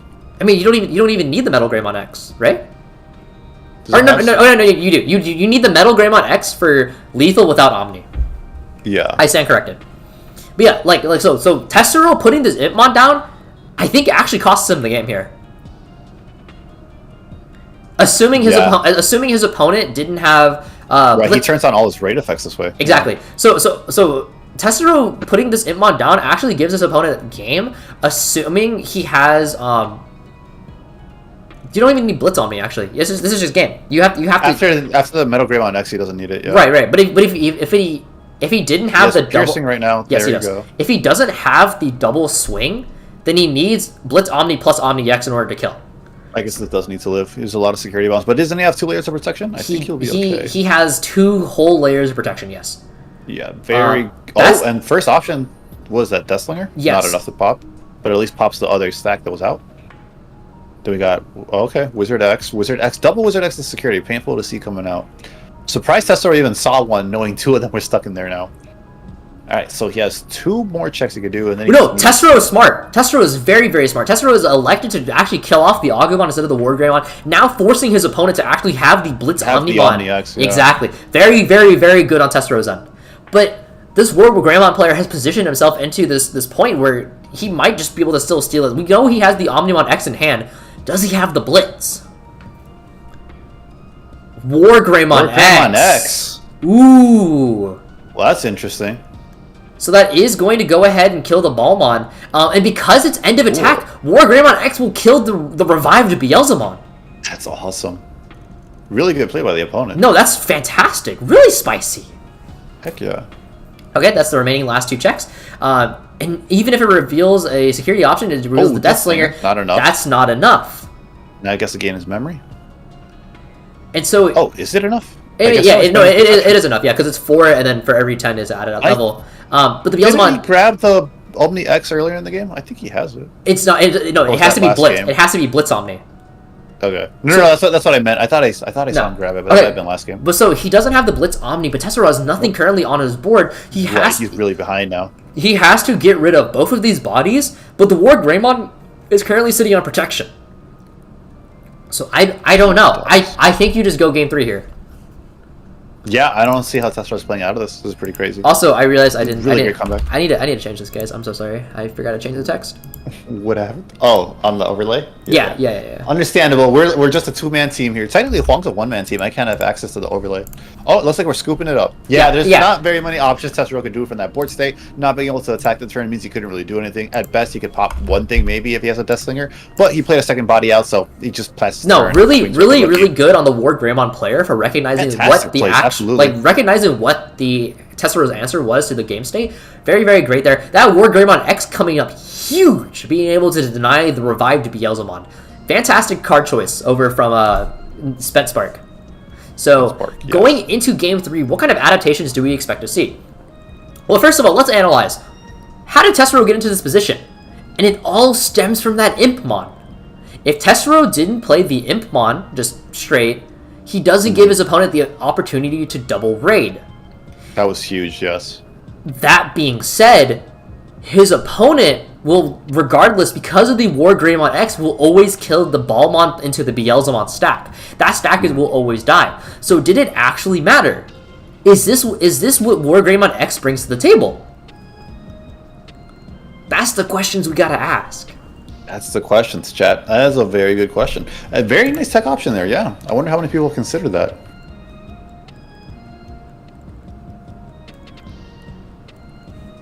So I think if you don't know your opponent is playing War Greymon X, you don't play that Impmon. I think that Impmon's a mistake. But now knowing in hindsight that the War Greymon X is there, I don't think it mattered. You saved yourself a couple of security, but how much does that matter in the end of the day? Right. So how much does that really matter? Trying to analyze the game flow and to see like where Beelzemon could have won, because Beelzemon was off to a very strong start. So I'm curious. I'm curious to know.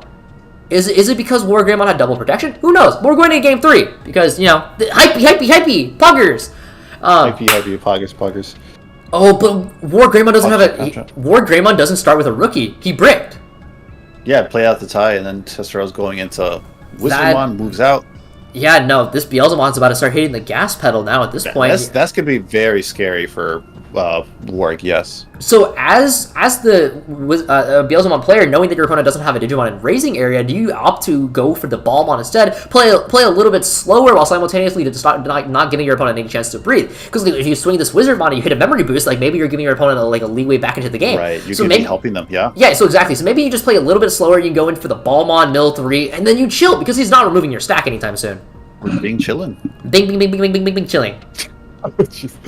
Yeah. Tessero's in a very good position here. Yeah, he has the leeway to play it how he wants to right now, so he doesn't need to put... He's going for the swing, however, though, so he really wants those hit inheritable trash swings, which is totally understandable. He's got a lot of great ones. He could even stack again, maybe an X2, because he has the wizard in sources. Dude, you can't say X2. Shoutmon X2 exists. Not in the game yet, but in the franchise. You can't deviate like this. I should say Impmon X2. You're right. EX2, E. Put an E in it.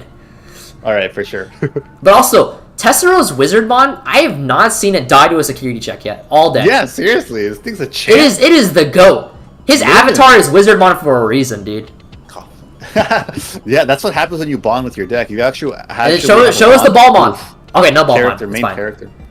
Interesting. Impmon, discard Corona, grab the wizard. Interesting. That makes sense. They fundamentally do the same shit. If they have protection, like the Corona Blaster, Death Slinger doesn't really matter. This one offers him the options of Digivolve too, so that's pretty cool. Spent Spark does luckily draw into that rookie, so now maybe we can start making that recursion play. There is the red memory boost going ahead and choke Tessero over to 1. It reveals the Greymon X, the Agumon, War Greymon X, and then the Greymon. It looks like he's going to go ahead and grab the security Greymon. That is one less War Greymon X that you have to worry about, so maybe into the back of your mind, you have to think about how many War Greymon X are you actually likely to play? 1, 2, I doubt 3. Right, 1 to 2 copies. Yeah, I would assume so. Tessero's probably really relieved right now after having the memory of getting blown up from it last turn. Yeah, for sure. Okay, and then so the wizard into the new starter deck in the back. Yeah, and then so the Wizardmon is going to go right in, and once again he's going to go ahead and stack that EX2 Impmon, and then it's automatically going to mill 2. Oh, and the Death Slinger, so that's another game. One memory to go ahead and mill another 3. That's so huge. Yep. Pop off. All right, nothing crazy with the mills there, but it is 3 additional, giving up his trash count, which is huge. Reveals a rookie. This Wizardmon is the GOAT. This is what happens when you play with your favorite Digimon, guys. Bonding with your deck is important. Wait, oh my god. hey, stop. You can't say that. I've never seen you play Terriermon deck. I want to give it a playable deck, bro. It's gonna be huge when X4 comes out. I've when never, X4 comes out, make it work. I've never seen you play Alliance. I have played more. In English, I have played more Alliance. I have played more Alliance than you. I have been practicing for English format, sir. When we get to it, I'll play Alliance. Okay, are you coming to Arlington for the Digimon Regionals? Arlington? Yeah. No. Okay. I'm going to Gen Con. You should come to Arlington because everyone is going to Arlington. Everyone's going to Gen Con, no? Both actually. I can't go to multiple. Yes, you can. When is Arlington? July. It's BT13 release weekend. I don't know. Probably not. You should. I'll see what You should. I'll try to go. I think you guys probably more peer pressure. more people are likely to go to Arlington than Gen Con. I think. It's so weird. I have never been to Texas. I'll go. Yay! Also, back to the game. Yeah, back to the game. We got the barrage and the memory getting off of that. So Tessero is popping off with these mills. Never punished with these checks either. Dude is just getting into security, man. He's just attacking that security and never punished for it. He's the main character. It is Tessero's world. We are just living in it, baby. This dude is a fanatic. Okay. Where's the WWE commentary? Come on. WWE commentary. Let's go. All right. So what is it? Is it opponents right now? 2 memory? It's currently Greymon players. Yes. Oh, come on, we can only do WWE commentary for Tessero. No, I'm just kidding. No. Ghost is the Greymon. Yeah, no bias commentary here. We are very fair commentators here. Ghost is the Greymon. Digivolves for 2. He has a memory boost. He's extending the memory boost. No way. Okay, so he's going up to 3 memory. I was doing the WWE commentary way better for Tessero because I actually know what that deck does. I forgot. You're useless. You're useless. Hold on. Yeah, because Tessero was going in. This dude's just building stack. So he's going into... Okay, Metal Grey is really great. He has some raid potential. No, he cannot raid. He cannot raid. No raid, because everything is suspended, so he can't do anything to switch attack target. All he can do is attack into security, but the effect is really good on he could also choose to swing. He could choose to swing into one of the stacks. There is no Beelzemon in trash, so the Ballmon will not actually float. But unfortunately, there is no piercing because there's no Metal Greymon X. Yeah, he needs to... He swings into it, but it doesn't matter here too much. What's no piercing. What's the one it quote? Like, we all float, like, you'll float here, some shit like that? We all float down here. Yeah! Goes into War Greymon, gives him 3-4 memory, dang. Yeah, but War Greymon... No, it's 3, because it's evolved. Oh, it's 3, I'm ready to get wrong, so I'm sleep deprived. So it's going to go ahead and reboot. It has 1 layer of protection. But I'm not sure if 1 layer is enough. 1 layer. Easy for Beals to get past that. Okay, so here's the Mon, and this is a double blocker War Greymon, so do keep that in mind. With access to double barrage as well, the world is your oyster at this current moment. If Tessero is able to get through this War Greymon, then it's going to be really, really rough for Spendspark. But looking at this current board today, there still is no Beelzemon in trash, so there's not a lot that you can do if you decide to float and whatnot. And there's no warp potential here either because it's only 15 cards in trash. But he is going to go ahead and grab the Ballmon. The Ballmon is going to come on top of the Wizardmon immediately, and so we're going to go to 0 and draw for Digivolve mill 3. This is not stacked. This is just raw dog, and there's the Beelzemon. Okay. Makos. But a Beelzemon, that's worth. That barrage is from previous turn, right? So he could go back. Yes. He essentially has the Beelzemon ready to go into if that's what he wants to the past turn. Because I don't think we've seen one until now, right? He's been swinging those Beelzemons those Ballmons like crazy. And the Wizardmons. And he's not been getting punished for it. This dude is the main character. So I think we might be seeing a delay coming up if he wants to go into it. Well, so I guess the question we really have to ask ourselves is does he want to play one of his Impmons out from the Beelzemon effect? Because that's one card. Excuse me, that's 1 less card in the trash. It looks like he is going to elect to go ahead and do that. He does grab the Beelzemon X. That's super huge. Okay. Huge. Cooking a little bit, but there's still a War Greymon with protection you have to get through. That's double blocker War Greymon staring you right down in the face. Yeah. Double blocker. And if you leave your stuff untapped, which he's going to inevitably because of this Impmon, War Greymon is just going to be able to raid into it. Right. So really awkward position to be in, I think, if you're Tessero, because I don't see a world where you can actually feasibly get rid of this War Greymon right now. And also it has security plus it does have piercing, so he can clear out double bodies, and then he's going to get a ton of this value. He does have access to double mill, so with the Wizardmon he can stack and then guarantee. He's going to go ahead and put the EX2 Impmon on top. That's going to go ahead and mill 3. There it is.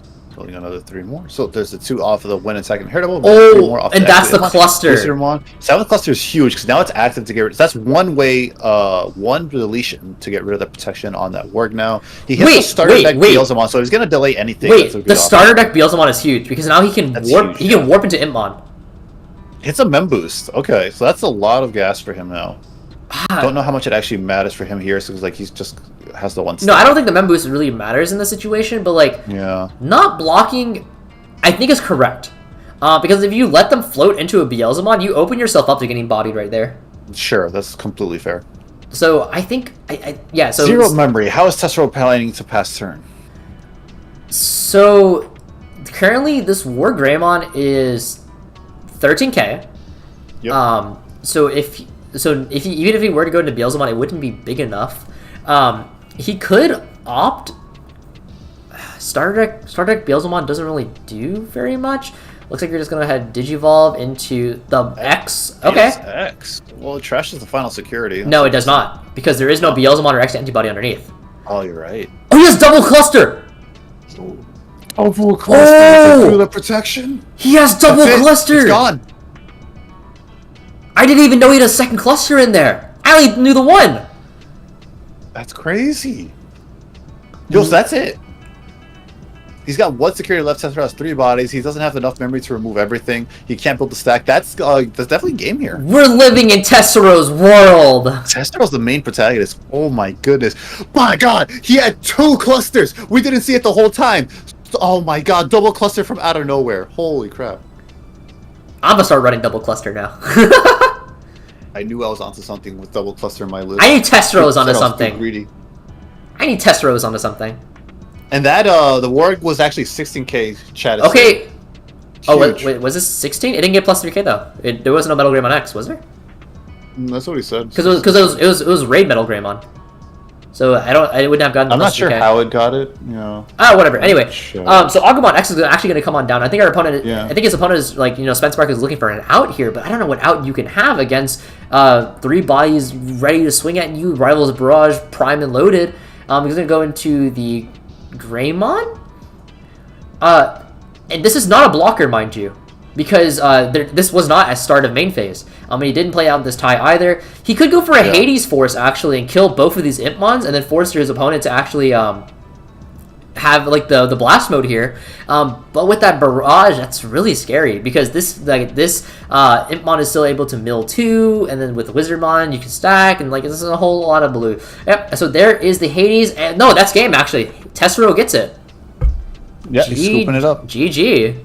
GG, Tessero wins it. Was that 3-0 or 2-0? Yeah, no, that's 2-1. Yeah, that's what I meant. 2-1. Thank you. 3-0, that'd be crazy. Nice. That was definitely a really good, exciting back and forth game there. But yeah, I think that really demonstrates just how crazy, versatile, consistent, and fast Beelzemon is. It's ridiculous. Jacob is correct. I forgot Warg gives himself 3k by like naturally. Whoops. You are correct though, Jacob. Thank you so much. And yeah, double cluster.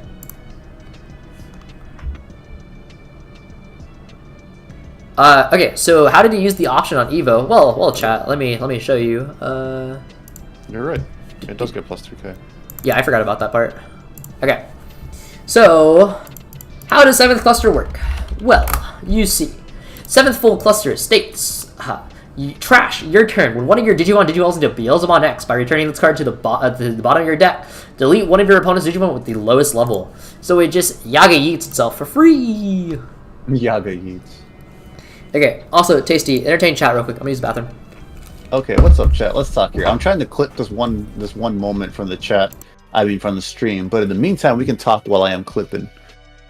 What do you guys want to talk about? Probably that last game. That was really hype here. Let me scroll down the chat. Tasty trying to take credit for what? It's works on effect. The option is way too good, but doesn't matter because double cluster keck. How did he use the option on Evo? I don't get. Oh, okay, and then he explained it. Awesome. Thank you so much for explaining that. Hoang 0. That is very appreciated there. Really great to have such knowledgeable commentary. This is like awesome and a ton of fun. Dude, Hoang talks so fast. Like, it's legit frightens me. Like, bro is a robot. I knew this dude talked fast, but like this is legit. I said it earlier in the stream, but he sounds like he's talking at 1.25 speed on a YouTube video at all times. It's actually so crazy. I love it. So Tasty, how do you feel about the new WWE World Title? What new? Did they change it? Was that tonight? Or like, what do you mean new? Because I know Roman Reigns is still champion. Whoa, what? I just googled what you're talking about. WWE will crown a brand new World Heavyweight Champion. Wait, I just saw what you're talking about. Damn it. Hoang has the OBS, so I can't show it.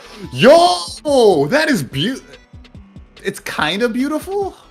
It's like so close to being pretty. I just learned that because of you right now, chat. Thank you, John. I'll have to look into that later. I don't know how I feel about that yet. I do not think WWE needed more titles. That's my first initial reaction. Started 2 games against Tesoro with no rookie using mulligans. 2 games against Tesoro, 13 rookies in deck. Started 2 games against Tesoro with no rookie using mulligans, 13 rookies in deck. Yeah, dude, that's just like, that's the thing that sucks too about mulligan. Like, it feels even worse when you mull and you still don't see the card that you needed. So like, that's unfortunately the game, you know? Like, variance just works that way. Eventually, you're gonna get screwed over by it. You're just not gonna see what you need, but 9 times out of 10, more often than it will hurt you, I think the mulligan will help you, so I'm glad to have it, but yeah, it always feels bad when that happens. It's just one of those nights, you know? But in the future, that won't happen again. How bad is Imperial this format? Yeah, Imperial's just really slow, because you're asking a lot of pieces of it. The deck to do stuff the decks can otherwise do with a single stack. And like if you bottom deck pieces and stuff, it's just the worst because then you're just digivolving into stuff for overcosted effects. It's really rough. It's a kind of slow deck. They tried to speed it up by helping the DNA Digivolution stuff by supporting it, but unfortunately it's still, just by the nature of it, it's kind of slow. They need to give it really aggressive support like Mastamon. Or at least more ways to style out the game, because like the what the new Pyodramon has to like strip 3 from everything and then free stuff without sources, like it's fine, but you need a blanket effect that's stopping stuff coming into instead of just stuff that is there on the field when you go into it. Sometimes I wonder how he breathes with how much he's talking. Seriously, bro, I don't. Hoang scares me. I don't know how he does it. I don't know how he breathes like that and still talks that fast. So Tasty, how do you feel about Hoang? You don't like him for real, right? Yeah, he's gone, right? He said I have to. All right, yeah, dude. Everyone hates that guy. No one likes Hoang, bro. You see how fast he talks? Everyone knows he's an alien in disguise, trying to blend in by the most like closest you could get to popular, forgotten niche media, you know? Because Pokemon would be too obvious for an alien trying to blend into. Hoang ain't human, bro. No, I love Hoang. He's a good guy. He's really funny. Fun to hang out with at events. It's like super fun partying. Imperial is the same as usual. Glass cannon, just sometimes you can warp from 4 to 6. Yeah, yeah, really, they didn't really change anything about it, except the top end is just now focused on getting up to a big guy even more. But all that big guy does is just like, does it return everything without a source or just one big thing without a source? Because like, either way, it's just not that interesting. Hey, what's up? What did I miss? It's just so easy to blow it out now. We're talking about Imperial and how good it is in BT12, and it's not that good. Yeah, no, it's not great. Tasty leaked the Terrier Alliance list. I need to cook one up. I have a Terrier Alliance list. Hold up, I have one. Get off of my gimmick, Hoang. You shut the heck up. I can't get on your gimmick if it isn't a thing to begin with. What? Terrier is clearly my thing. He says not making the Alliance deck. Did you go to any local pre-releases this weekend? No, I didn't go to any pre-releases. I wasn't able to make it out, unfortunately. I wanted to go, but last-minute plan changes. Okay. Everything. I guess you have Dragon mode under Fighter mode. So real quick, this is a Terrier Alliance deck. Test it, by the way. He's bad. He doesn't mess with Terrier like I do. It's not his spirit partner. Once I cook up an Alliance list, it's gonna top locals, top regionals. Yeah, Don't listen to Hoang. You can top locals, buddy. Top. Not even win locals top. That's insane. Not even win it. I think one thing you can do about this deck though is that you could run Ruin mode. Ruin mode evolves off both Cherubis, and then you can also run HPD. So you can HPD into Ruin mode for 0. It's kind of dumb. It's kind of lit.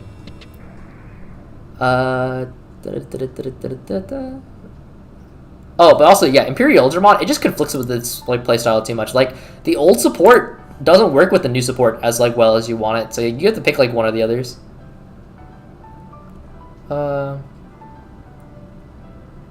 How's the All Force list looking for BT12? Oof. It's not great. What do you guys think about how few in-person regionals we've seen scheduled? According to the thing they put out, we're supposed to have like 5 or 6 months worth of in-person regionals. Also, let me go ahead and check the pairings real quick. There's 4 minutes left in the round. So let's... Are you still there, Tasty? Yeah, I'm just trying to clip this moment from the stream. What moment? The WWE commentary for Karan. When he had a double cluster. Thoughts on BT5 Omni X and Greymon, and thoughts of trying Black War Greymon with the new Greymon support. I think Black War Greymon is too slow. I think Black War Greymon doesn't do anything that regular War Greymon can't do. So it's just like, why? I don't see an incentive. And BT5 Omni X, again, I don't think it adds any value to the deck, because the amount of protection you have is still the same at the end of the day, and the amount of like defensive utility you have is the same at the end of the day. So I'm not sure if it actually adds any value. That being said, it's probably not the worst, but I don't think it's like worth running personally.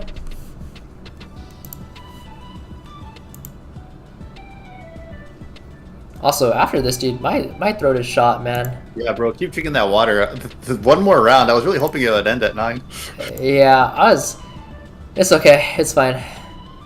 I'm ready to go to sleep. I'm gonna knock out immediately after this is over. All right. All right. What else you got for us, chat? Because we have a few minutes to kill before next round starts. Everything feels so slow compared to Beelzemon right now. Yeah, I agree. Thoughts on Hunters versus Beelzemon? Beelzemon wins. Beelzemon is just too fast.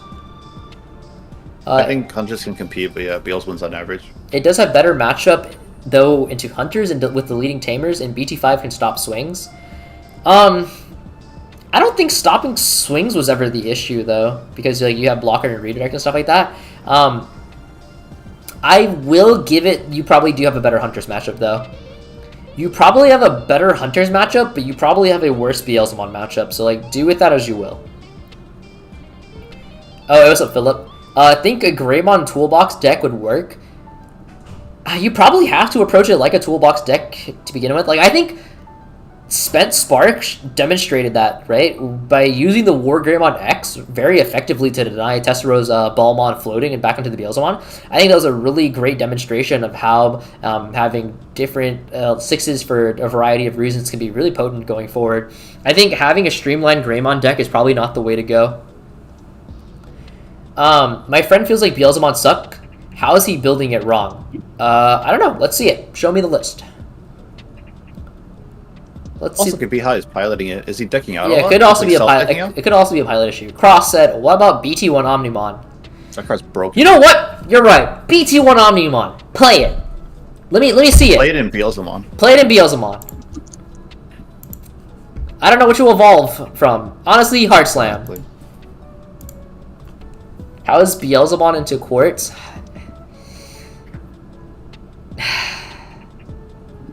I feel sad, man.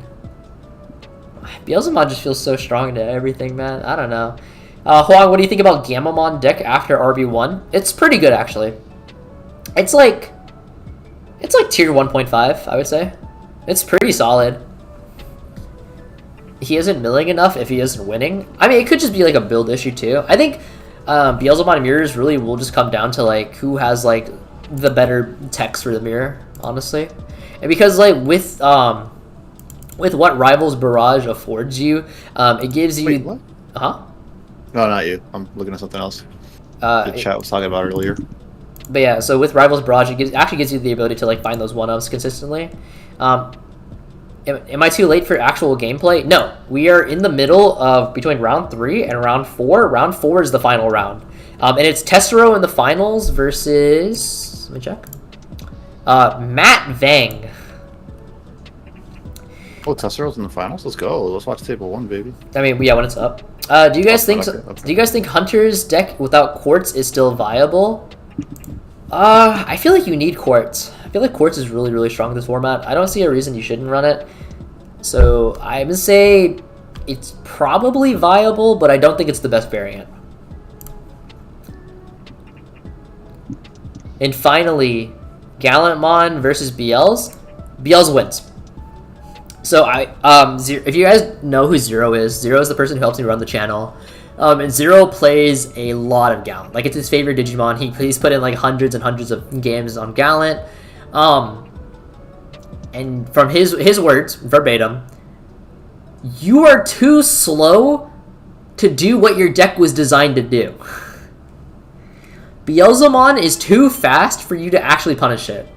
So you actually lose the matchup.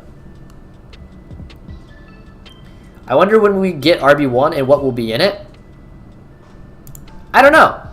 But when RB1 comes out, I'm gonna get ready to be a Jellymon main, dude. This deck is sick. It's just, excuse me. It's just Water Common Rider. And I'm really excited to play that. So once RB1 comes out, and then once we get the BT13 support, Jellymon sounds lit. I'm very excited. Gallant just loses since they can get to the lethal amount of trash, and then on their turn, and then not on Gallant's. Yeah. Gallant is so reactive, it hurts. I mean, that's what, like, Raid Gallant was supposed to fix. It was supposed to, like, make you, like, less reactive, but, like, it's not it, dog. He isn't going fast, it feels. I played Hunters and got a bunch of Tamers out and a bunch of guys before he did one check. It might be a pilot. It might be a pilot issue then, I would say. If you want to post the build and we'll look at it, then maybe we can give some feedback. Yeah. But it might be like your friend is not he's not having the correct mindset for playing Beelzemon. Yeah. Is Merciful going to be useful in BT12? Remove Beelzemon, red hybrid material from trash, help it avoid save. It's probably decent, but it's probably too slow at the end of the day. I played against red hybrid players, or maybe it wasn't red hybrid. I forget what deck it was, but I was playing against a couple of people that were checking that. Probably was red hybrids. For the Beelzemon matchup, and yeah, it just feels too slow every time. I delete that. I win before they could get it off. Okay, round starts in 2 minutes, guys. Cool, plenty of time to party. Okay. Jellymon looks dope. Yeah, dude, I'm super excited for Jelly. I'll stick with green Angoro. It looks fun. I think Angoro looks fun, but I'm more excited for Leopardmon in BT13. Does Bellstar have a place in this meta? I don't think so, personally. He keeps bricking. You shouldn't brick on this deck. The deck is very consistent. It's way too consistent, which is the issue. So definitely it might be a build issue. They said they're changing stuff for us. Do you think like they keep that stuff? I mean, they'll for sure keep all of this. Like all of this stuff right here is guaranteed to be in it. It's just a matter of like what reprint specifically for English we get, which I reprint stuff is just dope. Gallant is also just too fair of a deck. Yeah, it is very fair. Raid was too easy to play around. Yes, Raid is very, very easy to play around, which is one of the biggest issues because like if you're just swinging, they just don't care. Super excited for Jelly and Rave. I'm very excited to play EX4 Ravemon. I think that deck is like really, really fun. And then I don't think it's very good, but I think it's very fun. So that's how I feel about it. I think the most competitively viable deck that emerges from EX4 support is probably Blue Flare. I think Blue Flare is tier 1 after EX4. Because Blue Flare, with its new tamer, that counts as a Curie House, and you can rip it off Blazing, new Mailbirdra, new Greymon, new Metal Grage, and you have Congo plus Sorai, just everything. I love hearing build diff. Build gap me, father. I'll see you on Friday. I'll gap you then. 52 seconds. Okay. This meta seems solid. I like playing combo and control. Any deck fit that style? Yeah, it's called Beelzemon. Yeah, that's a good way to describe it. I'm telling you, bro. Beelzemon, it cleans your clothes, it cooks you dinner, it tucks you into bed. It literally does everything. Like hold on. Let me find this like one video, and it sums up like how I feel about this format. Good boy. Okay. It's this? Okay, wait. It's this, guys, but replace the first part with the rest of BT12 and the second part with Beelzemon.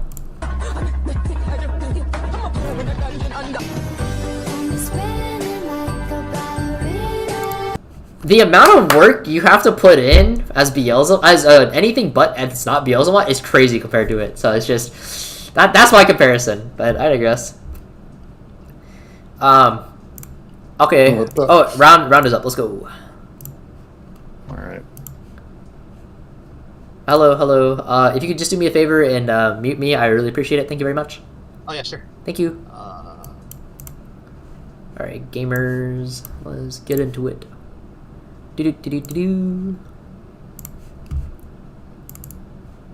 Alright. So we do have Red Hybrid versus Beelzemon. Okay, we got This is what BT12 is all about, baby. we got gas versus gas. Alright. You guys are about to watch peak BT12 gameplay right here. This is awesome.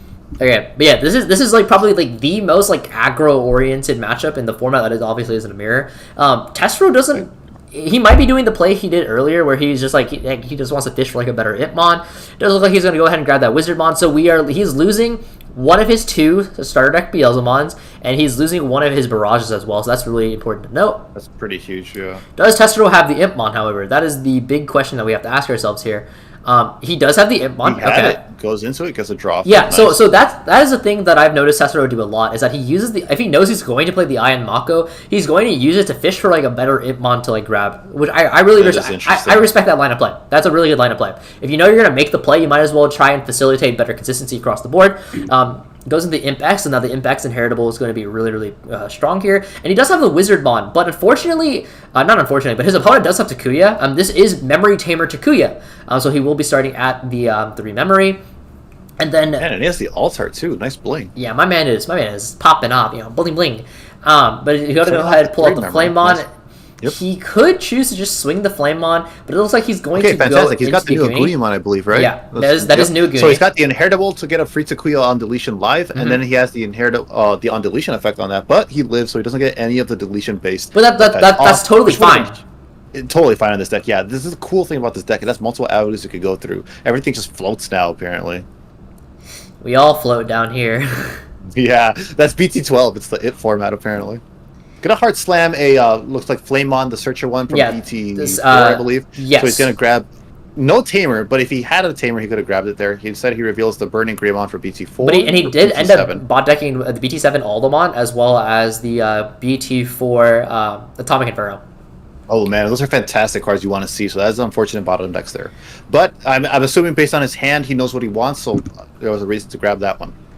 Yeah, and so maybe he has them already. Okay, so going with Tessero, he will be able to Digivolve into the Ballmon. He will not pass turn guaranteed because of the Iron Mako.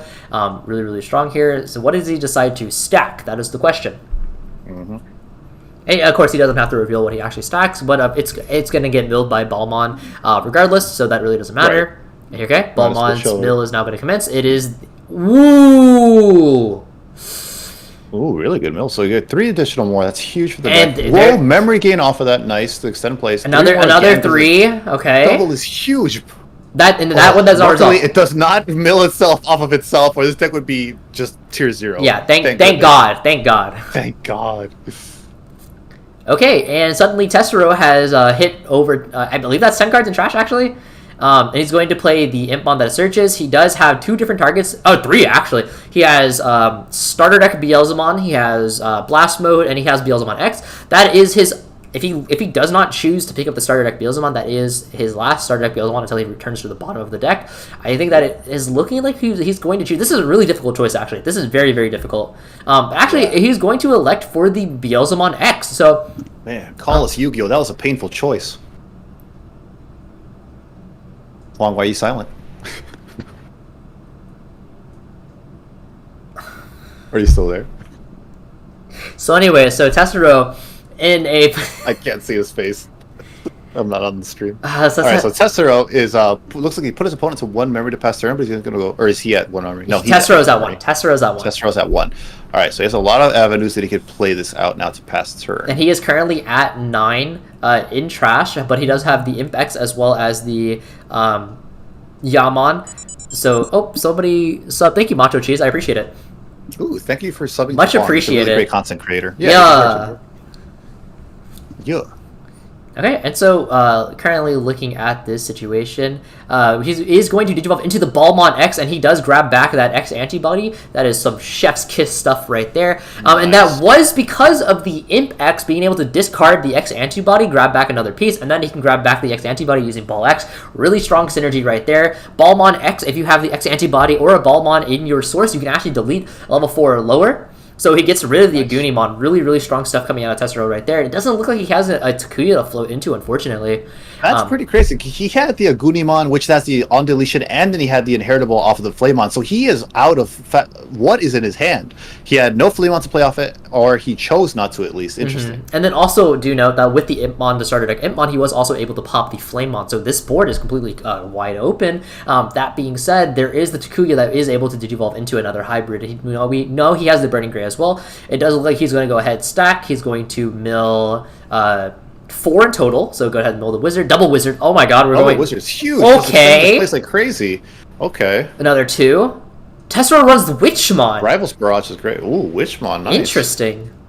Okay. So go ahead and do the 1 check. Wait, Is it an 1 Emperor? check. Takuya! Oh, but it's just as bad potentially for Tessero, because that is huge, giving him potential to warp. It's early in the game, so Tessero doesn't have to worry about it now, but now everything's going to trash this. A red hybrid is becoming a ticking time bomb to be able to warp into an Emperor and potentially clear board and go for game. Okay, so he does go ahead and mill the 7th cluster, so having that in your trash is really, really potent right now, because if you go into the Beelzemon X, that is an additional pop that you can facilitate. But looking at the current board state, because he went into the Balmon on this turn, if he were to delete the Balmon X antibody, it will, however, float into a Beelzemon, but I don't see a Beelzemon in Tessero's trash, so there is nothing to float into at the current moment.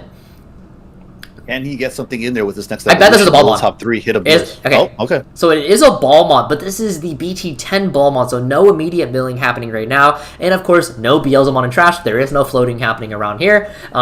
But Red Hybrid is in a position where they don't have anything in raising, they don't have anything on board, but they have Double Tamer set it up. You can either go into the Takuya that is giving you an additional +1 security attack, or you can go into the Takuya that's going to give you back memory whenever you check that security. A lot of avenues that you can really go about here as the Red Hybrid player. And Tessero with double 5s on board and a Barrage as well. It looks like it's a good position for him, but you never know, because Red Hybrid can suddenly just pop out of nowhere. At any point if Tessero hits it, an Atomic Inferno, they can really just swing the entire matchup. Atomic Inferno would be huge out of security. I don't know why, but Atomic Inferno sounds like a mixtape. Yeah, I can see that. Atomic Inferno is pretty funny. So 3 memory. Red Hybrid has not made a play just yet, debating what to go over. I'm assuming we know that for a fact that he has that Burning Greymon that revealed previously off his search, so he could Digivolve, go into that, and start climbing up. And as Hoang said earlier, so Tessero does have a Beels. There's a Beels in trash.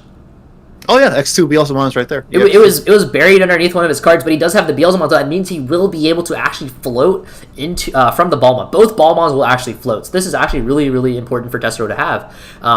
Because we know he also grabbed that Beelzemon X earlier from the Impmon, so he will be able to go into that. He also has a 7th cluster. That's a lot of combo potential he has. It's at least a burn 1. His opponent is currently at what looks like, I think it's 4... No, it's... Looks like 4 security, BD. Yeah, 4 security. I think it's... So he's Digivolving over the new Takuya. That does have the inheritable. If something swings with 10,000 or more DP, he is gaining back 2 memory, which is huge for extending his plays. There he goes. Well, specifically, it has to check security. Yes. It has to... If it's an option, it has to live that check. But if it's a Digimon...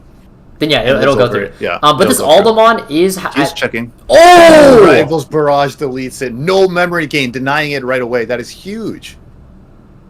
Does that put him at 5 hybrids in trash now, though? I think it puts him exactly at that. Because there was... No. That should be 4. Well, so it was Aldemon, Burning, Flame... Aguni. He's at 5. He's at 5. Okay, he's at 5, so that's pretty huge. Will he go into that warp now? Is now the time to spend it, though? I don't know. Tessero has 2 stacks here. You wouldn't get a lot of value out of it.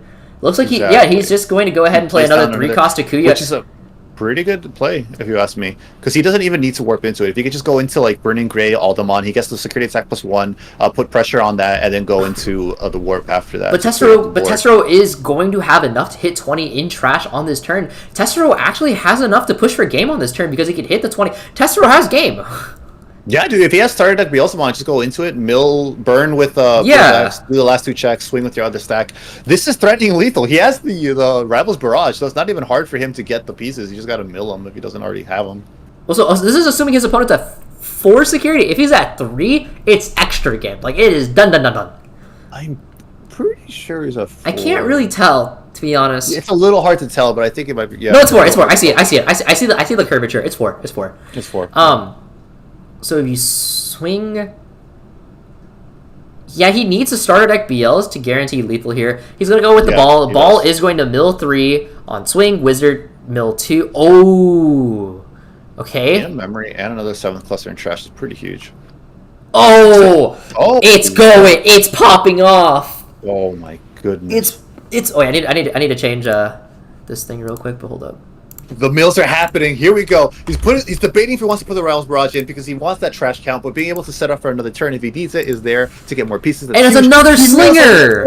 My god! Another memory gain off of that? What's he at now? 4 or 5 memory? This dude's popping off like crazy. Tessero is truly the protagonist. Never punished in security. I think that lived just now because that Burning Greymon is naturally 6,000 yes, DP. That's correct. This is insane. Tessero is just going in. He's pushing into security. He's going to win this guy at Force Gaming Locals and make himself famous. He is determined. Oh my god, Tessero.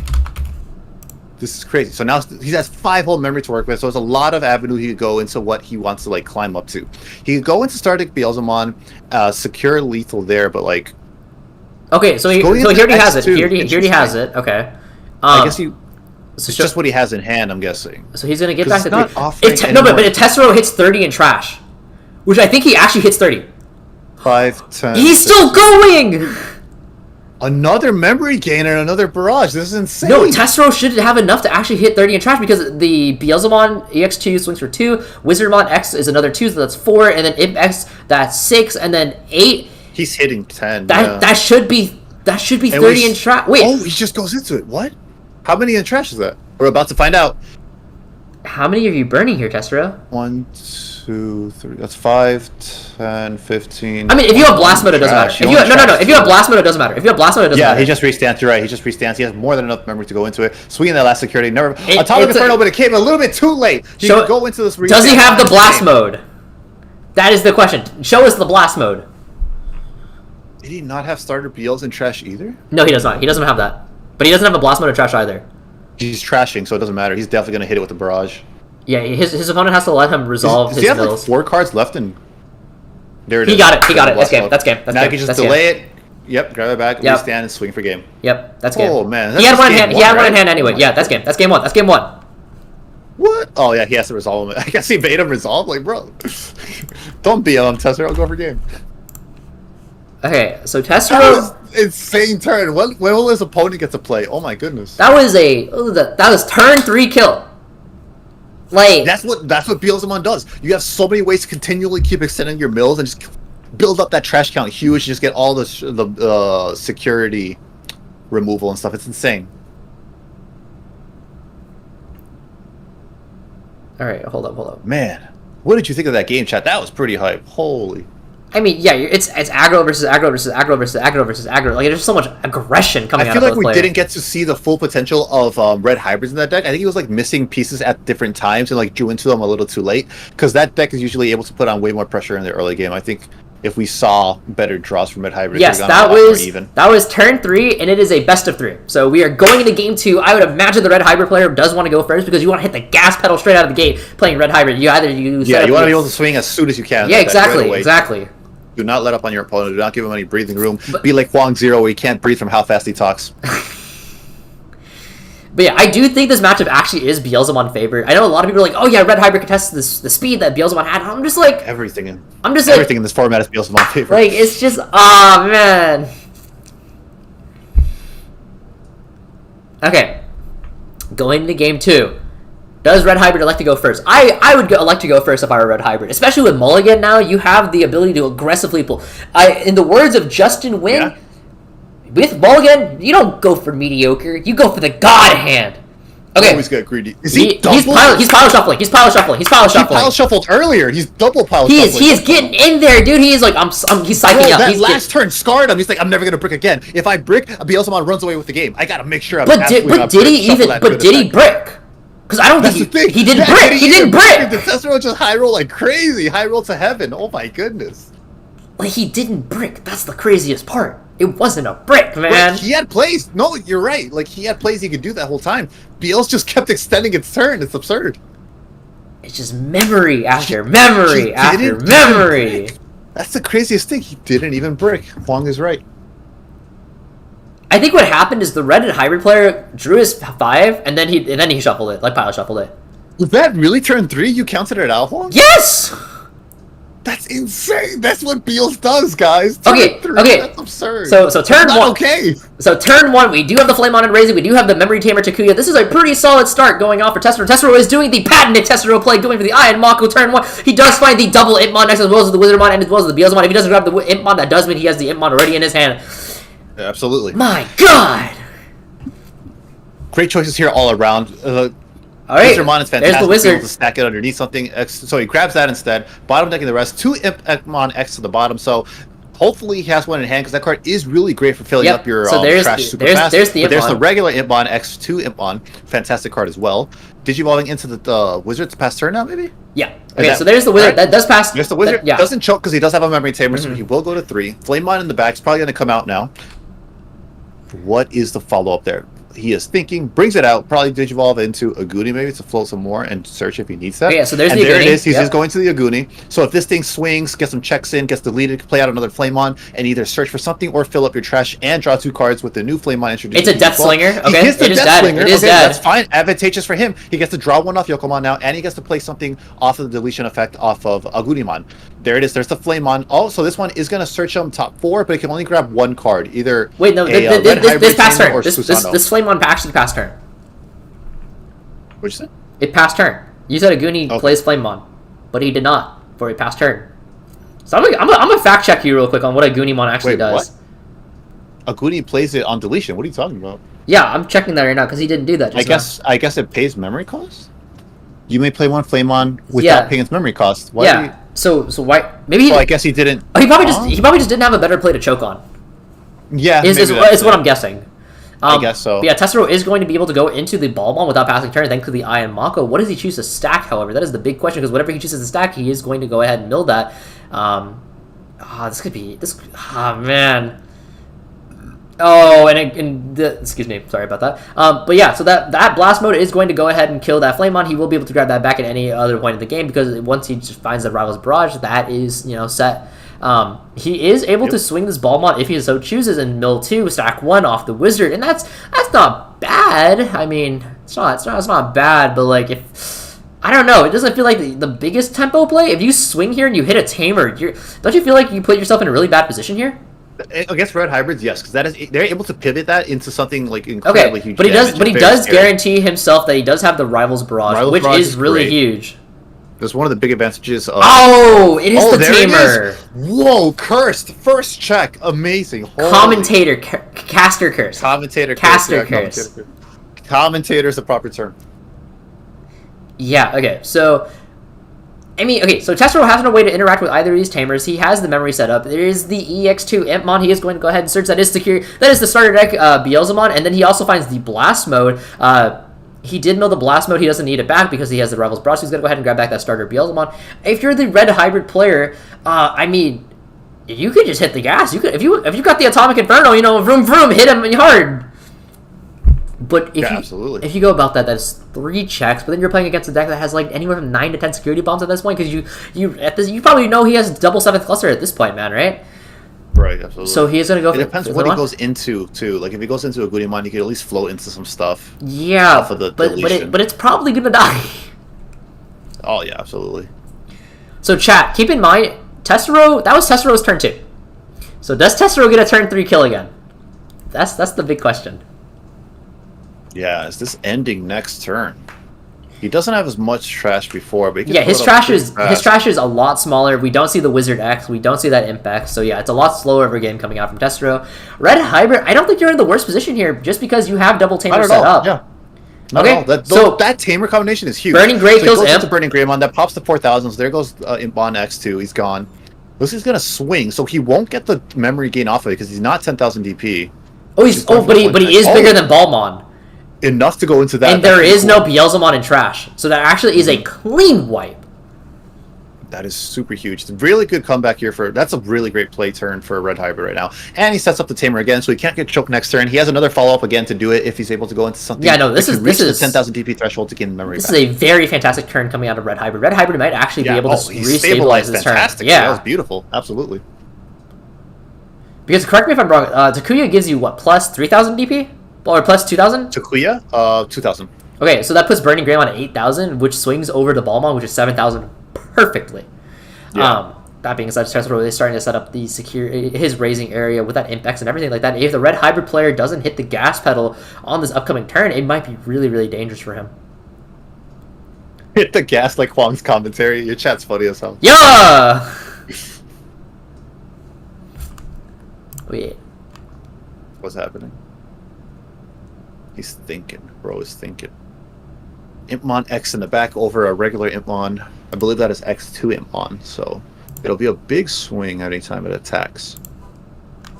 I wonder if he's debating delaying to grab a missing piece or something. I mean, what missing piece would you even want to grab here? I mean, like, you could grab Balmon, but then you're missing out on Balmon's, like, effect. Yeah. Yeah, I wonder what he's debating going into. Like, what is...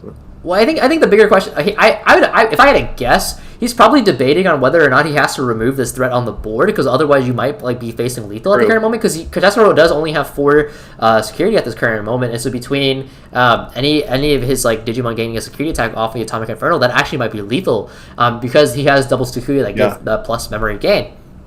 So Tessero might be, pressured a little bit here to actually use one of his removal options, most likely a Death Slinger, to remove the red hybrid from the board. But regardless, yeah, this is really scary, because if your opponent has the Atomic Inferno, that might be GG. Yeah, absolutely. That's the things you have to consider in this format. It just comes out of nowhere, they're lethal. Okay, so it does look like he's going to go ahead. He is delaying, so what was he missing? He grabs an Impmon, and he seems to play it right away. So that's that's starter deck BL's right there as the only valid target. Yeah. So that's the only thing you could grab. Yeah. I mean, that's. I wonder if that's what he was digging for. I mean, that's fine and dandy and everything, but your plays are very, very limited at this point. Like, do you evolve into Wizard X, Mill 2, choke at 1, but then he has Memory Tamer, so he goes over to 3. So I guess realistically speaking, okay, the Imp X. Impmon X, okay, got a free draw. Okay. Maybe the effect to grab something back as well. Okay, not too bad, not too bad. Yeah. But in this current board state, I'm feeling like Red Hybrid might just have it, so he's gonna go ahead and discard that X Actually, antibody. the X antibody option, because he knows he could grab it back with Ball X, unless we've already seen that and I'm forgetting. I have no clue. But he is going to go ahead and add that Balmon to his hand, and then Digivolve into the Wizard Mod. This Wizard Mod does not, however, gain blocker. If he hits one card to gain a memory, he will be able to keep his turn. But he does stack it with Eye and Mako, so he actually does guarantee that it stays on his turn. Milling 2, and then he could Digivolve into the Balmon if he chooses. Wizard X could also trade with the Burning Greymon. It's not... Oh, okay, he just played it. JK. Right. So if you go... I mean, you can go Balmon. Balmon will float into a Beelzemon. He currently does not have a Beelzemon in trash, unfortunately, but he may be able to hit one off of the Balmon's Mill 3 effect. Yeah, potentially. Yeah, this is... He doesn't have blocker. This is kind of dicey. Definitely an awkward... and he's... Huh. Okay, yeah, so just like we predicted... Decides to remove the Burning... Yeah, because that's presenting lethal potentially with Burning Greymon. Yeah, so just like getting rid of it makes a lot of sense. Yeah, exactly. So like we predicted earlier in the turn, if you didn't get rid of that threat, then with a single Atomic Inferno, that might be lethal. Absolutely. But still, this is a lot of gas that the Red Hybrid player is currently sitting in right now. As the game progresses, the Red Hybrid doesn't exactly have the best consistency in the world. He's getting all of this additional time to dig out for these Atomic Infernos, for these Emperor Greymons, whatever it may be. Right. I don't know. It's just really scary to be Tessero right now. Red Hybrid is definitely in the driver's seat right now. If you're able to clear out this Wizardmon X, you're just in a fantastic position. I feel like he's going to go ahead and move up that Flamemon. Will he Digivolve? That is the big question that we have to ask ourselves here. Will he Digivolve up? 4 memory actually to work with, which is quite a lot for Red Hybrids. They're really flexible with their memory. Yeah, so Flamemon, go ahead, swings, dies, gets to draw 1. I wonder if he's digging for anything in particular. I mean, I find it hard to believe that he wouldn't have a hybrid in hand, so maybe he's looking for the Atomic Inferno. Yeah, trying to secure lethal here. Because you could, if he has enough hybrids in trash, because I'm not counting, because I'm bad, he could go hybrid for 2, Double Atomic Inferno, go to 0, swing, clear out the remaining 3, and then Emperor for game. Yeah, it's very possible with the Blitz effect on Emperor. That could end the game here, but then you are banking on everything living. But with the plus 3,000 from each Atomic Inferno, I think it's really good. But then you're also playing into the deck with like 9 to 10 security bombs, so like it's kind of scary. Yeah. It's an all or nothing prayer if you go for that maneuver. Counting his trash to see how many hybrids he has, maybe to check if he has the Emperor Grey available to him. The Emperor Grey play, that is. Mm-hmm. So it looks like he might not have it. Yeah. Ugh. I wonder if he's just bricked up right now. That'd be really unfortunate. He might slam out Searcher, yeah, from the hand movement. It didn't look like he was going to Evo over Tamer. Oh, we hit 100 viewers. Let's go. Oh, are we at 100 viewers right now? Let's go. Yo, is this the most hype Gaia Force gaming live stream ever? Probably not, but yo, there's no way you did not just hype yourself up like that, Hoang. Yes, it is. I'm modest. I'm humble. I'm humble. What'd you say? I'm a humble streamer. Who are you, and what did you do with Hoang Zero? Humble. All right, he is thinking this playthrough thoroughly. I wonder if he's like trying to close it out this very game, because like Beals can lethal out of nowhere. He knows he can't give him any breathing room to get another turn in. So he has to end it here. Let's. Oh, he's counting his Emperor. Counting. Oh, he's going for the play. He has the 5. 5 going into Emperor Grey. Okay. Does he digivolve? Does he digivolve into BT7 or? Okay, so that is the new Emperor Grey. One. So that is going to go ahead. That is going to go ahead and pop. Deleting the Wizard X, yep. Security attack +1 naturally now. And then its inheritables are pretty good here, because he has a lot of float, I believe. But there is no Aldemon in this source, so there is no guaranteed security protection. That is going to go ahead and hit the Impmon, it hits the Ballmon. In the cluster! The last check! By God! The last check! But he... Does one Emperor... member, so like he can't go into hybrid for game either. He has the inheritables to play Takuya out. Okay, no, hear me out. Ready? Yeah, what's up? Grav Crush. If he has it, that's game. Grav Crush Aguni. The one of? People did be running that in Ancient Greymon. He passed. Choked the one. Valid play. Yeah, choked. Okay. Very valid. So... Yeah, man, Tessera has to get lucky with Mills here if he wants to win this. I mean, yeah, if you're in Tessera's position, this is very... Oh, he's scooping it up. Okay, we're going game 3. We're going game 3! Game 3! Game 3 is crazy finals. Game 3, baby. This finals is going crazy.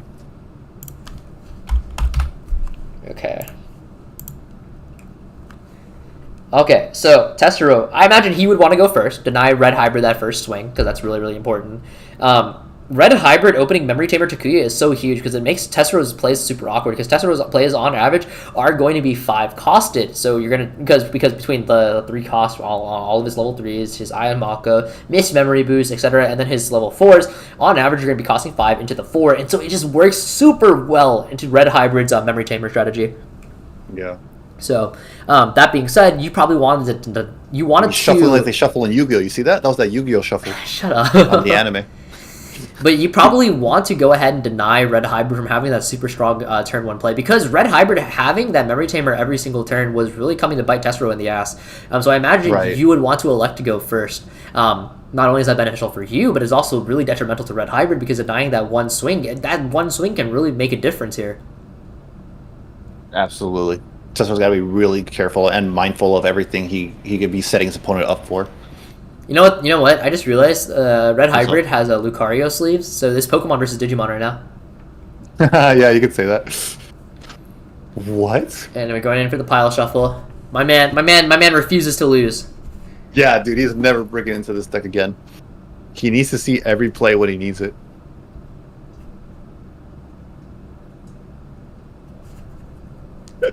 What? Hoang, look in your general chat. What the heck? What's up? Look in general chat. What am I looking at? In your server. What the heck are they talking about? Huh? I'm dying right now. Let me check.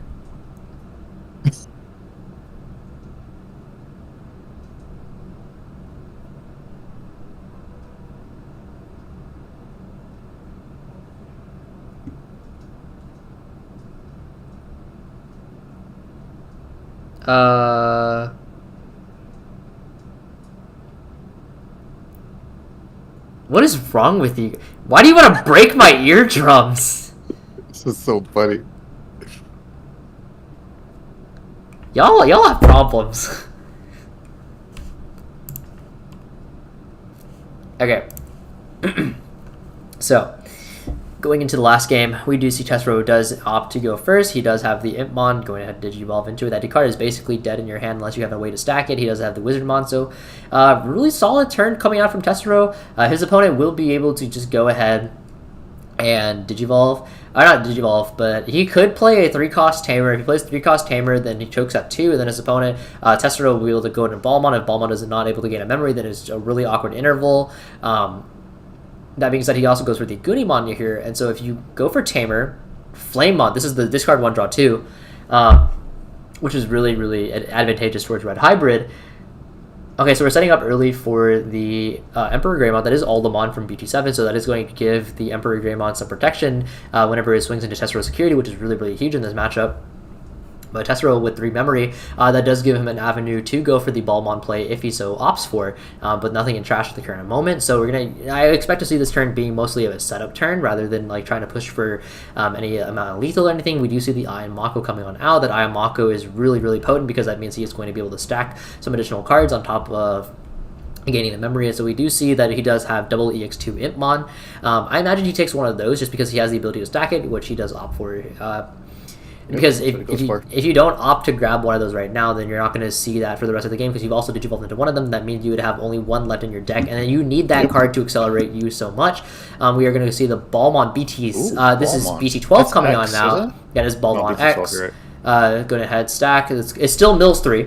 Still mills 3. Yeah, because there's no ball underneath it. That is gain a memory. Okay, mill another 3. Does he hit another memory gainer? He does not. Okay. Then it is now Red Hybrid's turn. So it's not the it's not the His worst. mill luck is running out. It's not the worst outcome, I would definitely say. Like that's still decent. Being able to choke your opponent to 1, it really limits the plays that they can make. But he's the Red Hybrid player is definitely swinging in. So at worst, he hits a removal option. If he hits the 7th cluster, then it goes ahead and it would kill Flamemon. If he hits the barrage, it kills the Burning Greymon. He's going to go ahead and swing. If this dies, it will be able to float into the Takuya, and it will also draw him an additional card. It does hit the Impmon. It does live, so no floating occurring here. And do you choose to swing the Flamemon? If you swing the Flamemon, you're potentially giving him an additional card into trash. You're also opening yourself up to hitting an Iron Mako. If you hit Iron Mako, the game might spiral out of control, but it does look like we are going to go ahead and do that. He does hit the Rival's Barrage that will kill the Burning Greymon. Burning Greymon will now be able to activate all its on-deletion effects and start to float. So that's at least draw 1, play Takuya, and then does it have another one? What's Flamemon ESS? The one from BT12? BT12. It just gives you DP plus 1,000 or 2,000. Okay, so he goes ahead and plays the Takuya, and then he draws a card then. But it gives you plus 2,000 if you have Hybrid or 10 Warrior. Yeah, okay, so he... Oh, wait. Oh, does a Goonimon not float into a Takuya? A Goonimon floats into a Flamemon. The new one. ESS? The new Aguni. Yeah, it floats into Takuya. Yeah, okay, so he chose not to, which signifies that he doesn't have Takuya in hand, and he used the Atomic Inferno to actually pass turn. So this is so much momentum in Tessero's favor because this Flamemon is, it is tapped out, so he is able to swing into it if he chooses to, which will then allow him to proc the Wizardmon stacking ability as well as the Yamon's Mill 2. This is a really great position to be in if you're Tessero, unfortunately, for the Red Hybrid player not having the Tamer to play out to facilitate some additional gas on his following turn, because now he's going to have to spend an additional turn setting up a Tamer, so then he can't swing, and then he's going to have to spend an additional turn setting up his raising area, so there's no attacks coming out on the following turn. Right, Tessero doesn't feel any pressure at all because of this. He's like being chilling, just building a stack, getting ready. Not having those Tamers limits his plays so much because that memory gain off the new Takuya is really huge for extending your plays, and then just being able to have actual follow-ups. Now Tessero can even choke him if he wants to at 1 memory. Well, no, he's not going to choke. He's keeping his turn between the Iron Mako, between the double Death Slinger. Nah, this turn is staying, dude. Like,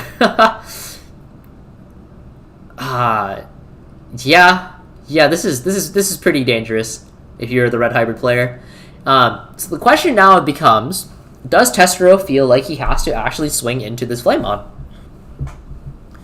Because he could worry about it. Well, the answer is it doesn't matter because he's just going to go ahead and use the 7th cluster most likely to actually pop the Flame Mon. Goes ahead and burns 1. Yeah, Yep. he goes for it. There's a 7th cluster. And yeah, oh man, just a rough opening for Red Hybrid player. I think this game was decided at the opening hand. Yeah, and then if Beelzebub X decides to swing, this is 2 damage because of starter deck Beelzebub seeing his own mill, thus giving him +1 security attack for the entire turn. Then he can use Wizardmon's stacking ability as well as Yamon. And then with the starter deck Impmon, he does gain an additional DP, so he actually swings over the Emperor as well. So now we are going in for 2 checks at the current moment. Mill, oh, beautiful mill from Tessero coming on out. That's an additional 3 mill. There's the Iron Mako, double Iron Mako. Beelzebub starter deck that will go ahead and pull back an Impmon. Yeah, things are spiraling out of control really quickly for the Red Hybrid player, unfortunately, and this is all stemming off of the fact that he didn't have any Tamers to facilitate some additional gas. So even if Tessero doesn't actually kill on this turn, there's just not a lot of you can do to come back here because he won't be able to attack next turn. He's going to spend next turn setting up Tamers, which is not going to be doing anything. Oh, well, he gets a free one. So he does hit a Tamer. Lifeline. That just gave him a lifeline. He might have a chance to come back, but it might not be enough. But that is the Memory Tamer Takuya. So that is huge. Yeah, so if it was just like a 3-cost Takuya, it doesn't really matter. It's still like a really bad position. But because it is the 3-cost Takuya, or the Memory Tamer Takuya, that does give you an avenue to actually Digivolve and start making some of your plays. Maybe this is salvageable, but Red Hybrid is...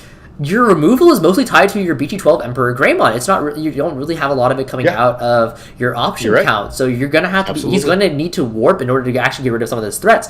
And the fact that he has this he went to Impmon X. Looks like he is opting to go for the effect. He's debating it. But not only that, but he has the warp Impmon in the back, which means that even if he gets rid of this Beelzemon X stack, he will be able to just warp Digivolve into starter deck Beelzemon mill 4 and then swing for 2. And there's this might be GG's. Tessero has so much pressure established right now. Yeah, I don't know what Red Hybrid does from this scenario. I'm not sure either. This is scary.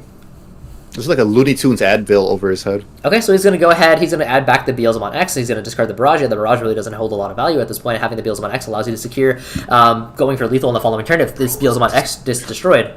Goes for the Wizardmon. The Wizardmon will obviously pass over, and he draws. And then, this is such a... Tessero does not feel scared at all. Yeah. I mean... no reason to. What is the worst that happens here? Nothing. Nothing. Digivolve? Is there a way Red Hybrid can lethal here?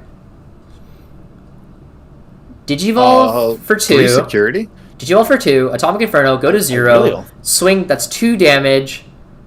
It's not enough. He needs 1 more memory. He needs 1 more memory in order... Did he Digivolve into anything off of 2 that puts... he could Digivolve into the new Burning Greymon. Would gain in the 2 memory off of Takuya. So they but it's tapped out. That's the issue. Yeah. It would be it being tapped out means that he can't get the last hit in. He either can't get the last security or he can't get the last hit. He has to somehow clear this entire board and hope that Tessero is unable to actually kill with the stack and back. But I don't know, this is just looking rough. Did it not go 2 memory, go down to 1 into the Burning Greymon's Atomic Inferno, go down to 0. He does 2 checks, no. But there's that last security. Gain the 2 memory, you're right. It doesn't matter. There's very bad scenario for him, I don't know if there's a scenario where he comes back from this. I reiterate it, the only way the Red Hybrid player gets out of this is Gravity Crush. Gravity Crush, bro. He's a Gravity Crush fanatic. This Hoang's here. It's a good card. Actually think about it. It's Gravity Crush. Gravity Crush bails you out of the situation, I'm pretty sure. Because you can go into one of your hybrids for 2. You can Atomic Inferno, go to 0. You can do your fucking thing again, whatever. Wait. I think Gravity Crush goes 0. You can go Aldemon to... No, it's not enough. Gravity Crush is not enough. He doesn't have enough to deal all 3 security as well as swing for game. Because he would have to Digivolve all the way into an Emperor Greymon and then Blitz Omni for game. That is the only way he has lethal. And not even a single Gravity Crush gets you there. It would have to be double Gravity Crush shenanigans. And chat is informing us that the Red Hybrid player's name is Matt. Matt? Oh yeah, Matt Vang. Matt. Yeah. Oh, Matt Vang? Let's go. Yeah, it's Matt Vang. That's right. Thank you, chat. I appreciate that. Thank you, chat. Okay, so we are going to go ahead and go into the Burning Greymon. The Burning Greymon is not able to pop the Wizardmon. Wizardmon being at 5,000 DP. And yeah, this... Yep. So we do see the Aldemon. Okay, Okay, so it's Aldemon. Okay. Aldemon for 1. Okay. Cool. I mean, so you can. But will it matter? He will gain the 2 memory, but what does he do from there? He's only doing 1 check here. It'd be tragic if he swings this and then he hits like a barrage. He's going for it.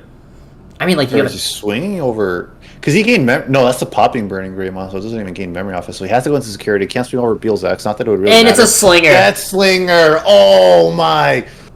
Oh, it's a wrap. It's Matt Matt has a family, dude. Matt has a family. You can't do that to him, Tessero. Oh my god. That's GG. Let him live, Tessero. Oh. Boko! Strongest Pokemon in the world. It's not Altart Pokemon, unfortunately, though. No Boku in the tub. Dude, this stream single-handedly convinced so many Red Hybrid players to run Gravity Crush. Did you really? No, I'm saying that's probably what it's gonna do. Oh, that would be funny. Yeah. Yeah, that's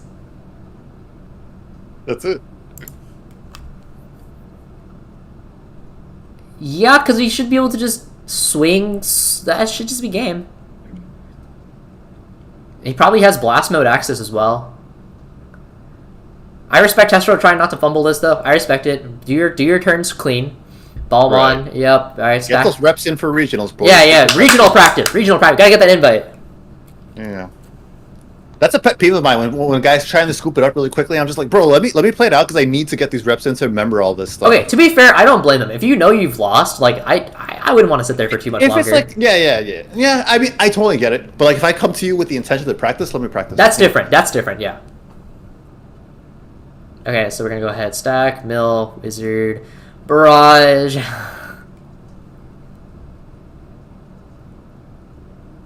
I mean, yeah. Okay, so he doesn't have 20 in trash yet, so some of his abilities. Have 2 security. I don't know. Maybe he's lucky. Maybe he runs some security bombs. That would be a tech. That would be a spicy tech.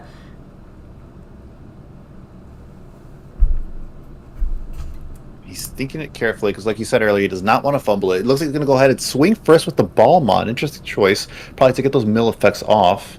And he does have that inheritable to pop the Pokemon. There he goes. Yeah, delete it now. Somebody asked, Emperor Greymon had a Those are chance, babies. didn't it? Did Emperor Greymon have a chance? Let me read new Emperor Greymon. Let me double check. It just has security attack +1 and pop something. So he would need. How much does it cost to go into it? 3. Or does Takuya change the cost? No, it's Does it appear? 3. It's 3. Yeah, it's just 3 then. Let me double check. Hold up. You're probably missing something. Maybe an inheritable helps it out. Well, no. So if. Wait. How does Emperor go into Takuya? Emperor goes It's to the Takuya works. it's the old one, right? What, the new Emperor or the old one? It's the old Takuya, right? Yeah, the old Takuya warps. He didn't have old Takuya. He had new Takuya, guys. He didn't have Takuya to warp. Oh, I wonder if they meant like climb Alda and then go into it, but I mean, I don't know, but I don't know. I have to catch up on chat to make sure what happened. yeah. So Balmon swung. It hits Takuya. He did gain memory thanks to the Eye of Mako. Not really what he needs right now. Yeah, this is just gonna give him back his turn, and then he can go into the Beelzemon X that we watched him grab back, and then guarantee that he has game. Yep. So he has enough to Beelz X.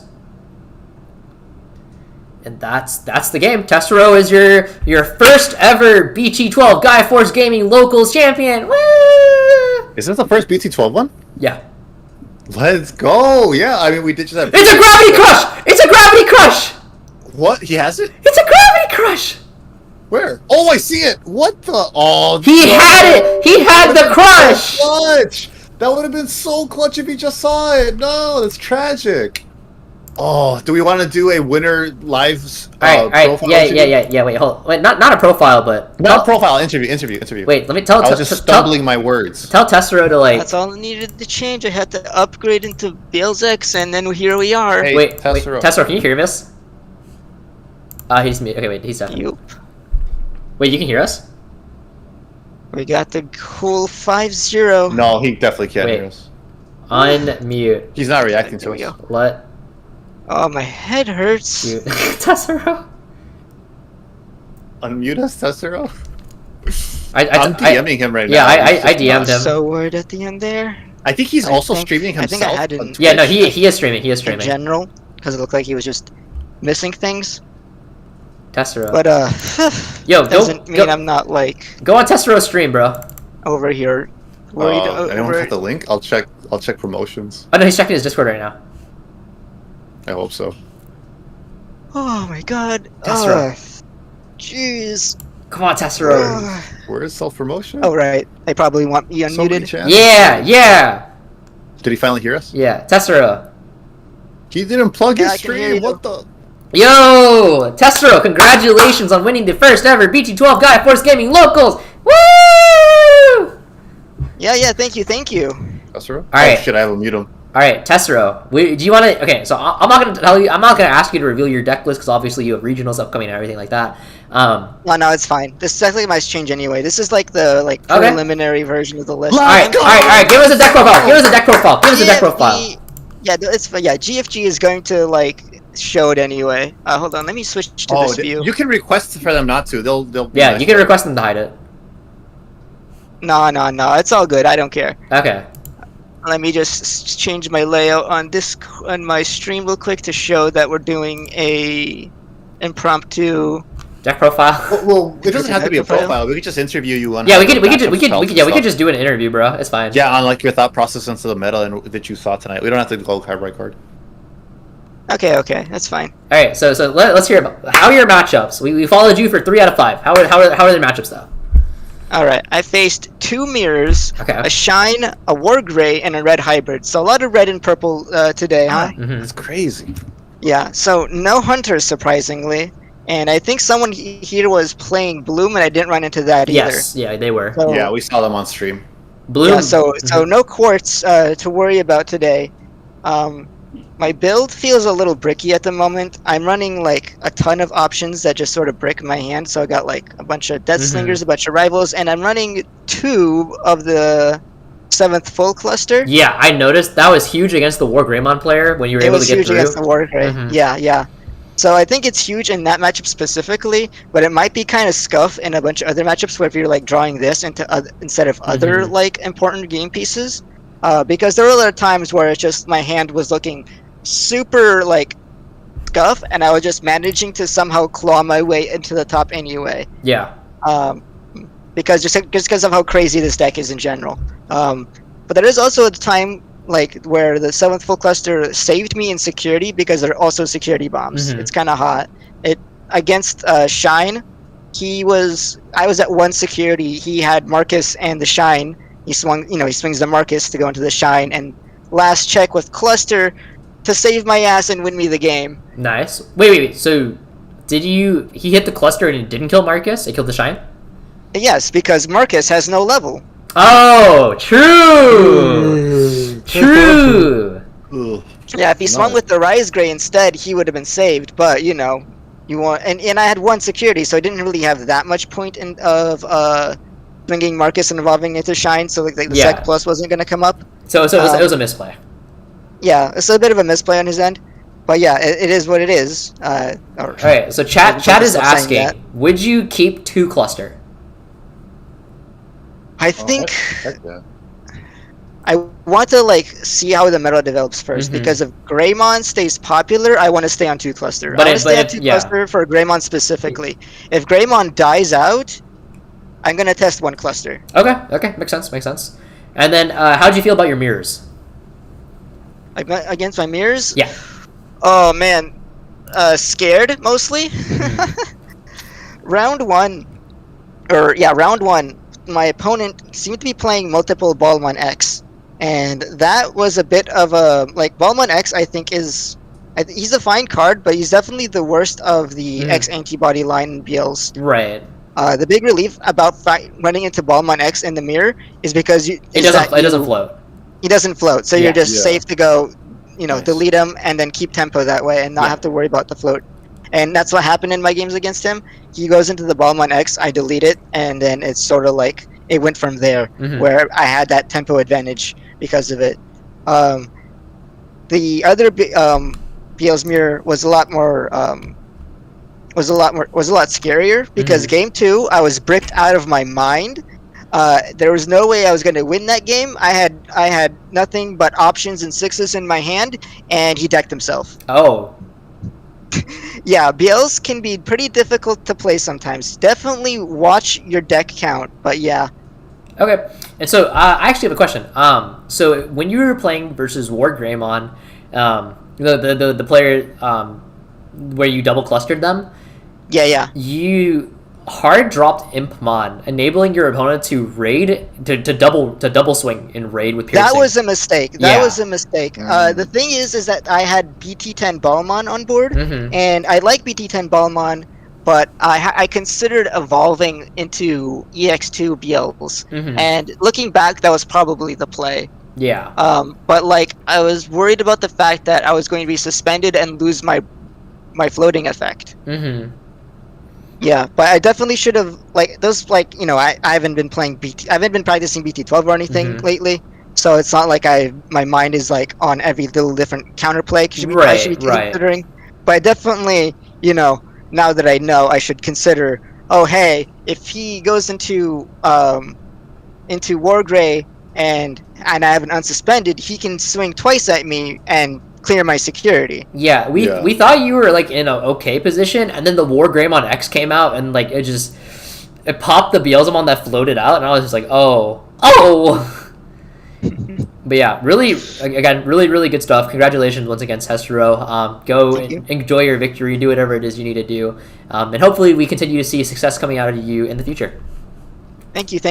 All right, take it Best easy. purple player at NA. Congrats, Testero. All right, let me go ahead call Tasty. All right, so so that's Gaia Force Gaming. Yeah, that was Gaia Force Gaming. It was a lot of fun. All right, hold up, wait. Do you wanna join stream for a little bit? Closing state. And just vibe. Tell them just vibe. I'm not okay. So I'm trying to see if Tyler wants to join stream. Hopefully he's off work. Yeah. Yeah, I want to see if I don't know if he works the graveyard shift or what. I have no clue, but I want to see if Tyler wants to join stream for a little bit and like maybe give like a few closing words because like obviously this is a tournament. If he does, cool. If not, then like we might wrap up really soon. I honestly believe Gravity Crush is really needed for red hybrids. Yeah, Gravity Crush looks like it would have been like super hot in a lot of positions. You want to see the build? If you ask Testero in my Discord, he'll probably be like really kind enough to like loan the build. What would you put in replacement if they ban your Impmons? I don't know. You have like a ton of other Impmons. You'll probably be okay. That was me. Top 4 decks. Oh, do you like want to like an interview or something like that, Ryan?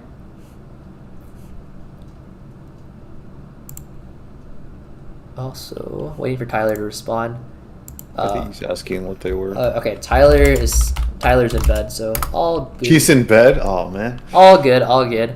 Okay, Tyler says he loves all of you and that he loves me more than Tasty. What the? Damn, that's what I get for joining Hoang all night. Okay. Hey, but that all being said, thank you everyone so much for coming out. We really appreciate you coming to watch Gaia Force Gaming. I know that I am not the usual commentator with my boy Tasty here. We are not the usual commentators for this event. We're really grateful that Tyler... But if you would like us to become, ping Tyler. I don't have the energy for it, but ping Tyler. Okay, anyway, we are very grateful. I can't do this every week. We are very grateful. We are very grateful for Tyler for allowing us and giving us this opportunity to actually comment at this event. Thank you so much. Yeah, this is awesome. Thank you. Yeah. And thank you. Learn the meta. I had a lot of fun. Yeah, and thank you all to the viewers.